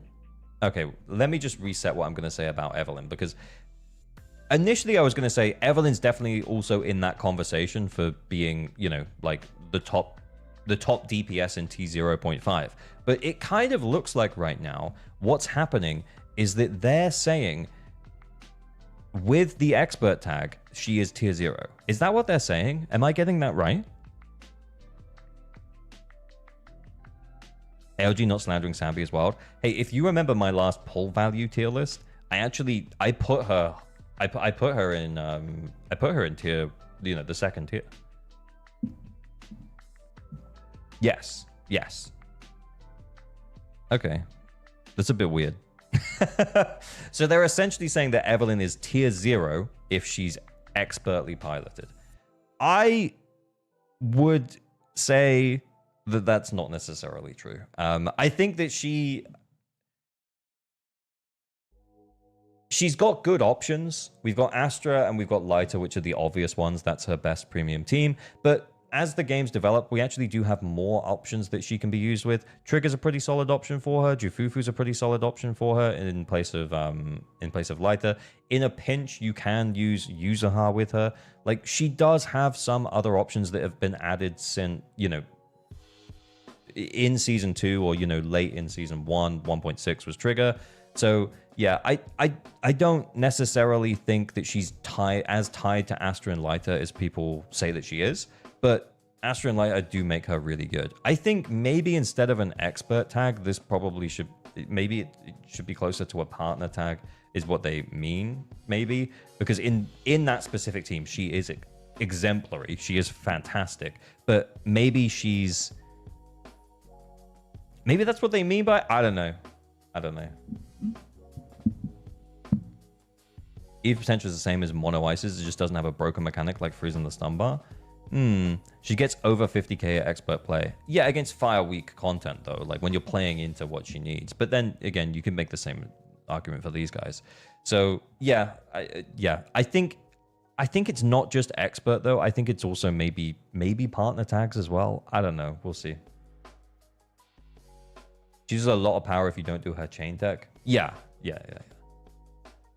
Anyway, then we have Seed. So Seed is also T0.5. So Seed, if you recall, needs another attack agent. I think initially Seed was placed in tier 1, and then they moved her up to T0.5 on the release of Orphe because she, they work really well together. But she also works pretty well with Sambi as well. And now Sambi is also better. I think Seed still belongs here in T0.5. If I'm honest, I think that Seed is benefiting a lot from buffs being pretty tailored to her, if I'm totally honest with you. But again, that is the meta, I guess. So I think without like the super tailored buffs, I think she falls off a little bit, and she might be somewhere near the bottom of the T0.5s, not necessarily, towards the top. I don't think that she's tier 1, but yeah, I think she might not necessarily be towards the top of the T0.5. She works pretty good with Vivian and Yanagi.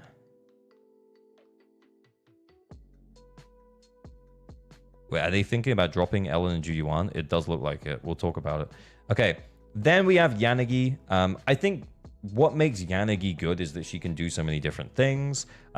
She can run a team on her own. You can have her as a primary DPS and then run her with someone like Vivian. But then you can also use her to support a team as well. So as a secondary DPS, alongside someone like Miyabi, where she can cause a bunch of disorders to give Miyabi a bunch of Frostfall stacks, and then, more enhanced basics for Miyabi.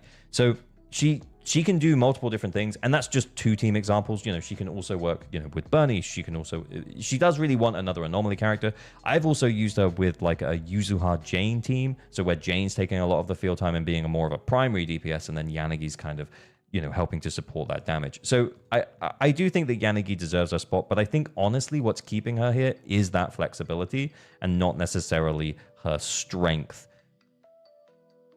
That's my opinion on it anyway. Okay, let's carry on moving down. Tier list is with Wenjin. It is indeed with Wenjin. Anyway, let's carry on. Okay, so interestingly here, we'll talk about maybe Ellen and Juyuan together, since they're both the 1.0 units. So Ellen and Juyuan both released in 1.0, and they're now on watch list. I'm guessing to move down. I don't think that they're going to be moving up. I think that the game has kind of developed very, very fast in ZZZ. We've had HP going up quite substantially quickly, and we're now having, and for a while now, we've been having very specific buffs tailored to newer style characters. Sometimes these characters can take advantage of them. Things like ice damage, things like ultimate damage can be really useful for them. But if I'm totally honest, yeah, I kind of see them moving down. I do kind of see them moving down. My poor girl, I feel the same way. On both accounts, I think Ellen's design is incredible. I would love for Ellen to be rerun post the buffs and me to be like, you know what? Actually, maybe it's time to pull Ellen. Ellen's pretty cool, guys. But honestly, I just don't think it's... I don't think it's a good play anymore. Look, also, T1.5 doesn't mean bad. They're still in meta characters. They would just be halfway down the meta characters. I actually think that wouldn't be unreasonable. In fact, I think they should probably already be there. There, I said it.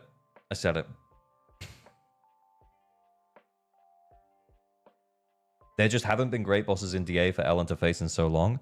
Well, I mean, that's what we're rating it on, right? We're not rating it against the bosses that they perform best against. That's what Prydwen rate it on, right? They're rating it on the meta, like the way that things work. Because if we were rating it on, how Miyabi performs against Bringer, there's no way she'd be on a watch list. Just saying.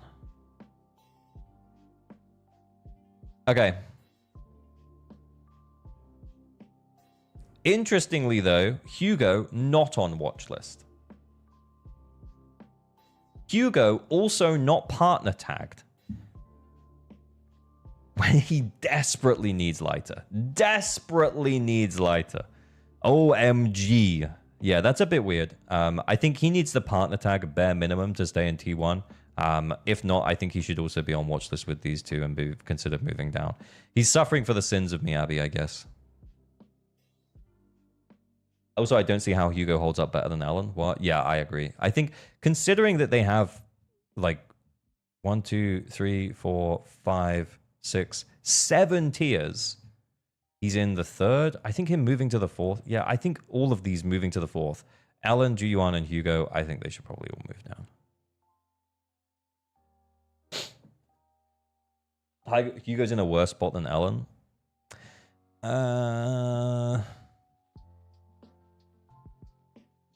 Look, again, it's not that he's bad. It's not that he can't clear. But I agree. I think he should move down here. I think he should be down here. Okay, then we have Jane. Jane's still T1. Jane's still T1. Piper's still T1. I think these two kind of like, you know, I think you can make the argument for Piper being slightly better than Jane in certain circumstances and Jane being better than Piper in other circumstances. So yeah, I am both pretty good still. Both T1 anomaly agents. I think I'm okay with it. I think I'm okay with it. And then Minato enters the tier list at T1, which is actually pretty solid. A rank DPS entering tier list at tier 1. Piper level good, but except he's a rupture DPS. Actually pretty great. Remembering that they're rating the A rank characters at M6. Honestly, I don't have much hands-on experience with Minato after only playing him a couple of times. But yeah, from what I've seen and the scores I've seen and the runs that I've seen, I don't think it's crazy to consider him a tier 1 agent. In fact, I think that's pretty chill. I kind of think as well that if people aren't pulling...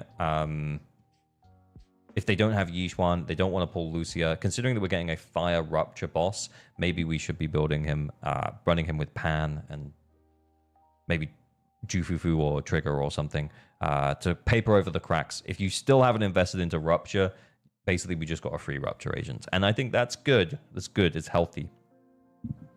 Have you read the official changelog yet? Just got here? No, we're going through the list first and then we'll read the changelog afterwards. Then we've got Haru, exactly where he was before, still got the expert tag. Yeah, you could argue he still puts out the same damage as, you know, Juyuan, for example. If you know what you're doing with him, I think if you know what you're doing with him, he actually probably has more flexibility to potentially go a little bit higher than Juyuan. But I also think if Juyuan and Ellen get moved down, he potentially moves to T2 with an expert tag.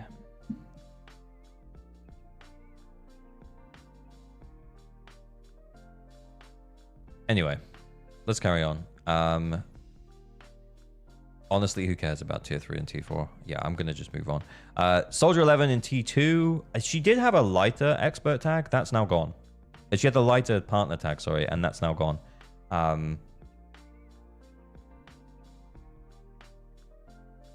Is that okay? Who have we got now? We've got... Yeah, okay. All right, sure. All right, I'm going to carry on. Ellen should be in T1.5. Yeah, that's kind of what I'm saying. Gray should be 1.5. Lamau. Anyway, let's do secondary DPSs. We've got Vivian still at the top. Yep, Vivian's still great. Vivian's still fantastic. If you are supporting an anomaly team, Vivian is the character that you want. There's not a single situation where you would rather have Bernice over Vivian, and therefore Vivian is the primo, the de facto sub DPS for anomaly teams. I think meta-wise, anomaly isn't necessarily, you know, like you're not always gonna be using an anomaly team. I think meta-wise, anomaly is not being shielded as hard as it was. I still don't think that means that there's any case to move her down.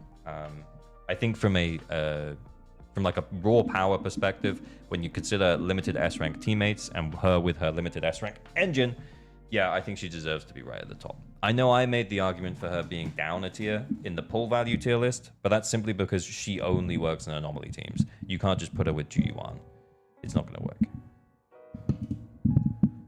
Why is my mic being so weird? Anyway, Orphe at T0.5. We already talked about Yanagi, but Orphe at T0.5. I think this is fine. She provides a small buff. She does damage off field. I don't really have that much to say about her. I think this is the right spot for her. She's in here in this bracket with all of these guys. Yeah, I think it's fair.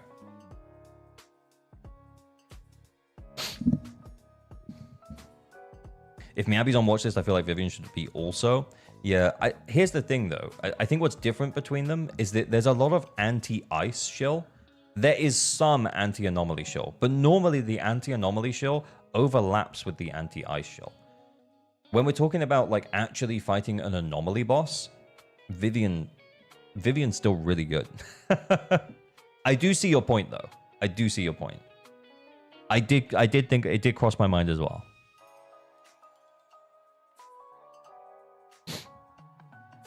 I actually think looking at the stats when clicking on Deadly Assault, I didn't roll for her. She's more T0 than Vivian. Who's that? Orphe?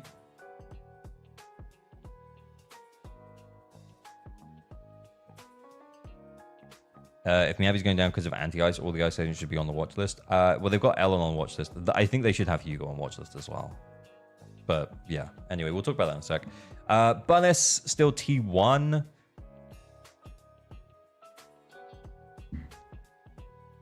I don't want to be mean to Bunnis. I love Bunnis. I think she's still fine. I think you can make the argument for T1.5. Are you going to clear pretty easily, though, if you have a...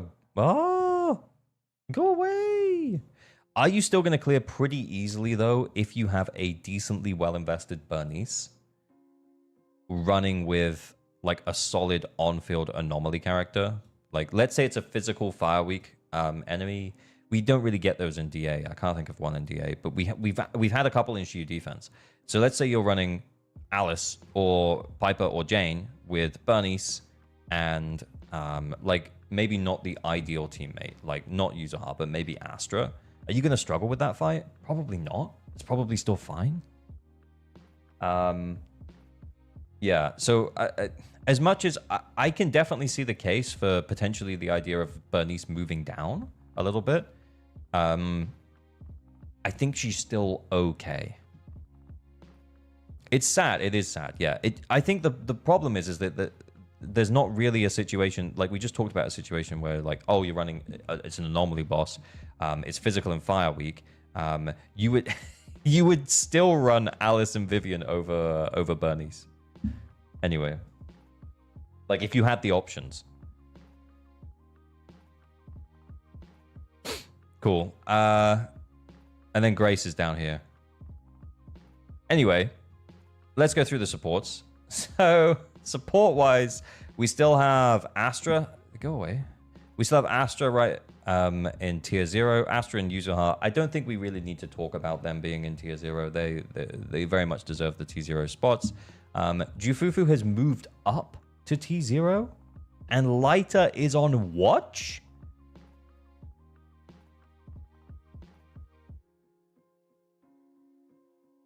Really?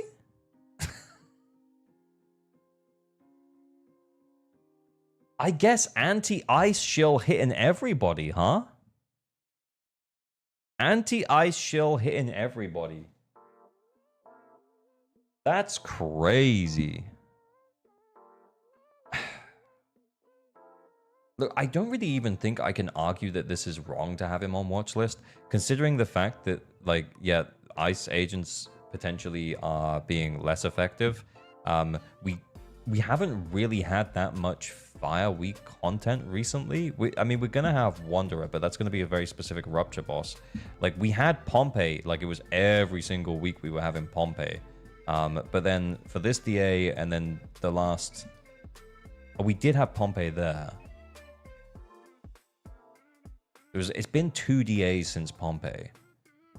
Maybe I'm overthinking it. We're probably not having Pompeii for a while, honestly. Yeah, best character support is Evelyn. She finds less and less use other than Pompeii. Yeah. Every team Lighter works in, Fufu works in, but not vice versa. Yeah, but you're not scoring. We talked about Evelyn, best team and well piloted earlier, but you're not scoring 50k plus with Jufufu instead of Lighter. It's just not happening. You could use him with Minato? Yeah, maybe? No, you can't. You wouldn't have his additional active if you ran him with Lucia.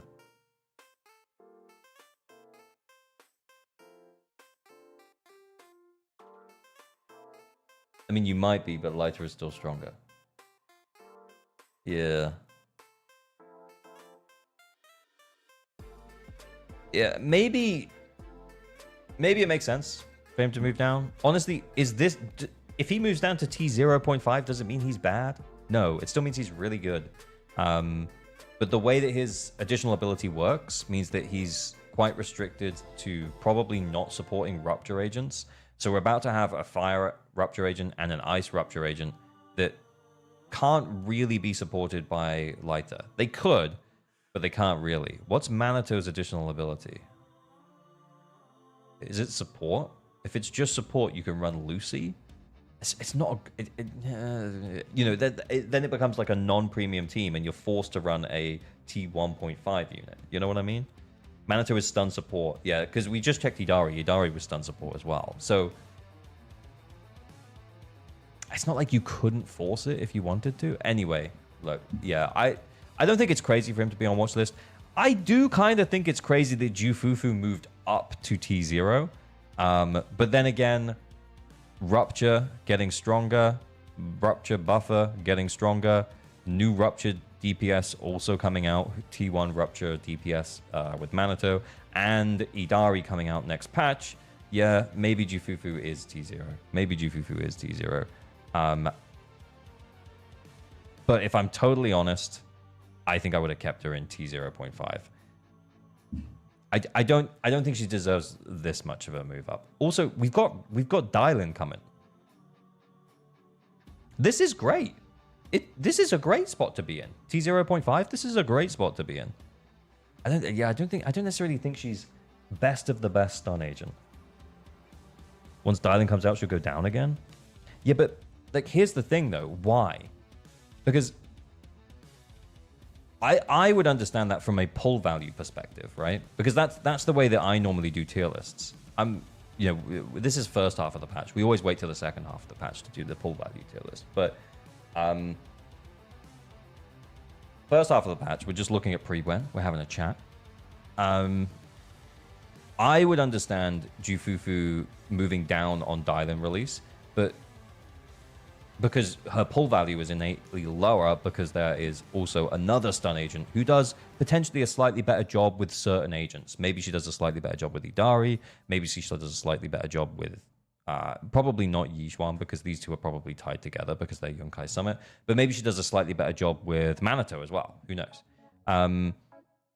But yeah, I think it'll explain in the changelog. Okay, we'll check it in a minute. Do you think Yidhari banner is doomed? 100% skipped? Yeah, I think Yidhari is a waifu pull, honestly.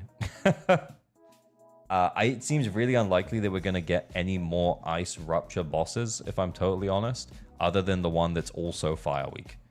And the guy that's also Fire Week, you just got a free T1 DPS for it.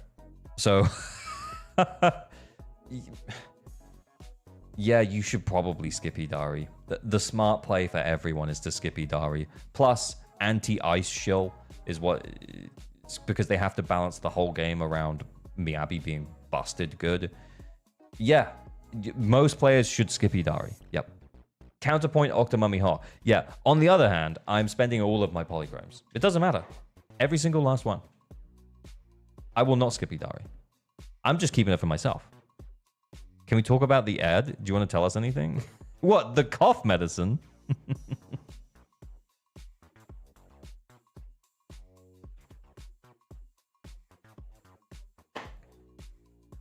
Even if you don't have Yixuan, you should skip.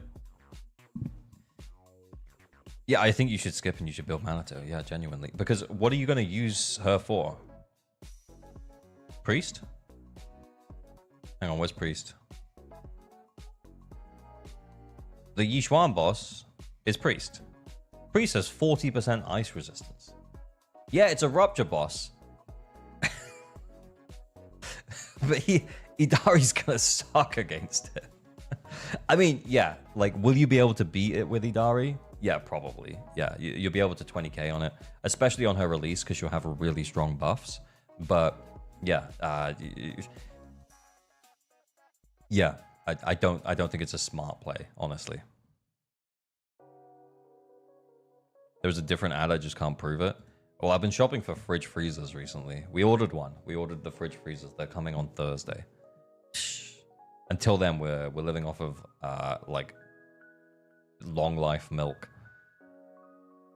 and cans of food. So exciting. There was a bra ad up a while ago. Oh, well, obviously.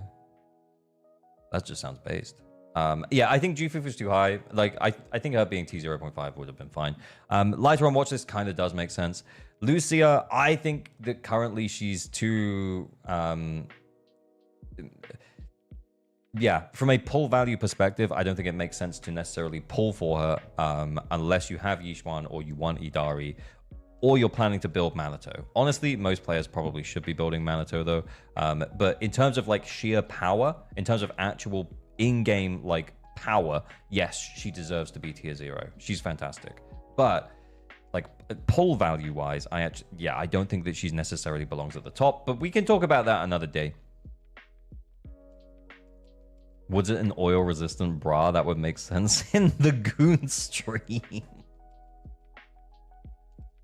Yeah, considering how locked she is to rupture teams, yeah, I think that, yeah, from a pull value perspective, I would put her a tier lower. Because if you think about it, Astra can work in anomaly teams, which means that basically, and she can work in attack teams, and she can work in rupture teams. Astra can work absolutely fucking everywhere. Yuzuha can work everywhere except rupture teams. But she's fantastic in anomaly teams, and in a pinch, she can also work in attack teams. She's a huge upgrade over someone like Lucy, right? Like an A-rank support.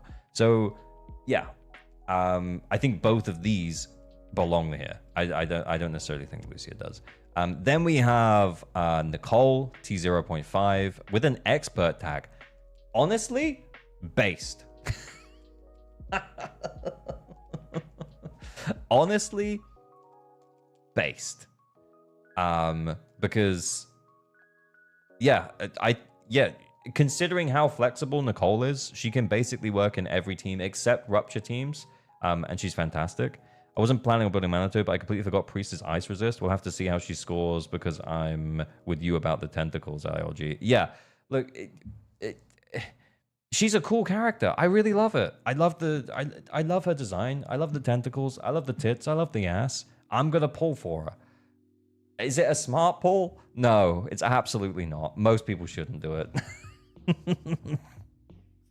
But yeah, the expert tag meaning she's T0. Yeah, that's fine. Partner Miyabi and her being T0.5. Yeah, based. I think that's great. Trigger. With engine, yes, I agree. With engine, yes, I agree. T0.5. Without engine, I would say lower. Okay, then we move down. Lycan still T1.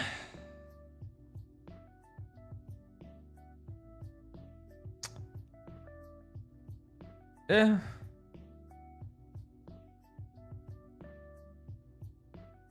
Chingy still T1?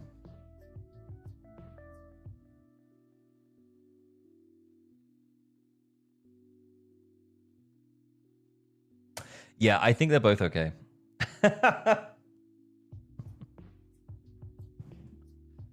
I think they're both okay in T1, actually. Yeah. I actually think this tier, like, this is completely fine. Lycan, Pan, Pulchra, Chingy, great. Caesar. Caesar was here. She got moved down, like, last tier list, right? Then Lucy and Rena. Yep, that's fine. That feels okay to me. Khalida here, and who gives a shit here?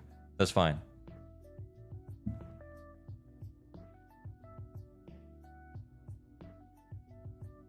Yeah, I have no question marks about any of this. This is great. Yeah, I think that's crazy. Okay, should we read the changelog?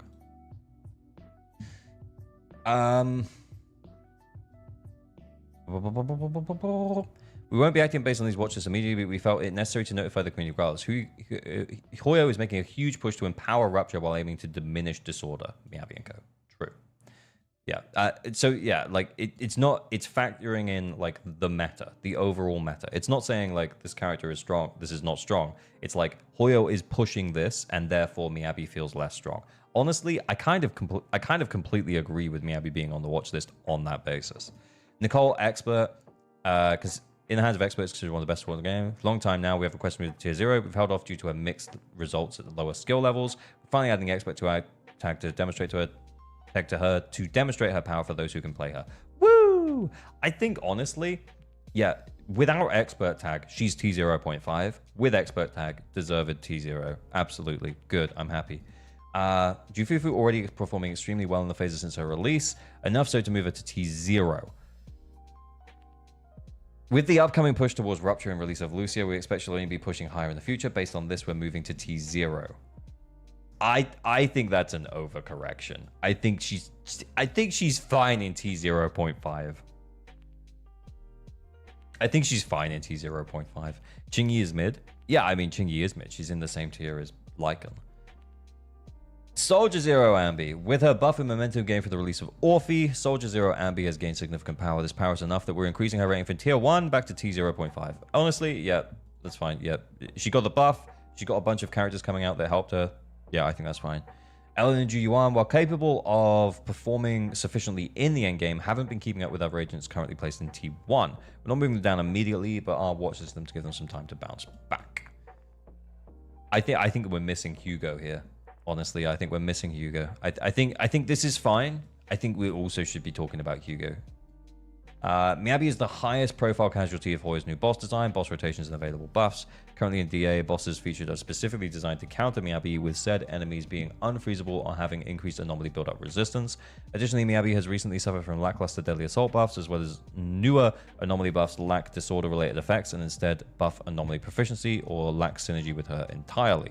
This isn't isolated to a single phase either, often occurring for back-to-back phases, which is having a visible impact on her results. Miyabi is one of the strongest characters of the game without question. However, if content continues to be designed to hinder her performance, we may be forced to adjust her placement until it stops happening. We have no plans to move Miyabi in the short term, but I'll watch things to highlight what is happening with the fact that if it gets bad enough, we'll have to eventually pull the trigger. Yeah.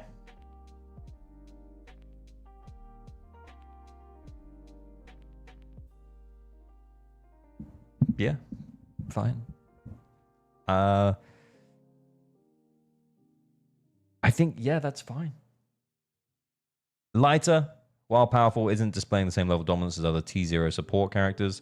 Compared to Fufu, his core teams aren't gaining momentum, which basically just means they aren't getting good buffs, which is not untrue. With many of them having difficulties with increased difficulty on new boss cycles. With that said, Light still remains a strong pick for many. We'll watch this from now and see how he does in the next phase. Yeah, I can see him moving down to T0.5, literally next, next Prydwen tier list. Potentially still in 2.3.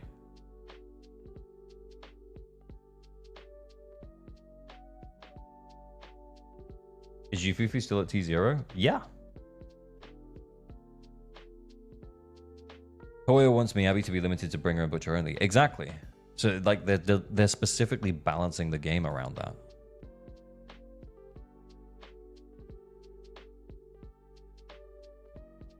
But anyway, I guess that's initial thoughts. I think overall thoughts, just to quickly run through it again, like, just real quickly to run through the changes. This is fine. Hugo should also be on watch list.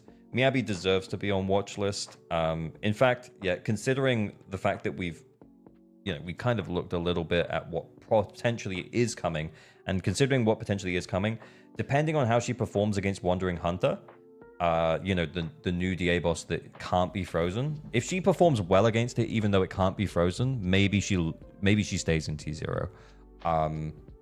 But if she doesn't necessarily perform well against it, bearing in mind the defense is higher, bearing in mind that she won't be able to freeze it, bearing in mind that there might not be good anomaly buffs for her as they specifically called out, then yeah, I think she might move down. So I think, yeah, we'll see what happens. I think Jufufu up to T0 is a bit of an overcorrection. And I think Hugo should also be on watch list with these two. Other than that, I think we're good.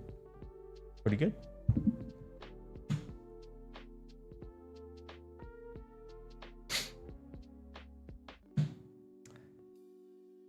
Meta Rapture is coming. Yeah, indeed, indeed.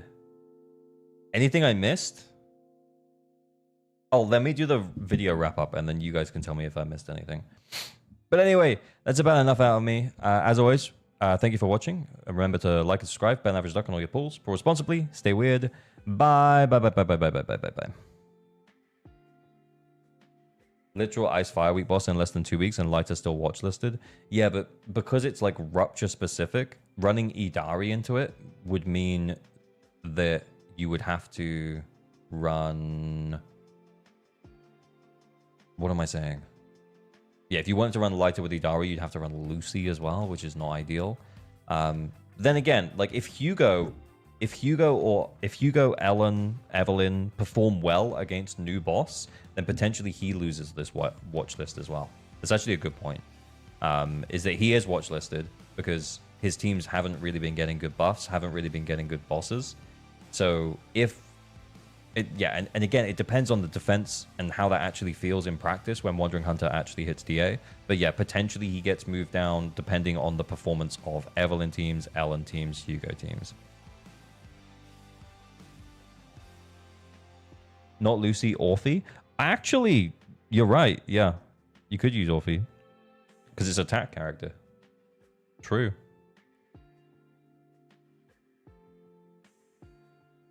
Would be funny if Bernice saves Miyabi against Wandering Hunter and Viv drops T.5. No. Vivian will still be better. Because... Unless it's ether resistant. Even then, it might still be better. No, it's not even ether resistant. Nah. Yeah, Vivian will still be better. Oh, what am I doing?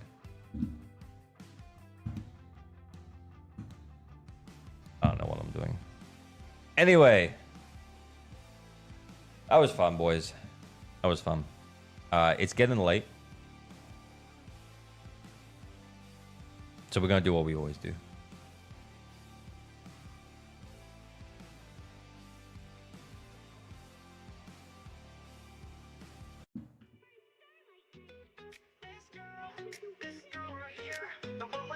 Oh no.